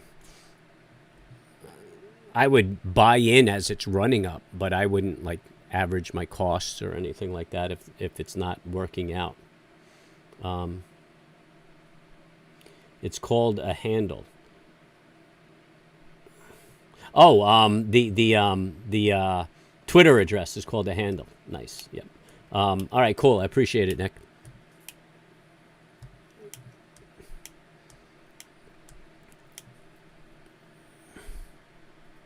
Going to be so technologically savvy.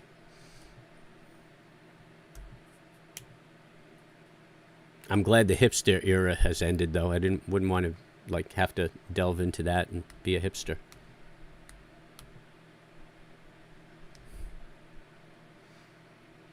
Just the clothes aren't becoming to me.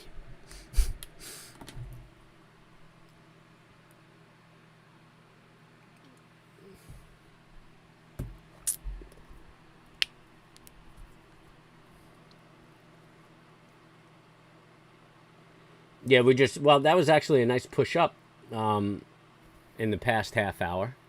And now we're hitting a consolidation again. I mean, we're going close to 60. What are we looking on that retrace? Holy jiggity jiggity. Yeah, it looks like we closed that gap. So I think that was you talking about gaps, right, Nick? So, dink, dink, dink. Yeah, here's the open of where my horizontal line is. We actually blew past that gap. We're looking at like almost a 76% retrace. Oh, this is crazy. A crazy, crazy retrace.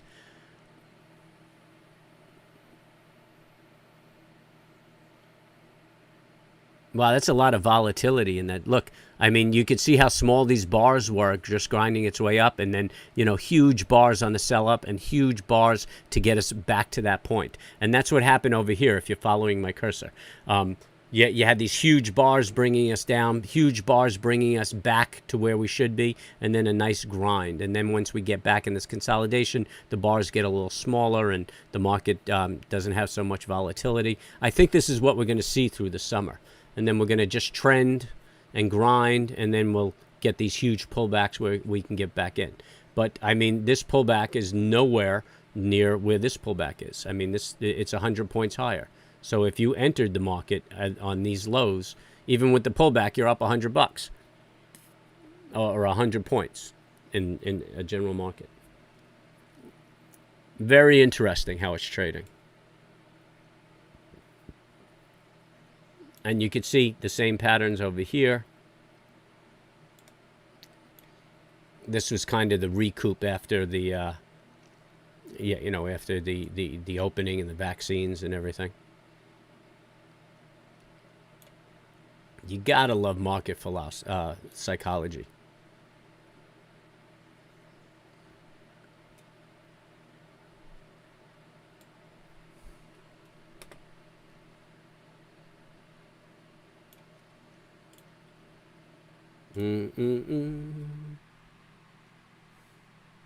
So check out my Twitter handle and tweet me around, right? That's what you guys got to do. You got to tweet me.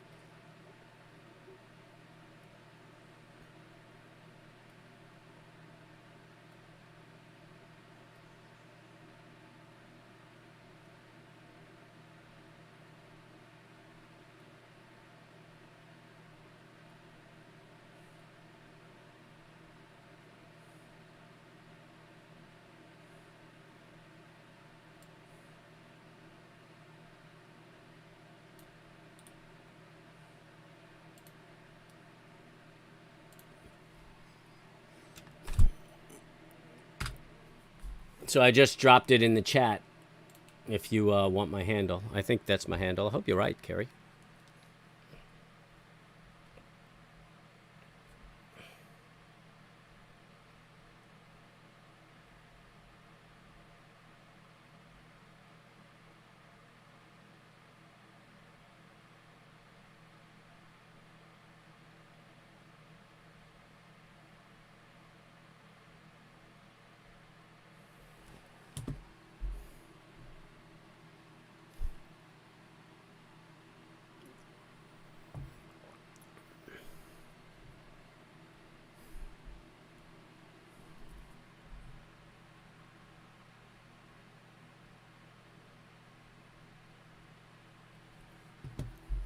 Yeah, we're just churning around, churning around. We got an hour before this Fed comes out, and I would like to keep the market on it.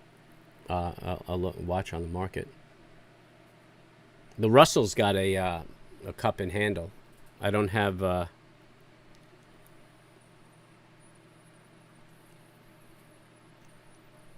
think I have it actually.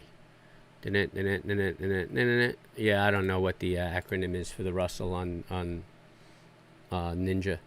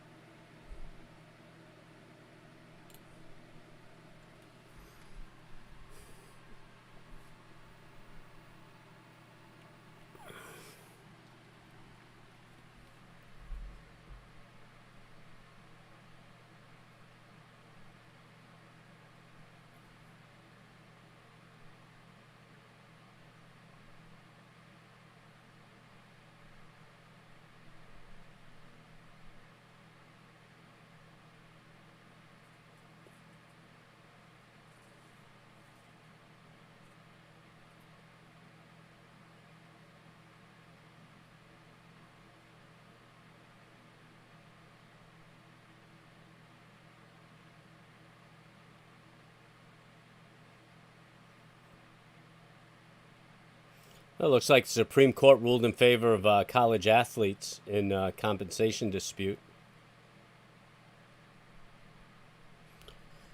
Guess the party's over for the colleges.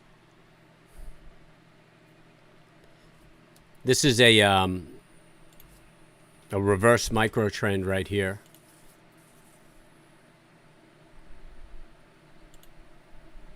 So you have this downward move and then a little reverse trend. It's not making any higher highs. If it breaks through that, it should be a continuation of this downward move.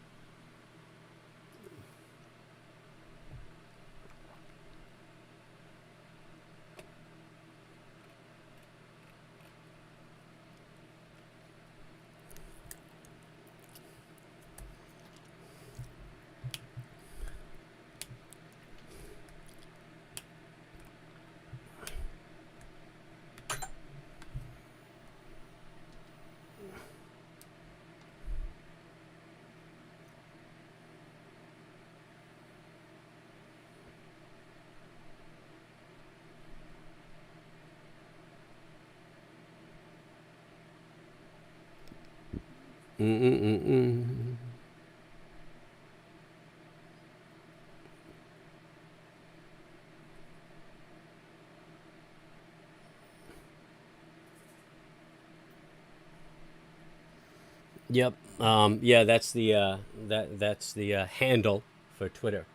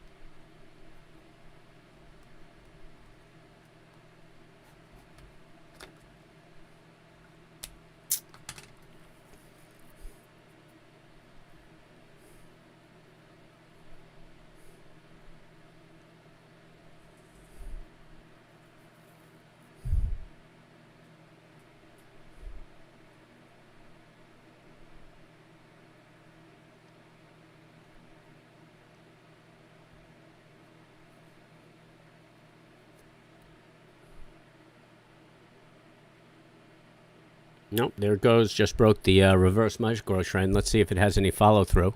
The next test of the continuation will be down at 42.21.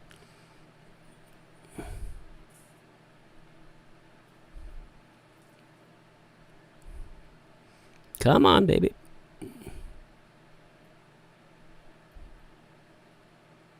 Nah. Composite seems to be pushing down, working in our direction. The Russell looks like it's edging down a little bit. Come on, we could use a little momentum.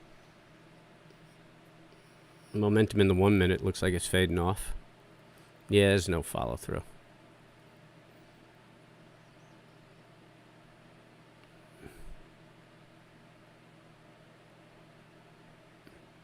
Nobody trading before the Fed.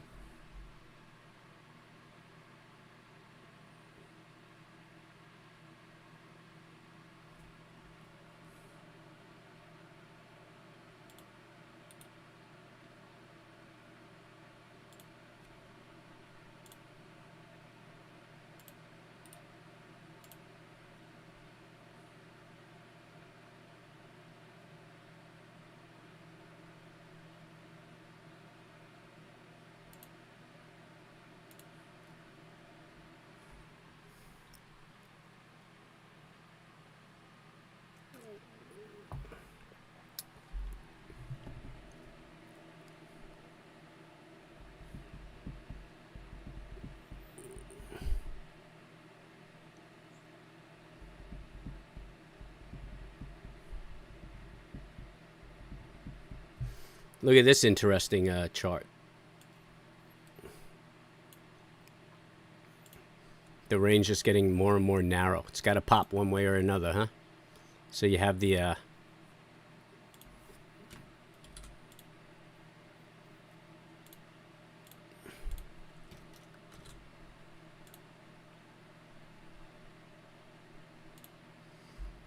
It's just when it runs out into the... This is about where you want to see it pop out. Once it starts running here, it kind of loses its initiative. And if you look at this momentum, I mean, you see how flat that is?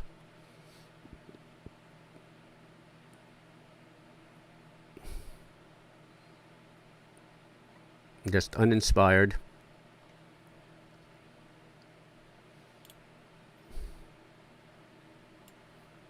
Mm-hmm.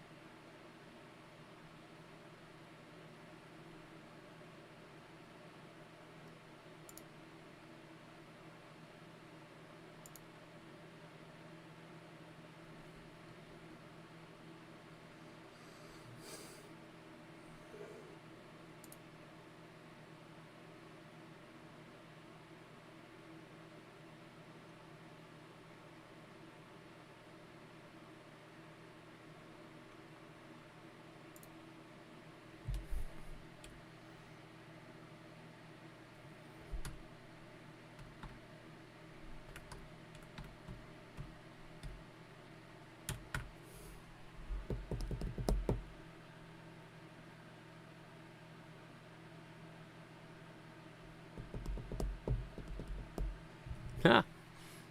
So I guess it's good etiquette to reciprocate, huh? I guess I'll follow you back, you guys.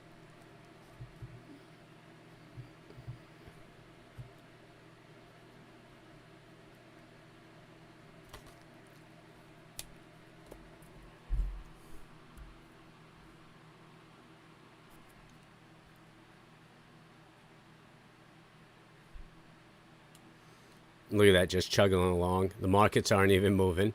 Everybody's just waiting to hear from the Fed.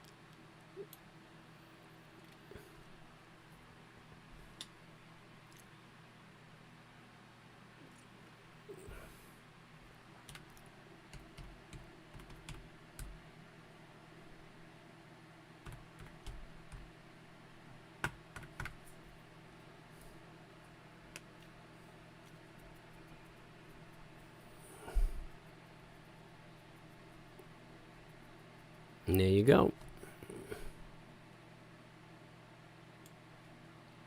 And there's the break of that trend line. Just for a buck. I could see a little gap here. That might be its target. I mean, it's nothing I'm trading. There's just no momentum. No volatility to move things.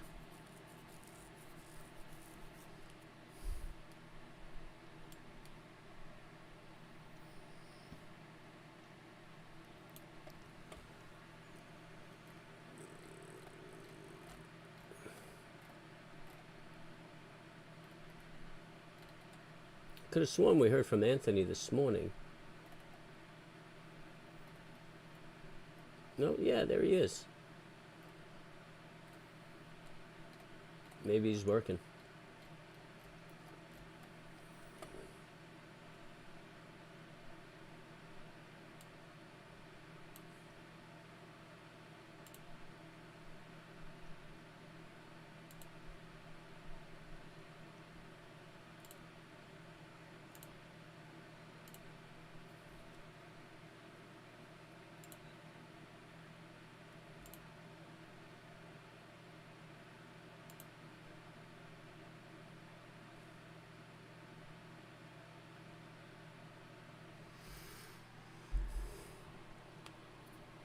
Mm-hmm. 45 minutes to a little Fed action. You're probably going to see the volatility pick up. We'll see what it does. Be amazing if it keeps pushing up.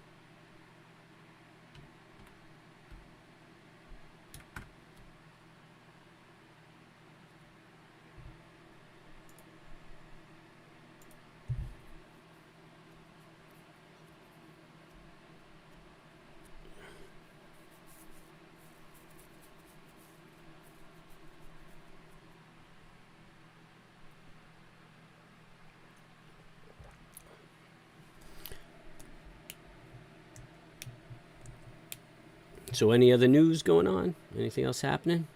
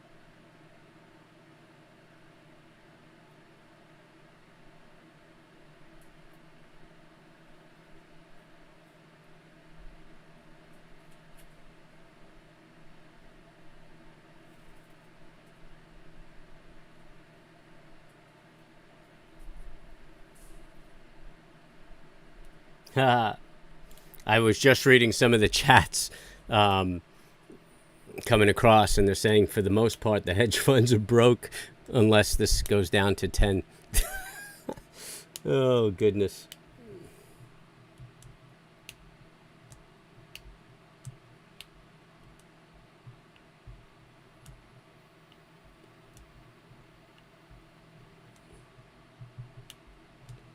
OCGN running. WHO meeting in a few days. Super. American Airlines.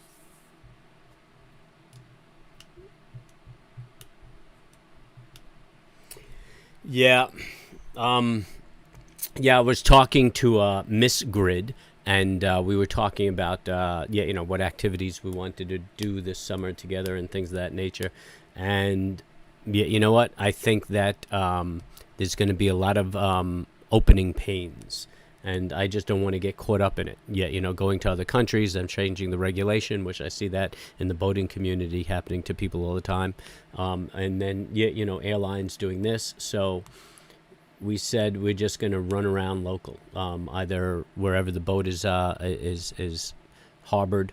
We'll tour around those areas. We'll tour around the mountains up here. Tons of things we want to see throughout the mountains. So, yeah, we're just going to play it close to the bone this season because of these situations. And then you have the Delta variant, and who knows what kind of rhetoric is going to be pumped about that. And, policies will change. So there's no reason why we can't forego a summer of travel, which is never really my favorite time to travel. When it's cold in the Northeast, I want to head somewhere warm. When it's warm in the Northeast, we have 180 miles of beach just in New York. That's not counting the Jersey Shore and then going all the way down the coast. So why fly? And then it's much less humid in the mountains. Rivers everywhere. I mean, there's a waterfall behind the house, and there's a creek that runs down into a river. And I could hang out in the waterfall. I could hang out in the creek. I could hang out in the river.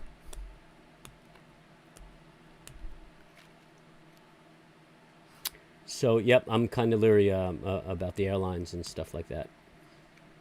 I mean, as far as investing, I'd be comfortable with them. And you know what? Boeing is blowing up. They're getting tons and tons of orders, more than expected. So the airline company has an optimistic view on what's going to transpire over the next year. So I would buy any dips. That's what I would do. You, of course, have to figure out what's right for you, because I am not a financial advisor. Neither I nor Matt Core are financial advisors. Core is his name, I think. Staycations, yep.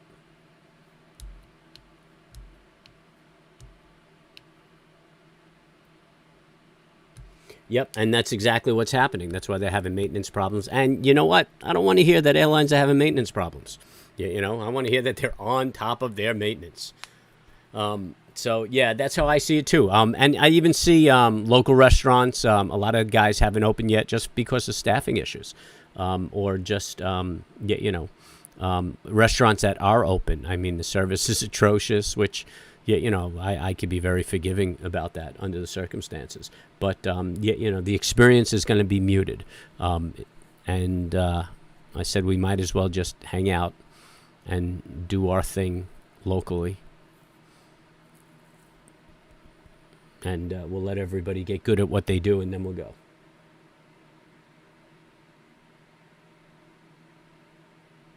Really? Is it because people are moving to more rural settings? Or they had to turn them away because they don't have the staff to do the jobs?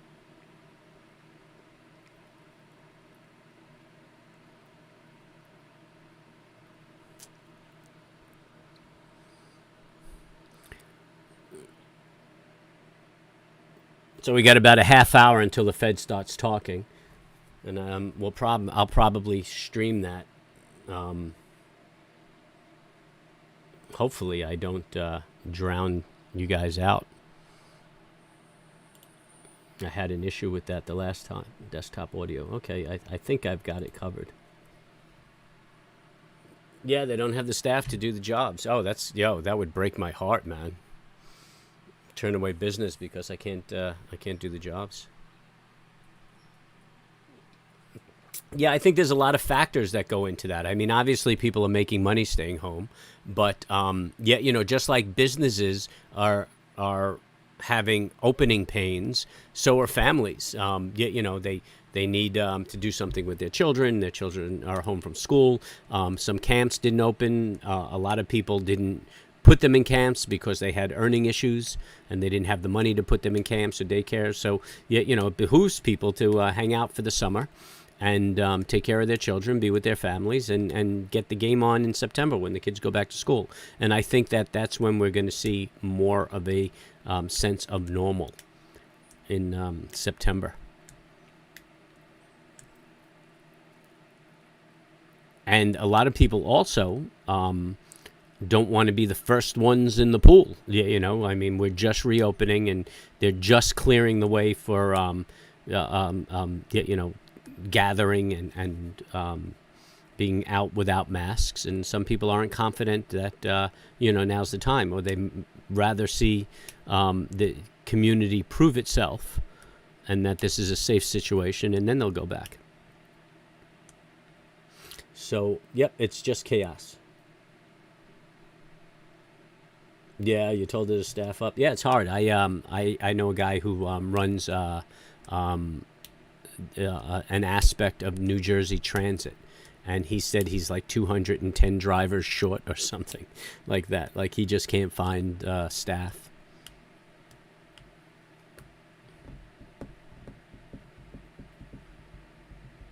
Not to mention, I mean, New York and New Jersey lost a lot of people, and a lot of it was working class people.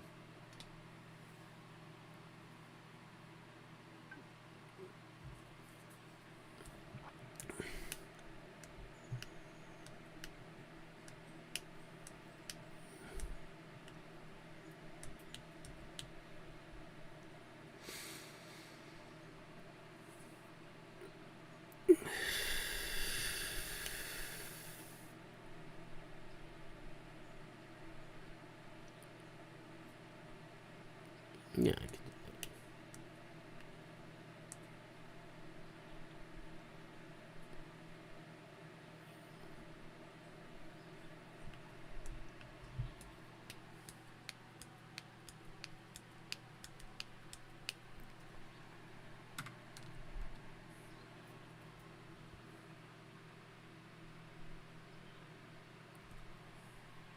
A lot of people moving in and out of the Northeast and probably elsewhere in the U.S.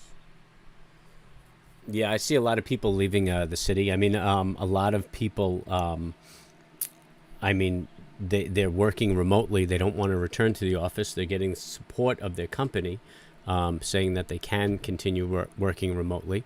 So they're finding better living circumstance. A lot of people moved into a van, and they're just working from Wi-Fi hotspots. And there was actually an article on this. I don't remember what publication I was reading, but they don't want to go back into the office, and that's a problem. Like, they're even looking around for other companies that will allow them to continue to live this lifestyle and work remotely, and they're traveling the country working from hotspot to hotspot, which obviously is the premise of this channel. Just be off the grid, be free, and make a buck. So, generally what I do is, I'll pull into Safe Harbor, snatch up some Wi-Fi, and go to work. And again, once Elon gets his party started, I don't even have to pull into Safe Harbor. I could just get that satellite access. The latency is really, really low, and away I go. Away I go. And the monthly fees are really reasonable considering what satellite costs you. Yeah, or current satellite service costs.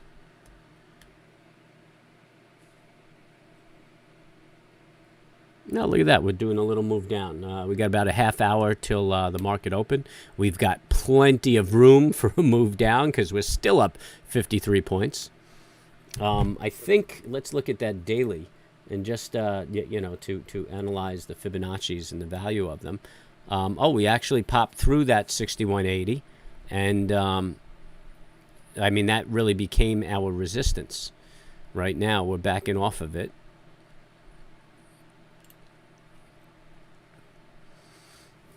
And I guess if he's very favorable, we'll probably see that 76 point, which is a beast. What the heck is crawling on me?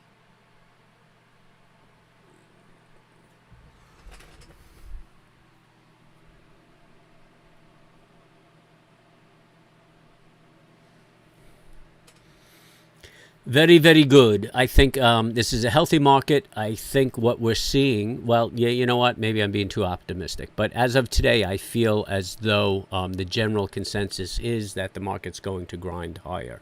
But yeah, this could be a retrace and create a flag and continue down. So anything can happen. But the close of today, I like. The momentum is kind of flat, but it seems like it's rolling over. And I'm sure the 60-minute is entirely positive.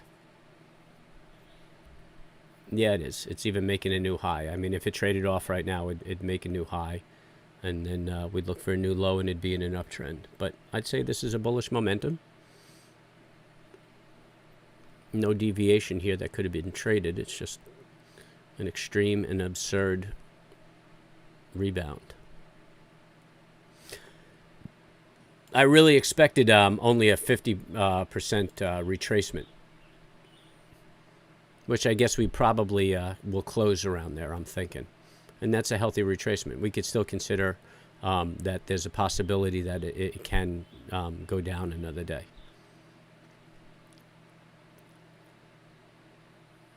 But, yeah, 4 days of trending in one direction usually is uncommon. It's usually 3 days of trending in one direction and then a consolidation or a trend in the other direction.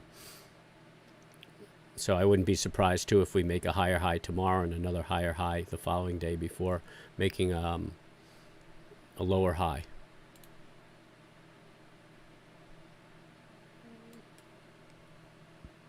I would not be surprised.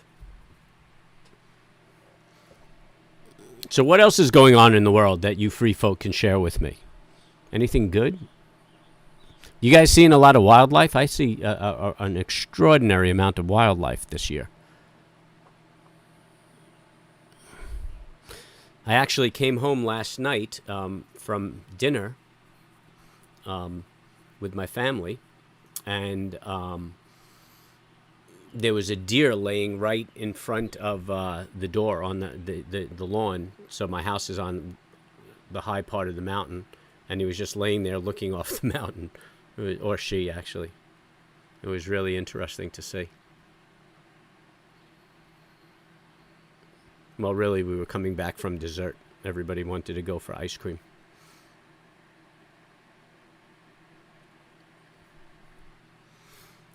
Looks like they might be building an inverted head and shoulders on this really insignificant move down right here.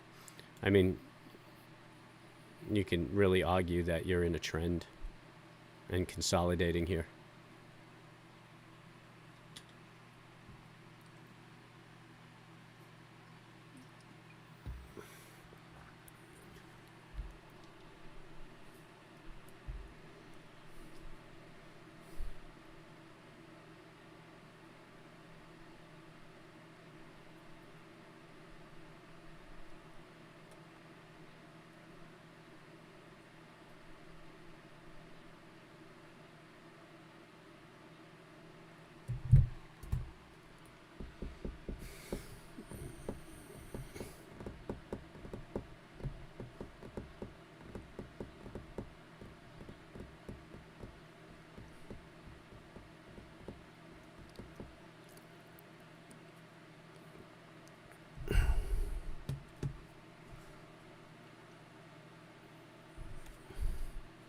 Mm-hmm.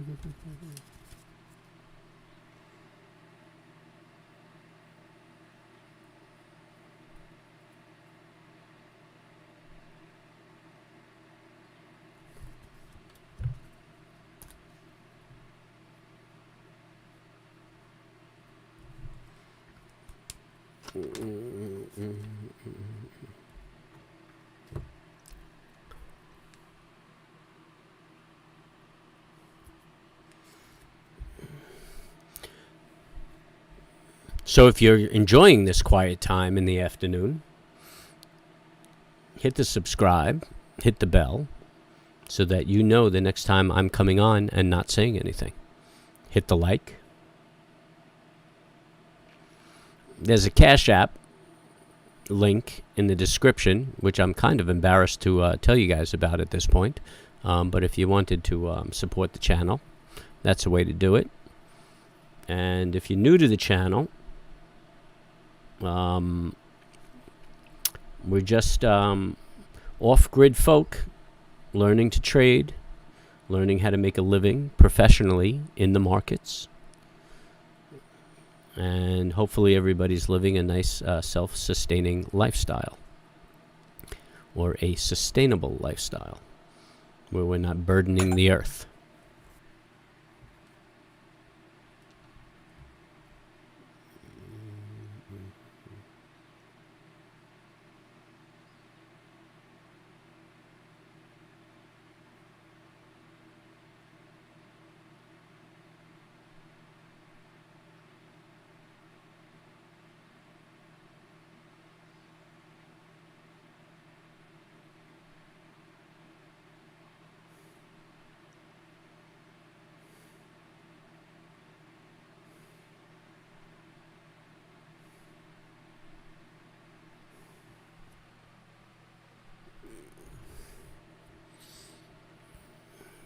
Oh, somebody said Matt had mentioned me also today.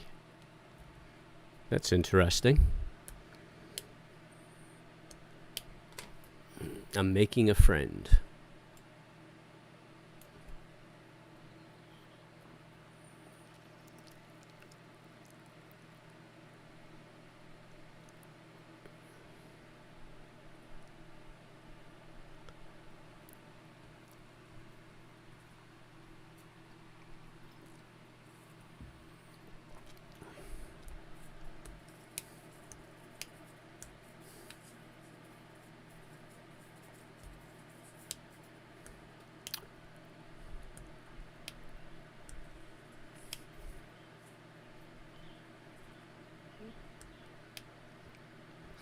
Two-minute momentum is looking very bearish. But really, we're just waiting for the Fed.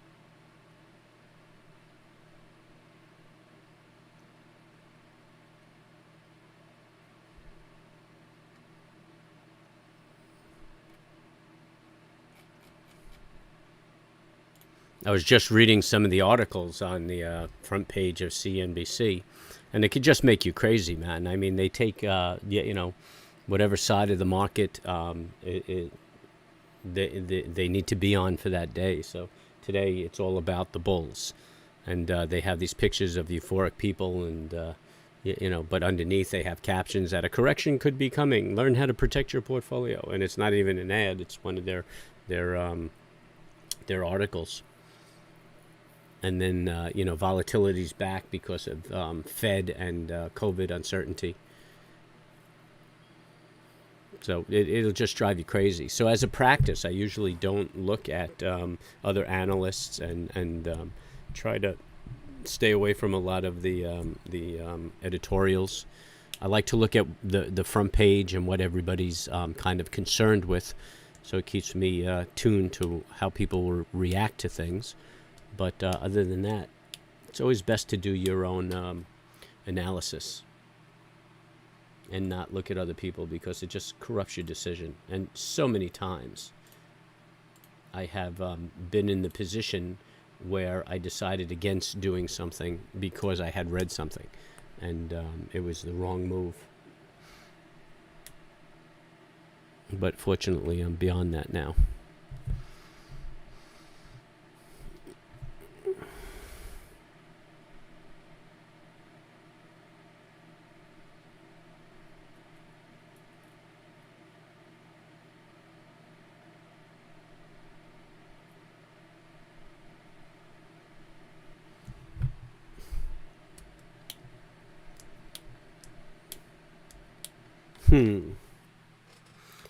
Just a sleepy, quiet day.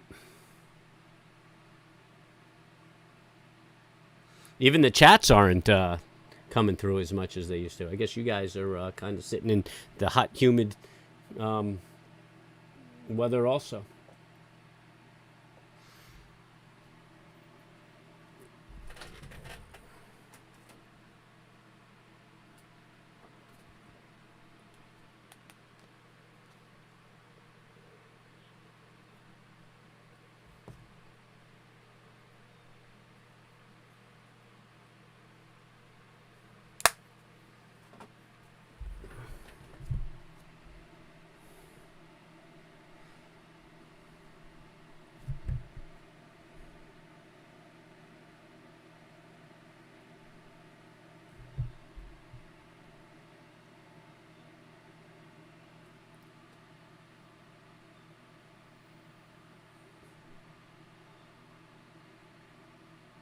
What's up with the term bullish and bearish? Well, actually, it started back in the day when traders were actually trading under the apple tree on the hill in Wall Street.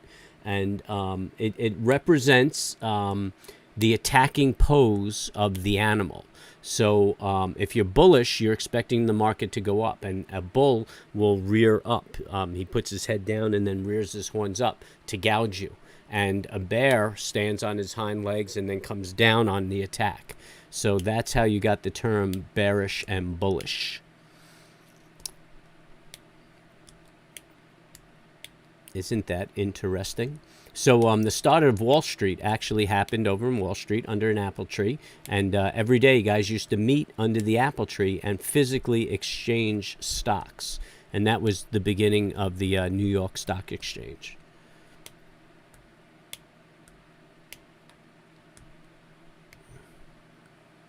And I think that was early 1800s, but I don't know the exact date.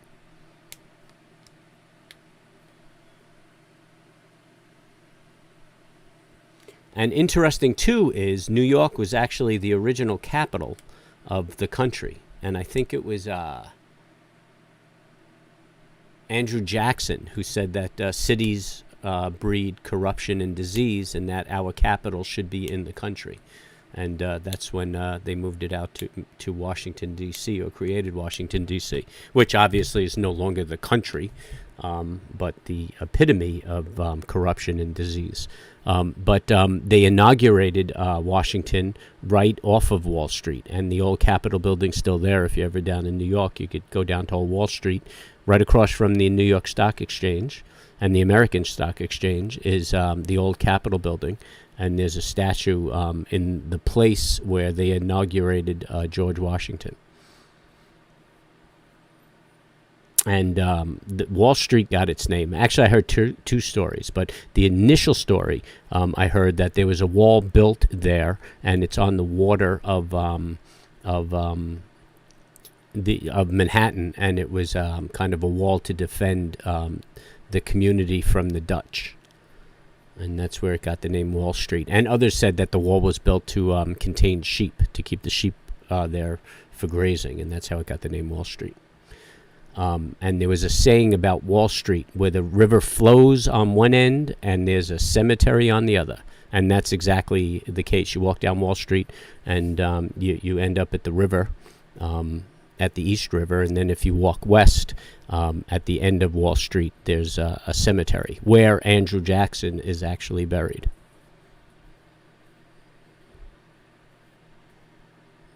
And I think he was shot in a duel. It's a little Manhattan Wall Street history.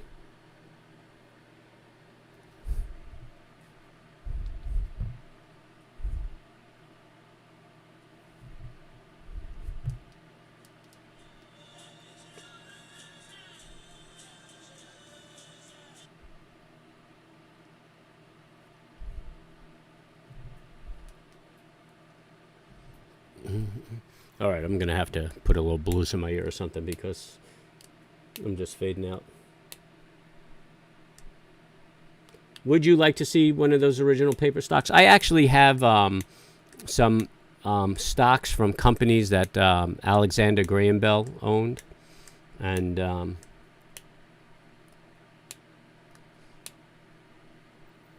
I think it was one of his telephone companies. It isn't Ma Bell, though. And Edison, I have some securities from Thomas Edison also, that from companies that he owned, which he has signed them in the back. So it has the signatures of those two guys. And they date back to the 20s, I believe.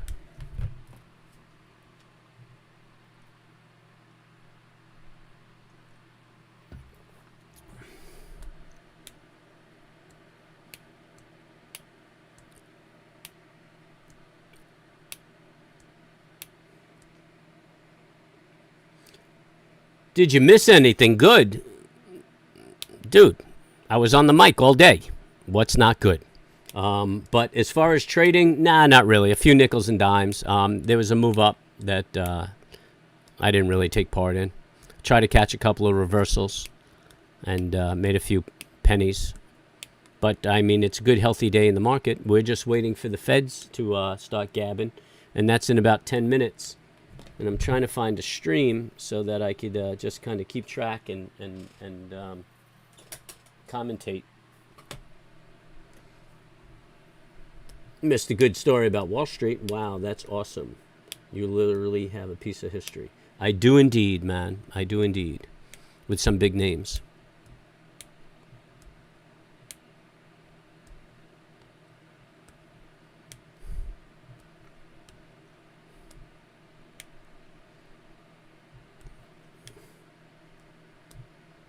Yeah, that's pretty cool. I tried to get my hands on a old ticker tape machine. I don't know if you guys are even familiar with that. But, the feds. I should probably find that. Yeah, you could find that. You used to get like a telegraph line into your office, and there was a ticker machine that would just tick the quotes. And it was like in a glass ball, and a little piece of paper came out, and you just read the paper, and it just gave you the quotes of all the stocks that were trading or whatever traded. A ticker tape machine. And, you know, that's back during the time of Diamond Jim Brady and Rockefeller. But I kept missing bids. I mean, I kept getting outbid or, you know, so I never really did get my hands on one. I always wanted one. I mean, for like 20 years, I kept trying to get one. I thought it would look great in the office. But I never did acquire one. Then I stopped looking. Are you guys familiar with the old ticker tape machines? Like you might have seen them in old movies or what have you, where they get like it's like maybe a half-inch strip of paper that comes out of this thing and just types out all of the stock quotes. No, the securities I acquired in auctions and stuff like that. I collect a lot of stuff like that. At one point, I had an art gallery in Manhattan also, and I was just into collecting arts and pieces and stuff like that. And then in my house, I have a bunch of old memorabilia. I have things from Warhol and Goya, Chagall, Picasso. Knickknacks, too. like novelty stuff. I have letters from guys like that and things like that.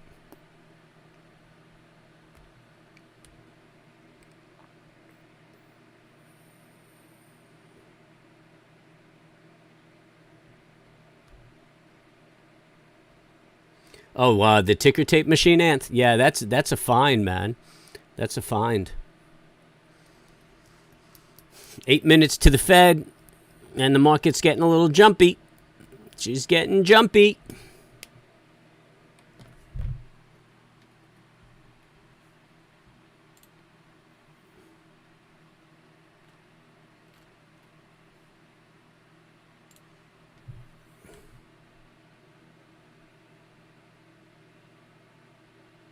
Yeah, they used to. That's what they used to throw. Yeah, like after World War II, all the ticker tape parades. That's what they used to go down the Canyon of Heroes, right? And that was the Wall Street area.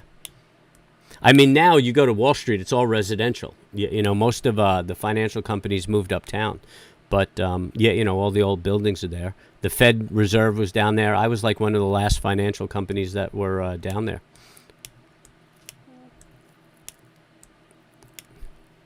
Chase Bank is still down there, but yeah, you know, their headquarters. But for the most part, all the buildings went residential.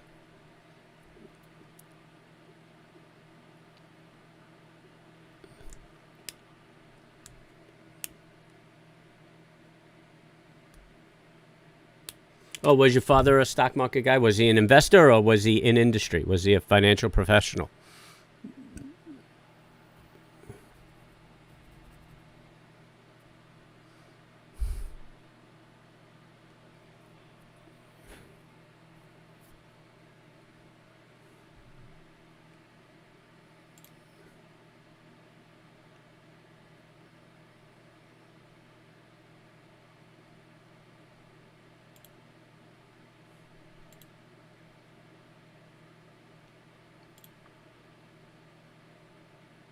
You have to take a look at CNBC, the front page. I mean, they have this trader with a big old smile on his face. Yeah, you know, which he's probably laughing at something the dude said, but they use that to show the euphoria of the 600-point pop. And they're calling it a Fed-induced sell-off, which I'd have to agree with that statement. But I don't know, just the sensationalism of it drives me nuts.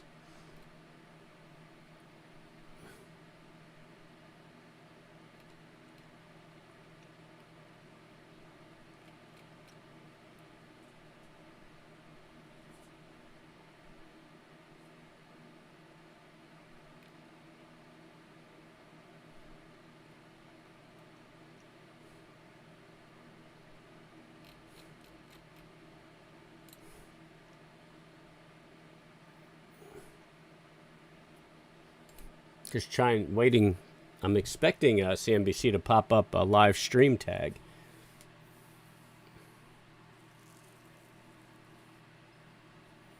So a nice bull flag on the 1 minute triggering right here. You can see this run up and then the strong run up and the next bar strong run up, consolidation and pop.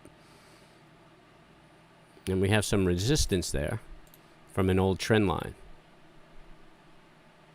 And look at that. It's even respecting that old trend line. But looks like it's making another bear flag, bull flag. Nope, no, it's not. It's just continuing its run. There's no stopping it. Very strong market today. I guess this guy who's speaking is probably historically dovish. And this is what the anticipation, this is what it looks like if you were to read the market. It looks like they expect this guy to be dovish.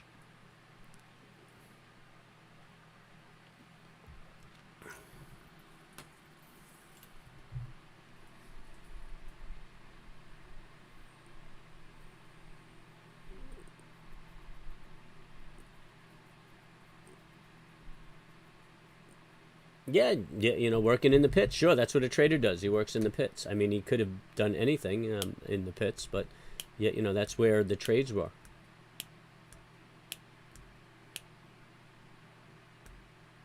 Not really sure what that place is, seriously. Anthony, I'm starting to think you're a professional incognito.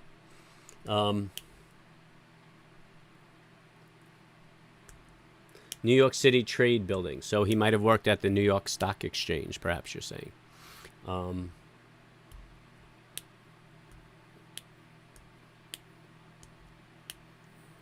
So if you look at, so this could be who your father was, one of these dudes. So these guys are traders down in the pits. These are the old trading shirts and everything like that. And that's back when they used to physically trade securities. But, yet, you know, not necessarily a certificate, but they would sit there, yeah, you know, give me 10, give me 10, give me 10. And yeah, a lot of energy. It was really crazy back in the day. And actually, if you watch the movie Trading Places, I think it is, with Bill Murray and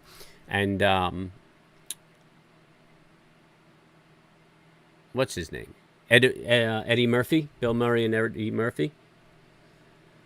That's the Chicago Mercantile Exchange, but that can give you a feel for what it was like on the exchanges. And even when I came into the industry, that's what it was like. That movie took place in the 80s, which is before my time.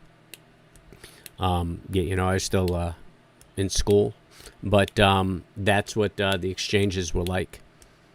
And really, there was still a lot of trading, floor trading, up until the pandemic, and now it's really evolved from what I hear, away from that. But even through the late 90s, instead of people carrying pads and writing down orders, everybody had like a smartphone or a tablet, and they were taking orders like that.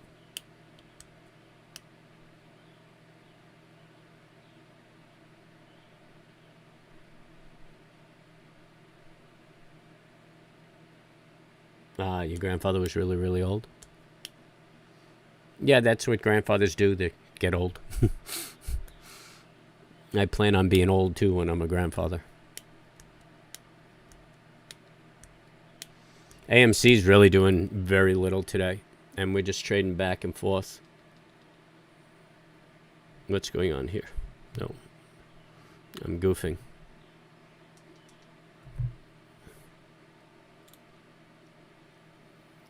Do I have a CNBC open? I do.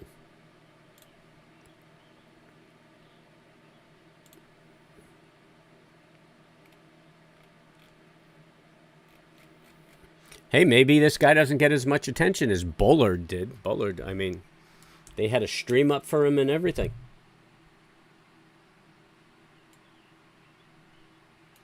Kramer dumps Bitcoin. Yeah, that made me apprehensive too about the Bitcoin. Yeah, China's move.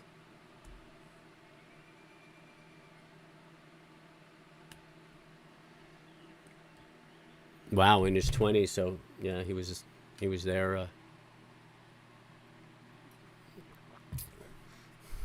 One day, somebody's got to remind me to tell them my spooky story on Wall Street.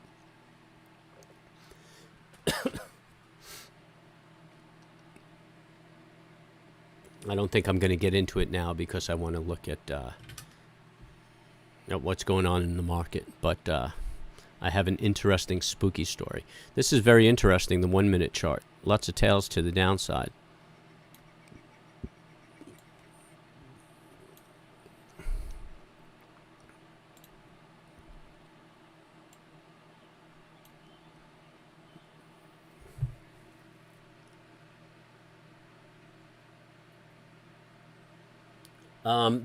China's just getting, Anthony, to respond to your question, China's just getting very strict on the miners. So they're putting the thumb screws to the miners in China, and actually Florida's trying to woo them to Miami. I mean, and it's just an indication of how unfavorably governments are looking at these Bitcoin. I mean, they'll go for digital currency, but it's got to be their own currency. They don't want to compete with currency. I mean, China controls their currency, and you can't get money out of their country. And, if you can convert it into Bitcoin, then they're not going to have control of it. Yeah, they did that like a week ago, but they just did another phase and just made it more stringent, like last night.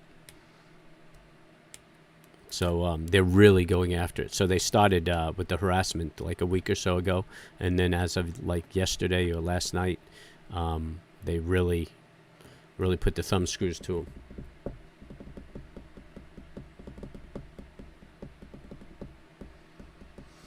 So the Fed should be talking, but CNBC's not pumping anything up.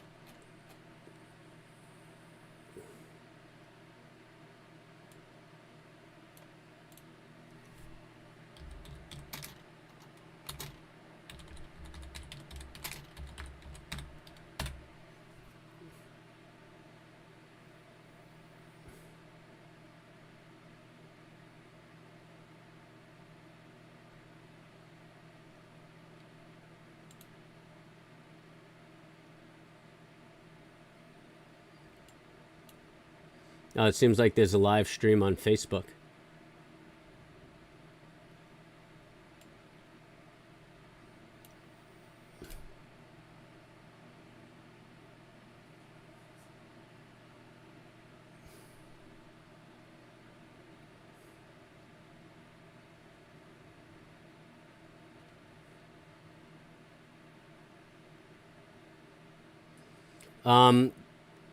No, there's a certain amount of yen that that trades offshore that you could access and you can convert to yen.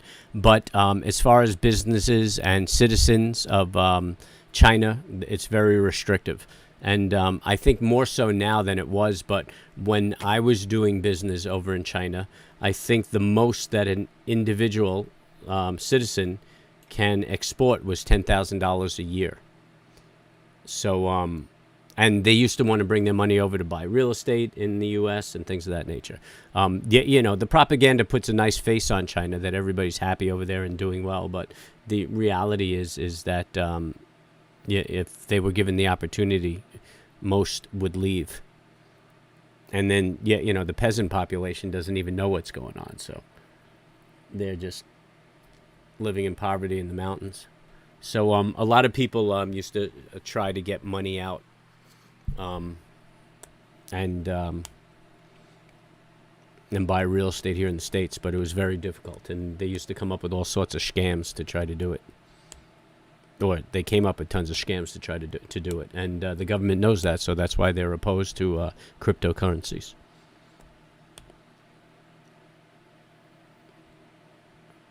Unlike Ecuador,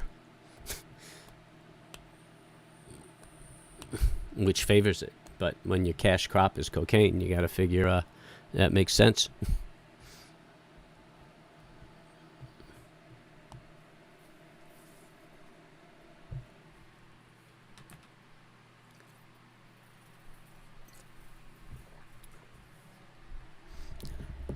So really, I see no means of listening to the Fed, but at the moment, there's not much going on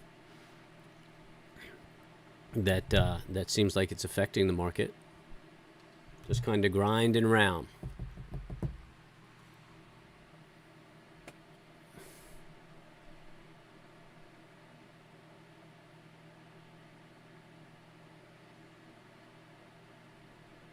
Yeah, is that Lawai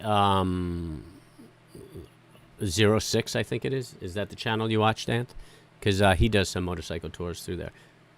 But that guy, he actually had a run out of China. He lived there for like 10 or 15 years, but because of his streams, he had to pack his family up, which he has a Chinese wife and two children. He had to split.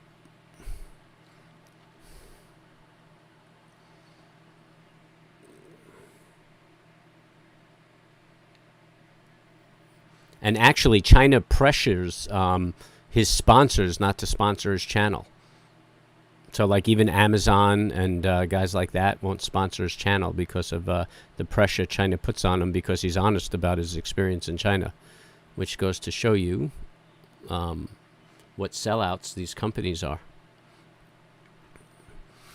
So we're making a move for today's high on the S&P. I mean, I'm just not trading ahead of this Fed. It's just adds too many questions into the equation for me, for my liking. But you can see the divergence that could be developing here on the 5 minute.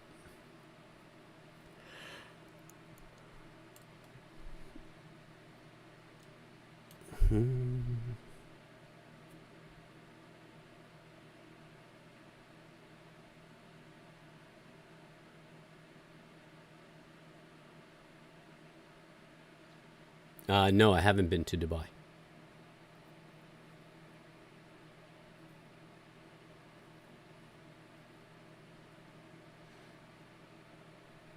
I was invited once to go with the risk manager of General Electric.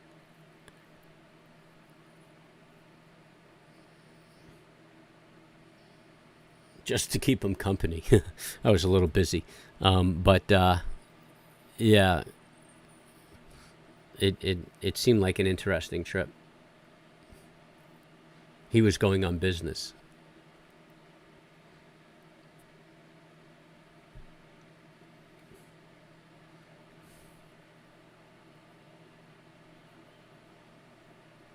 Back when Hatchet Jack ran GE.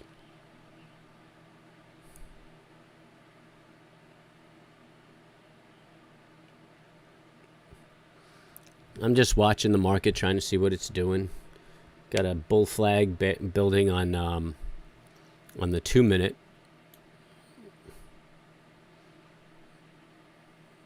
The entry would be breaking this bar once the bar closes, which it still has a minute to close. Composite looks like it's putting in a topping pattern. It's bull flag on the S&P 1 minute also.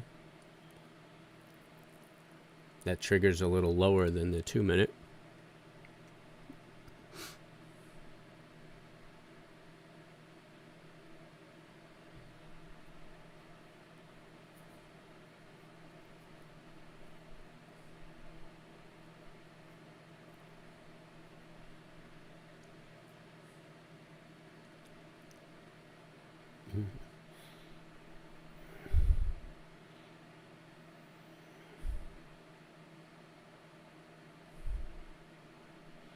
Just watching that bear flag on the 2 minute, see how it sets up. 30 minute triggered, but it's cheesy looking on the 30 second rather.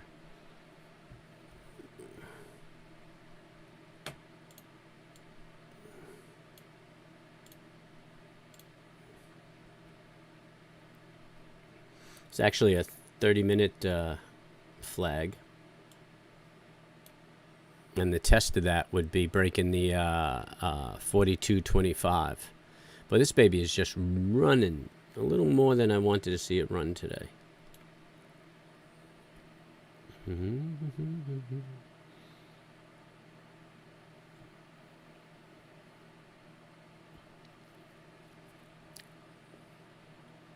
I mean, there's a double top, but no divergence or anything on it. On the 30 second.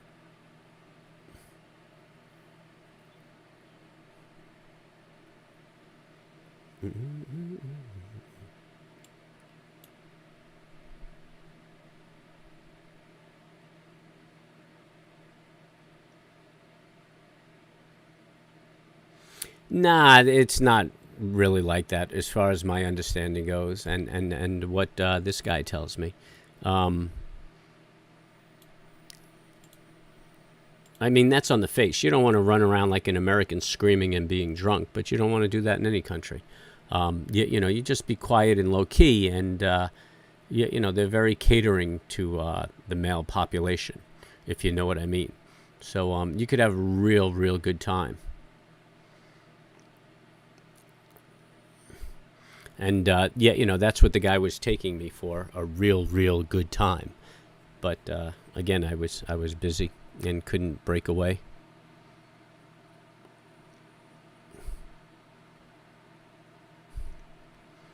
I mean, every country I've gone to, you know, no matter whether it was a democratic society or even a communist country, I mean, you're really free to do what you want. What they don't like is the guy running through the streets loud and screaming, you know. There's a lot of I guess, debauchery going on, all over the place. But you just have to be quiet and respectful, and they don't care. But if they have to make an example of somebody, it's the guy who's running through the street with a beer, doing what they normally do here in the States, carrying on and just bothering everybody with their good time. So if you have manners and respect, then you're pretty much welcome everywhere. Yeah, no one likes that guy, but unfortunately we keep producing that guy here in the States. You see him on every news article about spring break and any other party.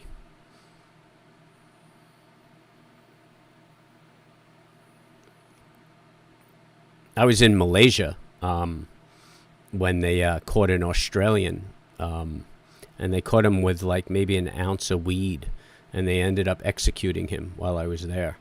And you could get reefer, you could get opium, you could get everything in Malaysia, and nobody bothers you.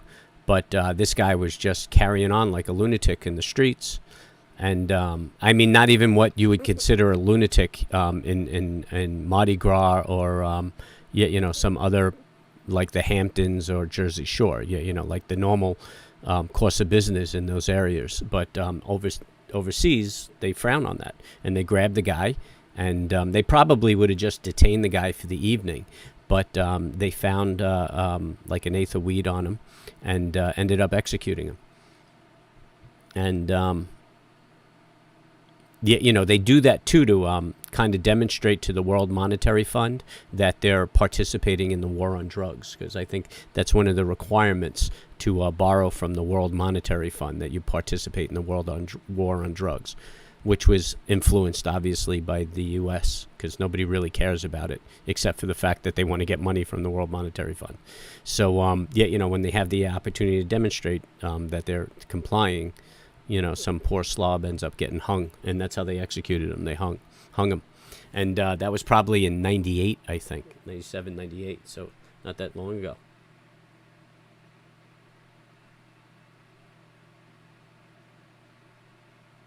Yep, talk about making an example, huh?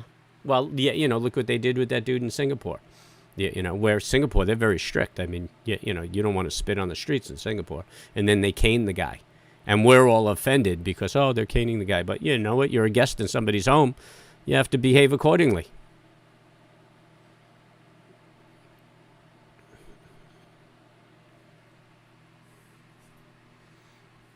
So, yeah, it's no joke. And like I said, they're very, very compliant. I remember I was in Laos, and I hopped off the plane, and these two guys approached me with their machine guns and their uniform, and then they threw their machine guns over their back and grabbed my luggage. You're from America. We love America. And they carried my bags over to the oxen cart that took me over to the hut I was staying in.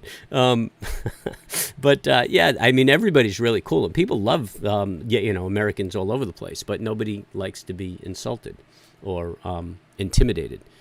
Even in France, I had an excellent time in France, but I was talking to this gentleman, and an American ran up to him, very aggressively ran up to him and said, "Where's this?" and just kind of barked at the guy. And the guy was like so taken. And I looked at the guy, I said, "No parlez-vous anglais?"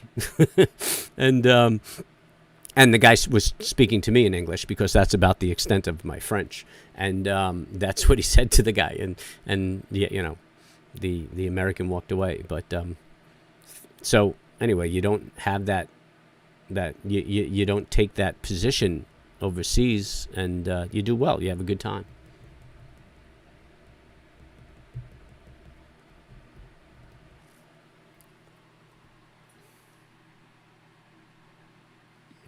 And what's interesting is, like almost every culture has their own hallucinogenic. Like they have this this tree in Laos. Was that Laos? No. They have this tree in Borneo that if you they make a tea out of it, and you trip for like 6 days, man, and you're supposed to find your spirit animal and everything. And you could find that like anywhere in Laos. it's part of their custom to smoke opium. And that stuff is like all over the place. I mean, you can see poppy plants growing on the side of huts and things like that. And yet, you know, it's not a drug trade. These people are just, yet, you know, it's like making your own wine. And they just sit around and they smoke and, you know, they talk. And I mean, you could buy like a fist size ball of opium for like $5 in Laos.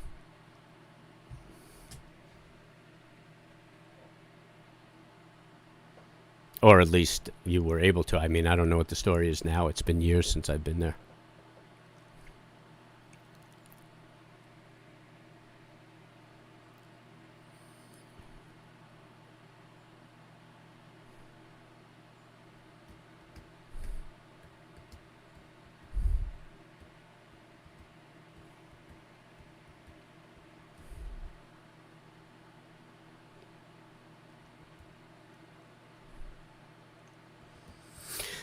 So really no effect so far. I don't know how long this cat's going to be talking, but not a whole bunch going on. We made a double top on the 5 minute with a divergence. Let's swing that bad boy over so we could take a look at it and everybody can know what a double top is with a divergence. I mean, in theory, you could enter right here aggressively or enter right here conservatively based on the market movement and the lack of volume and the sleepy nature. I mean, I have no interest in that trade. But you can argue a retrace. I mean, this market's already retraced this down move from, I guess that's Thursday's high. Yeah, this is that's Thursday's high. We've already retraced better than 76%. I mean, so everything that happened to us on Friday, we have taken back, closed the gap, and now we're hitting resistance. That's interesting. So this may be the point that it just stops the move and does a little retrace over here.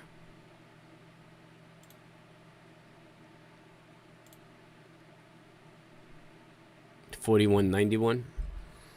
Well, you know what? We know that 4,200 is a pretty strong gravitating spot. No, we can't go back that far, but it gravitated around here quite a bit in the past month.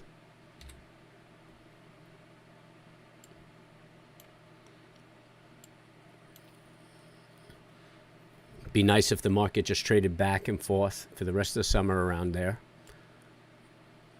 It'd be good for income trades. And then party hardy come the spring.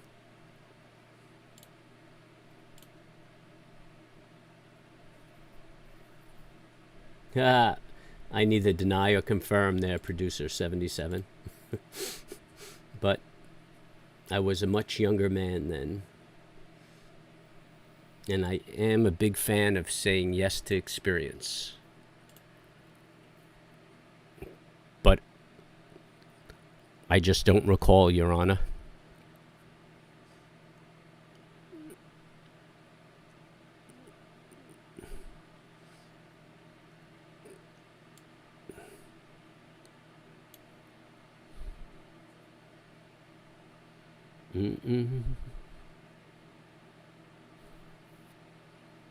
Cause walking. So you could see all this congestion right around here, around the 200 range. That's a good range, man. I would like to see the market just continue there and consolidate there, and then make a move.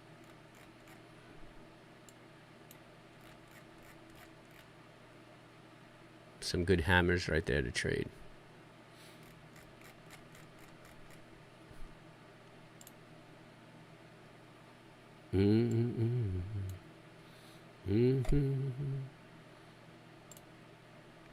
So this is how you become a professional, man. You just stare at the market and look at it and look at it and look at the trading pattern and analyze what's transpiring before your eyes and just kind of get the feel for it and look for your patterns and when you're going to trade and when you're not going to trade, which is just as important as when you're going to trade. And you just become proficient. You know, but you have to have constants. You can't, everything can't be a random. And you know, from a lot of the chats or people jumping in, like, what's this doing? What's that doing? You could see that their trading philosophy is very random. At Anthony, what settings did you use for the tick chart?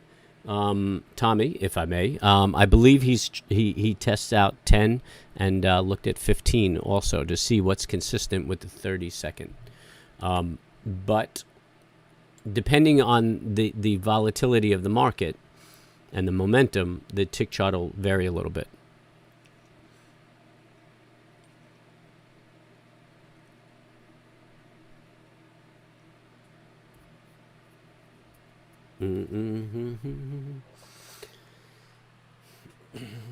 So everybody joining us, subscribe, hit the bell so you know when we're dropping some educational videos out there, and hit the like if you like what's going on here. It's a little sleepy in the market, and we're not taking too many moves because we know we have the Fed talking. That 5-minute double top is kind of playing out right now. You know, still we don't have the momentum to make me comfortable with follow through, but theoretically the entry would be right around here, 219.66, and then you'd look for your first target to be around 211.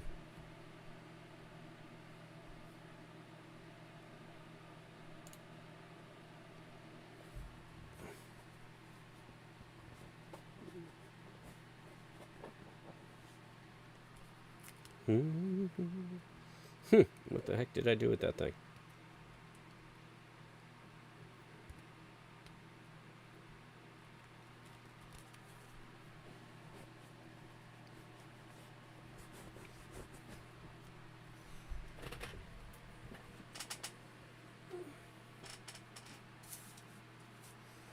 It is so hot here. I'm giving a new definition to naked trading. I'm redefining the term naked trading. So naked trading really is just trading without indicators, just trading off a price action. So you would refer to that as naked trading. But at the moment, it's a little more literal. As opposed to turning on some processed air, which I really just hate doing that. I just so much rather let my body acclimate.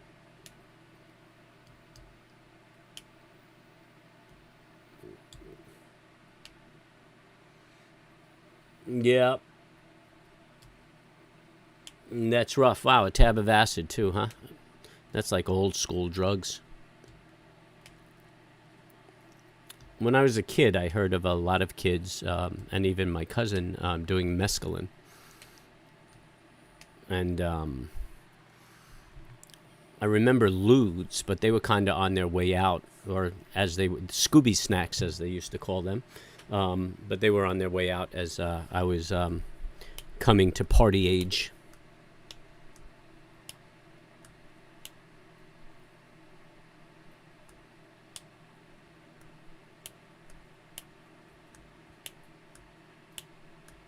Now they have a lot of synthetic drugs.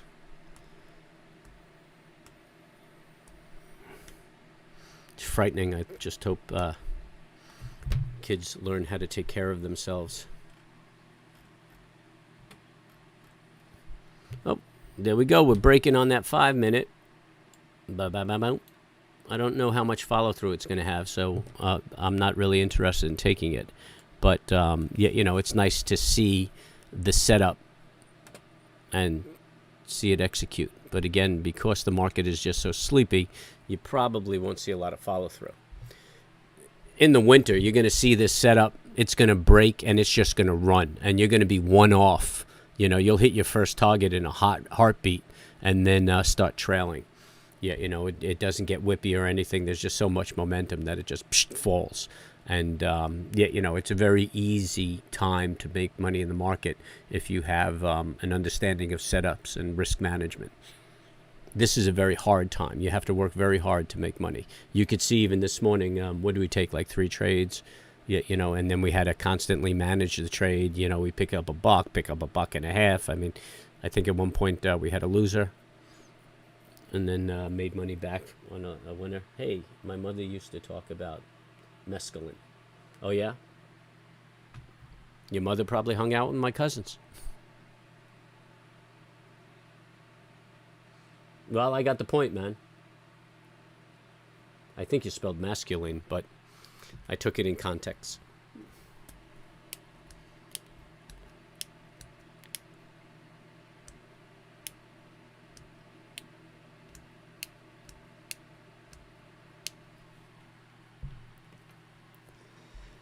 So cool, man. We got a half hour left to the market, and look at that bar. That's a pretty handsome looking bar, wouldn't you say?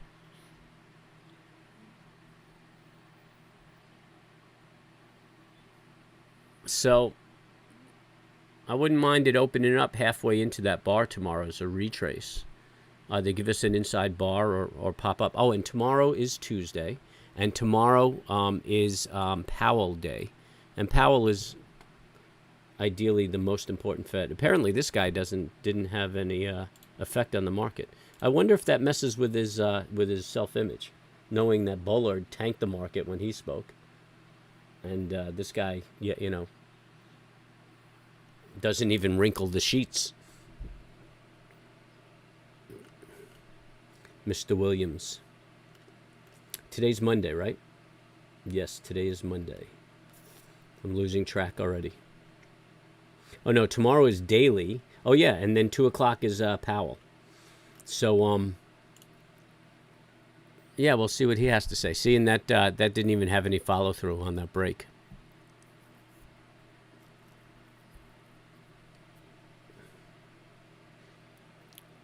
So it behooves us to just sit back and chit-chat, look for little patterns so that our eye gets accustomed to it, but not take those trades. I think Dita had said he traded something, and then there might have been another gentleman who said he picked up a few bucks on something today. So bravo, I'm glad some people are making money. So anyway, these techniques and these patterns and setups work in any market. And if you scan and look for those stocks that have movement and volatility, but use these patterns that I'm demonstrating to you to determine your entry, you'll do very, very well. It'll improve your trading. So if you have something going on, you could probably improve your entry and reduce the amount of heat you're taking and just move to profits very quickly. Or if you see something's running and you miss the trade, you'll understand when a flag is building, like a bull flag or a bear flag, and you could join the run on that flag, because that would be a solid entry with a good area of support that you could use as your stop. Tomorrow's payday. Oh yeah, you get paid on Tuesdays? That's cool. Don't go spending that money on AMC, all right? AMC is just kind of sleeping. I don't know. Like I said, I don't want to throw shade on my friend Matt, but he looked a little strung out today. I jumped over there to see what was up. Mr. Tweeter, Ditter. A hard day, nothing else besides being correct on one trade today.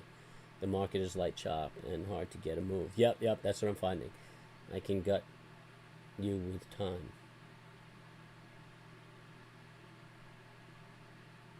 You can gut me with time. Sounds like you're coming over here to stab me. And you know what? It's the feds that are doing this. So it looks like it's going to be this whole week, unless somebody comes out with something really obnoxious about the market, which is what we saw on the last Friday. So I expect that the market will do this, and I won't mind it either, because my spreads will just mature and make money.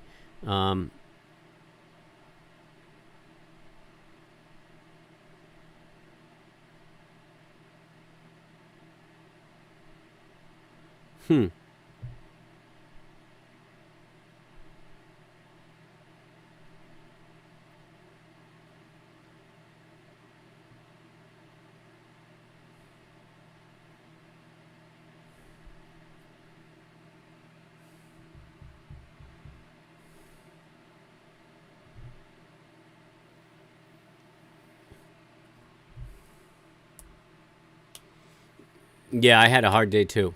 Grew disenchanted in the morning, and then the afternoon. I mean, you just watch it. Look at this market. I mean, you know, here's the 5 minute.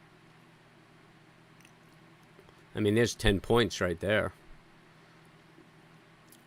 But since 2, it's been sideways. So for the past 2 hours, we got a half hour left to the day. So I'm cool. Yeah, you know, we'll just let this day burn out.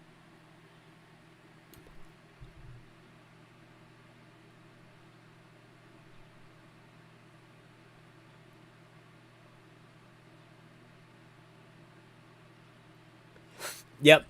Well, they keep they have to promise that it's going to happen because they need buyers. They need buyers to get in there. You know, they're trying to organize buying power from all over the world, where the hedge funds and the professionals are organizing their own shorting power. So it's a tough fight.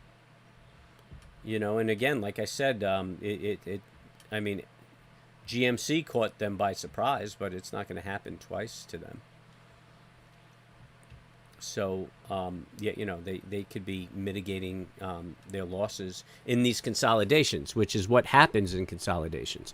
Whenever you look at the market and it peaks, it's consolidating and then it rolls over. And what's happening in the consolidation is that people who are in low are taking their profits in the buying power, you know. So that could be what's going on here. They could be, you know, just fading out their shorts right here. And then when it breaks, you know, if it breaks down here, they'll short it again and just take it down to here. And if they started to short at 15, so if they close it here and then short it back down to 15, I mean, they're making money right at the point that they started their short, you know. I mean, these guys are good at this, man. So it's interesting. It's not impossible that these guys push it up, but I don't know. I don't want to be a naysayer and then have egg on my face for it. I mean, I wouldn't trade it because it's just not my style. But look, down here, this is like still the average cost. Yeah, you know, this is what where the cloud is. If you look at my crosshairs, this is what the shorters are fighting. Yeah, you know, like this is the average cost of this security. You know what I mean? At some point, these $11 and guys are going to say, you know, I'm taking profits here. And they're going to add to the selling. Then you're going to have a whole bunch of selling.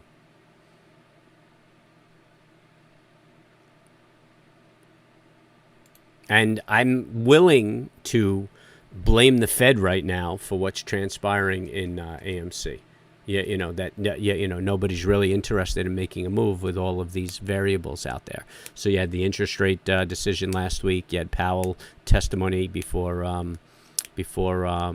Congress, I think, and then and tomorrow you have Powell's speech. So I'm willing to give it the benefit of the doubt and say people are just sitting on the sidelines until all this nonsense is out. Because if somebody talks down the market, that's a lot of buying power that you just wasted. So you would wait for your buying power to be most advantageous.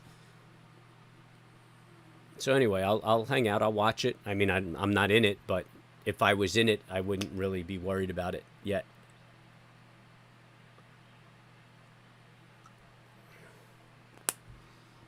But next week, if they can't put a move on there, it's going to be very suspect. Very suspect. You jumped over to Matt today, huh? Guy turns beet red every time 2 stocks dip. You can tell he's puckering up real hard watching those charts. Yeah, he looked a little strung out today.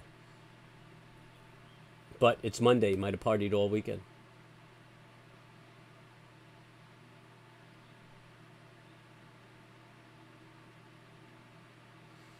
Yeah. I mean, it's not the most sophisticated trader in this trade, in the AMC trade.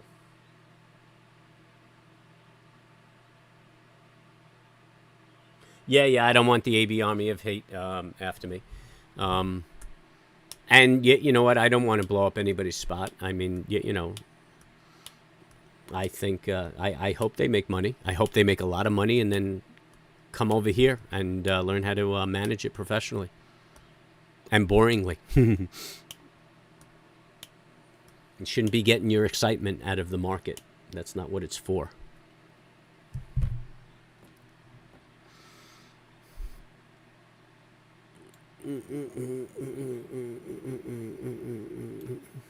I mean, it's a shame if it goes the wrong way. Those guys they're not going to have money to trade or build a career.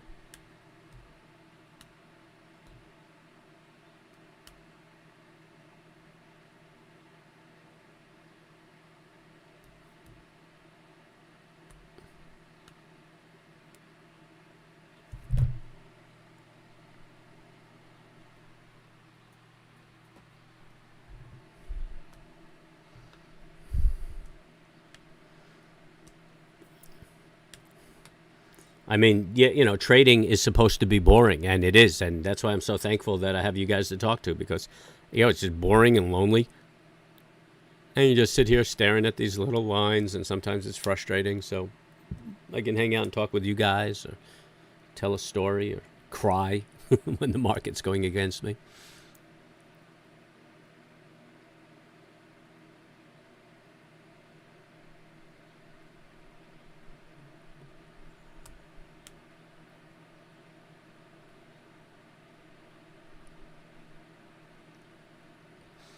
Amazon's interesting, huh? What's it off? Like 32 points today? That's so surprising. Because the composite's up, you know, 100, almost 1%. Dow's up 1.75%. S&P's up almost 1.5%, 1 3/8.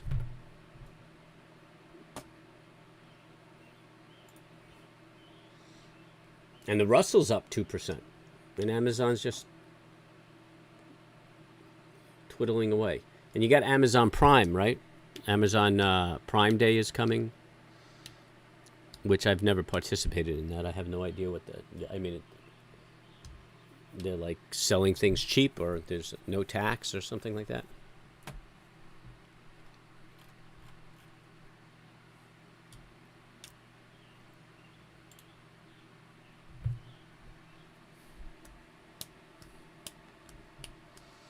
Boring, boring, boring. But we got 20 minutes left, so that's all right. We're not really expecting any trades to come of this.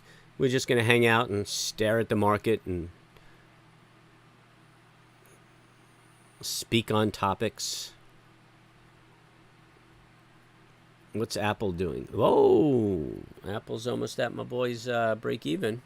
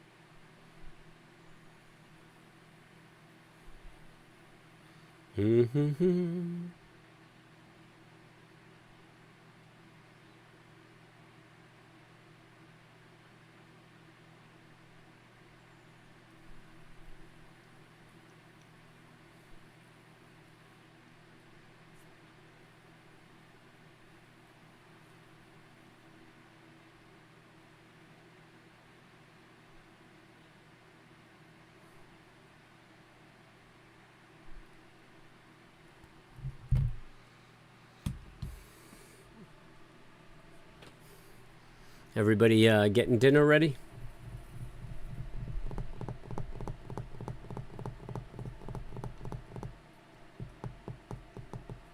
I'll tell you, I don't even feel like I worked that hard today.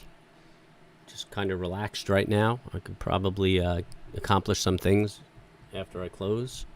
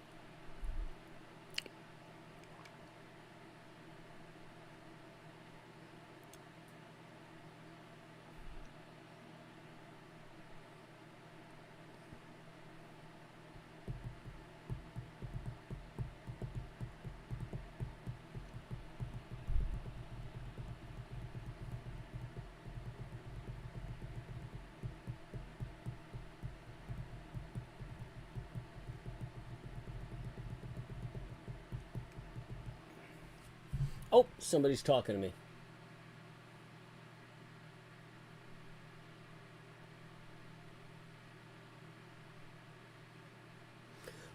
Well, yeah, I could agree with that. I like to work also, and I like making money. So, yeah, I'm excited about that.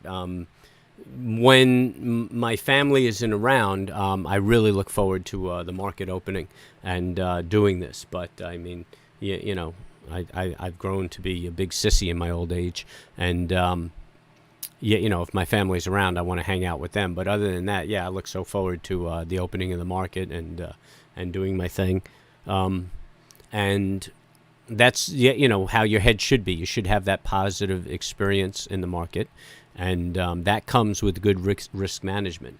You know, if you don't have good risk management and you start taking a beating here and there, then you're going to have this kind of pain avoidance feeling, and you'll dread the opening of the market. So, yep, that's a good way to gauge where your head's at and how you're managing your career. So, yeah. I like to work. I really like to work. I mean, I was even like that when I was in industry. I just couldn't wait to get to the office. I mean, I'd be in the gym by like 5:30, and then be in my office by like 7, chill out, have my breakfast, and get my day ready, and then start harassing my staff at about 7:30, 8 o'clock when they start rolling in.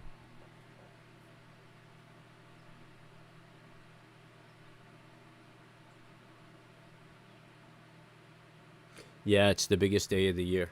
I mean, I don't know what induces everybody to start buying. Do they offer discounts and things of that nature? Russell's trading off. What do we got? We got 15 minutes left, usually around 3:50. I think we start seeing the hellacious move. But somebody mentioned power hour. Is power hour? What is power hour in the for those 8 individuals? What do they consider it? 3 to 4.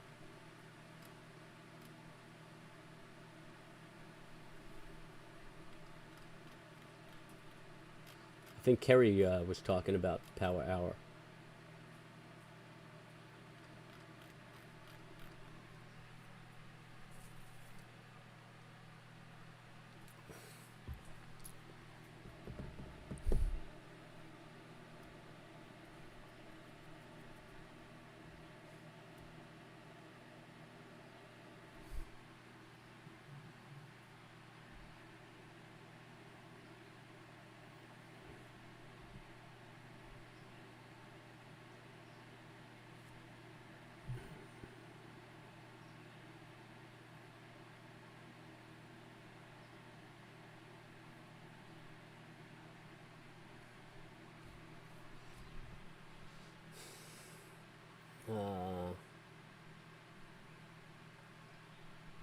Uh, 3 to 4.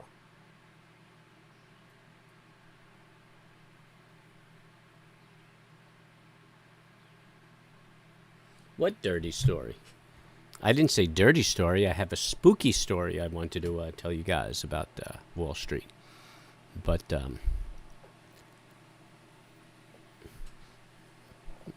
not a dirty story. I mean, I don't believe in dirty. I think everything's natural. I definitely have stories that would make the devil blush, but I wouldn't call them dirty.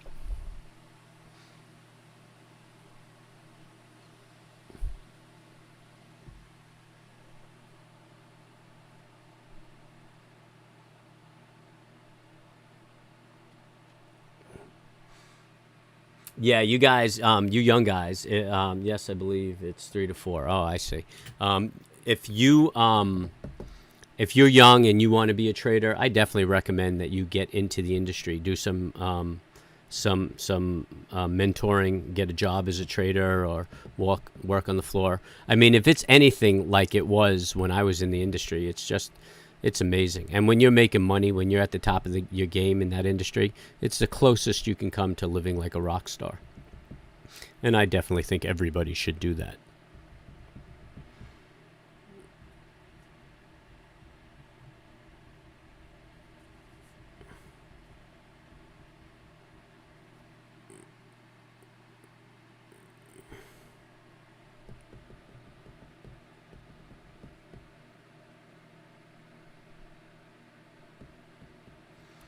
3 to 4 power hour. Huh.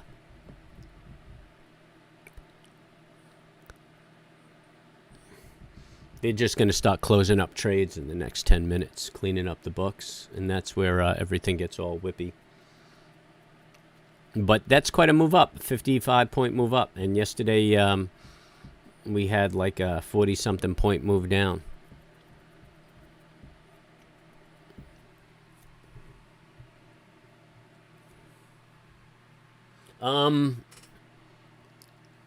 Well, you know what? Just keep it in the back of your mind because it's. I want to watch the close, and it's a cool story. It won't take a lot of time, but remind me again. And I want to be in the vibe to be storytelling. I'm a little, just kind of mellowing out and done with the day and ready to wrap things up. So when I'm in a good head, it's a cool story. It's really a cool story. So I just want to do it justice. I don't want to sit there and and stutter through it and look at the market while I'm telling it. And it's something I like to share with people when I talk about my experiences on Wall Street. And it's important that I give good background too. So stories are important to me, making them and telling them.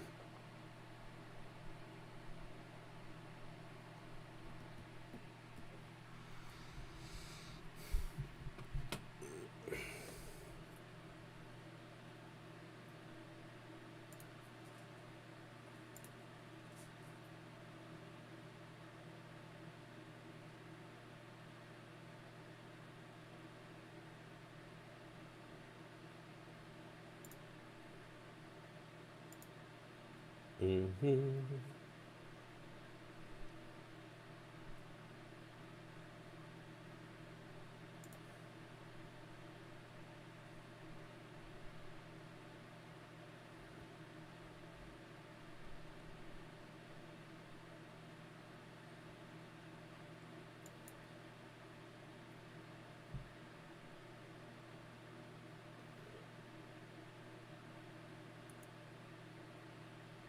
There we go.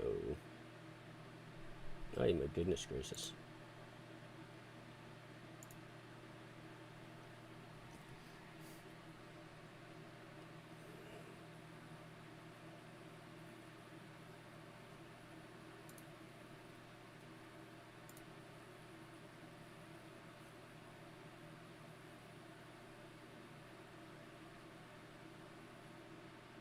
Yeah, a little bit of hurt. Little bit of hurt.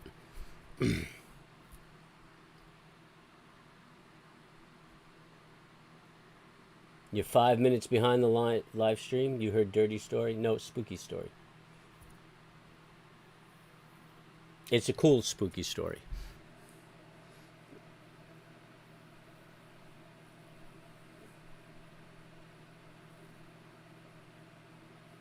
Yeah, a lot of platforms do that. Do a replay, and you could just go through your old trades. It's good.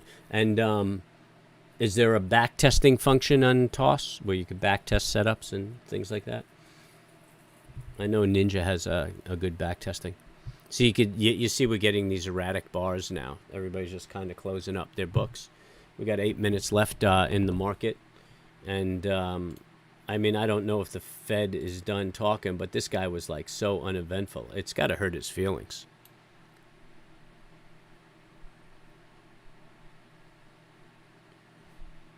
They're not even talking about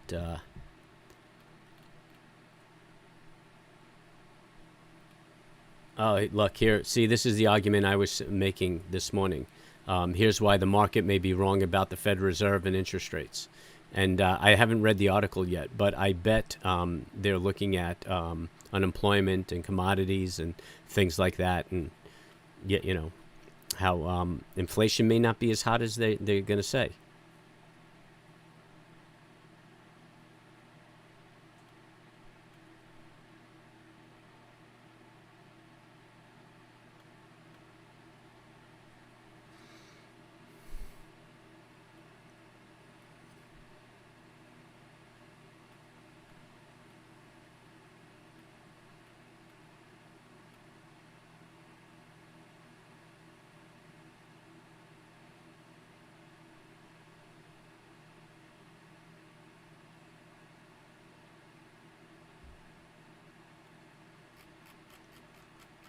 Mm-mm-mm. I guess maybe he's done.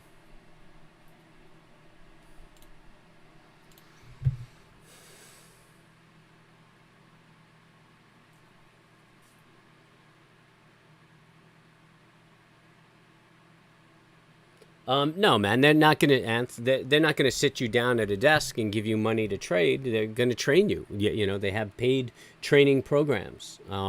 Yet, you know, you go in. They're always looking for traders. They're always looking for talent. And you got to realize that like 90% of the people who come into this industry fell out of it. You know, as far as traders go. I mean, you could say that in the professional sector, or you could say that in the retail sector, you know, with the retail traders. So you'll come in an entry-level position or an apprentice position. You'll work alongside traders. They'll have a training program. They'll put you on paper trading accounts, and they have very sophisticated trading platforms. So it'll be more realistic than you're actually accustomed to right now.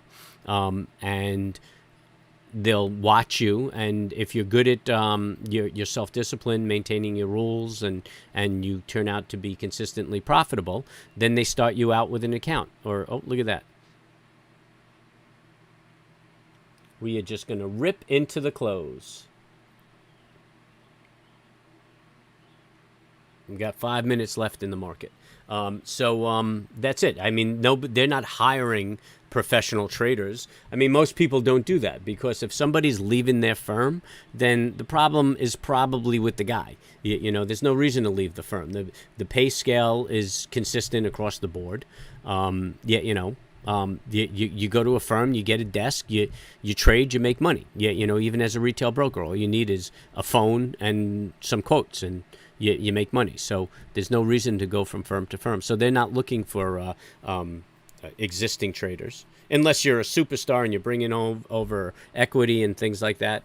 But you know, what they're looking for are young guys who have the aptitude for this, and they train you up and get you started, and they make you a trader.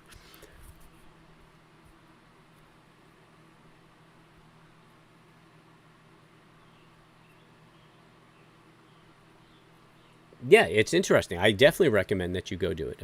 You know, and you seem like you have the aptitude. You have the understanding that you can't be emotional. You know, you got to hold to your disciplines. If you're holding to your disciplines, you have what it takes. And they give you a set of guidelines, a set of rules, and your accounts are highly monitored. And they make a lot of good traders. As a matter of fact, I know a lot of guys who did very, very well sitting on a trade desk, but then went out to trade for themselves and had a hard time because there wasn't that guy hanging over them and enforcing the rules on them. You know. But then again, I know a lot of guys who started on trade desks, my trade desk as well, and just understood the value of rules, went on to be excellent traders, even for themselves, you know, with nobody watching over them. Look, they have that bear flag on the 1 minute, but the market's all over the place. We have 3 minutes to go, so plenty of time for anything to happen.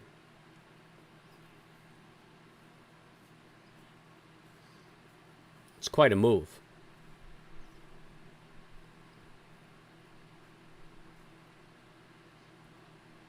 I mean, we're not too far from the high. I think we were looking for... Yeah, that's not going to do it on a 30-minute. Let's just look at a daily. We were looking for 38, 238.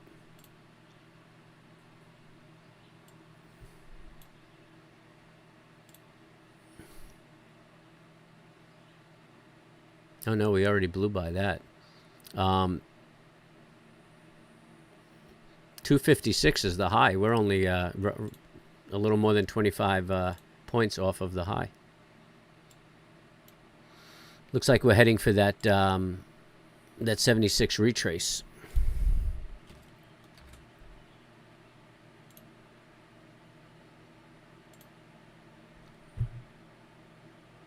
And from this low, I mean, that was closely a 50% retrace, so that's pretty good. It looks like we're getting set up to make a move to the high.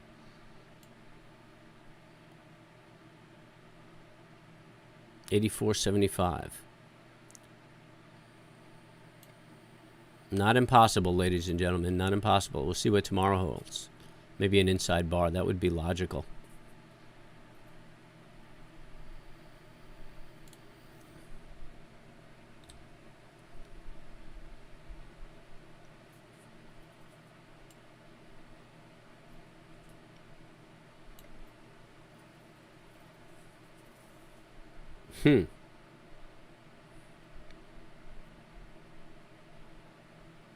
But we're going to close the day up in the upper part of the Keltner channel. We got 1 minute left, so looks like that's definitely a possibility.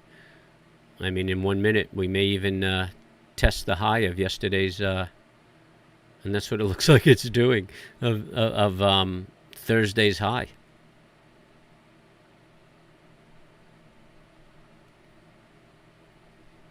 My goodness gracious. What a shame. Just too choppy to take that move off of the 4204. Damn feds. I'm fed up with the feds.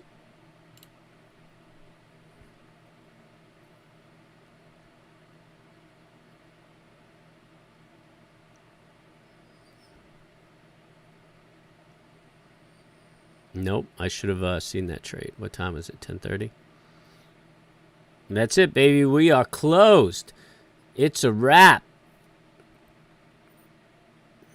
All right, I want to thank everybody for hanging out with me today and adding content to the stream, because it was a boring day and there weren't a lot of trades.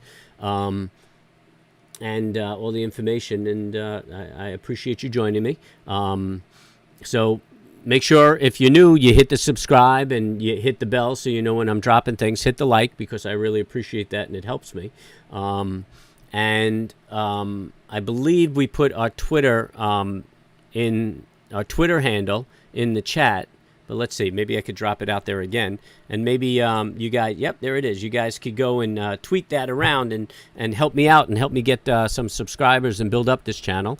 If you like what we do, you know, come back tomorrow and we'll see if we could take advantage of some things in the market. I'm going to do a end of the day video, and I'll drop that this evening. So you'll just see what my bias is for tomorrow morning. So once again, thank you.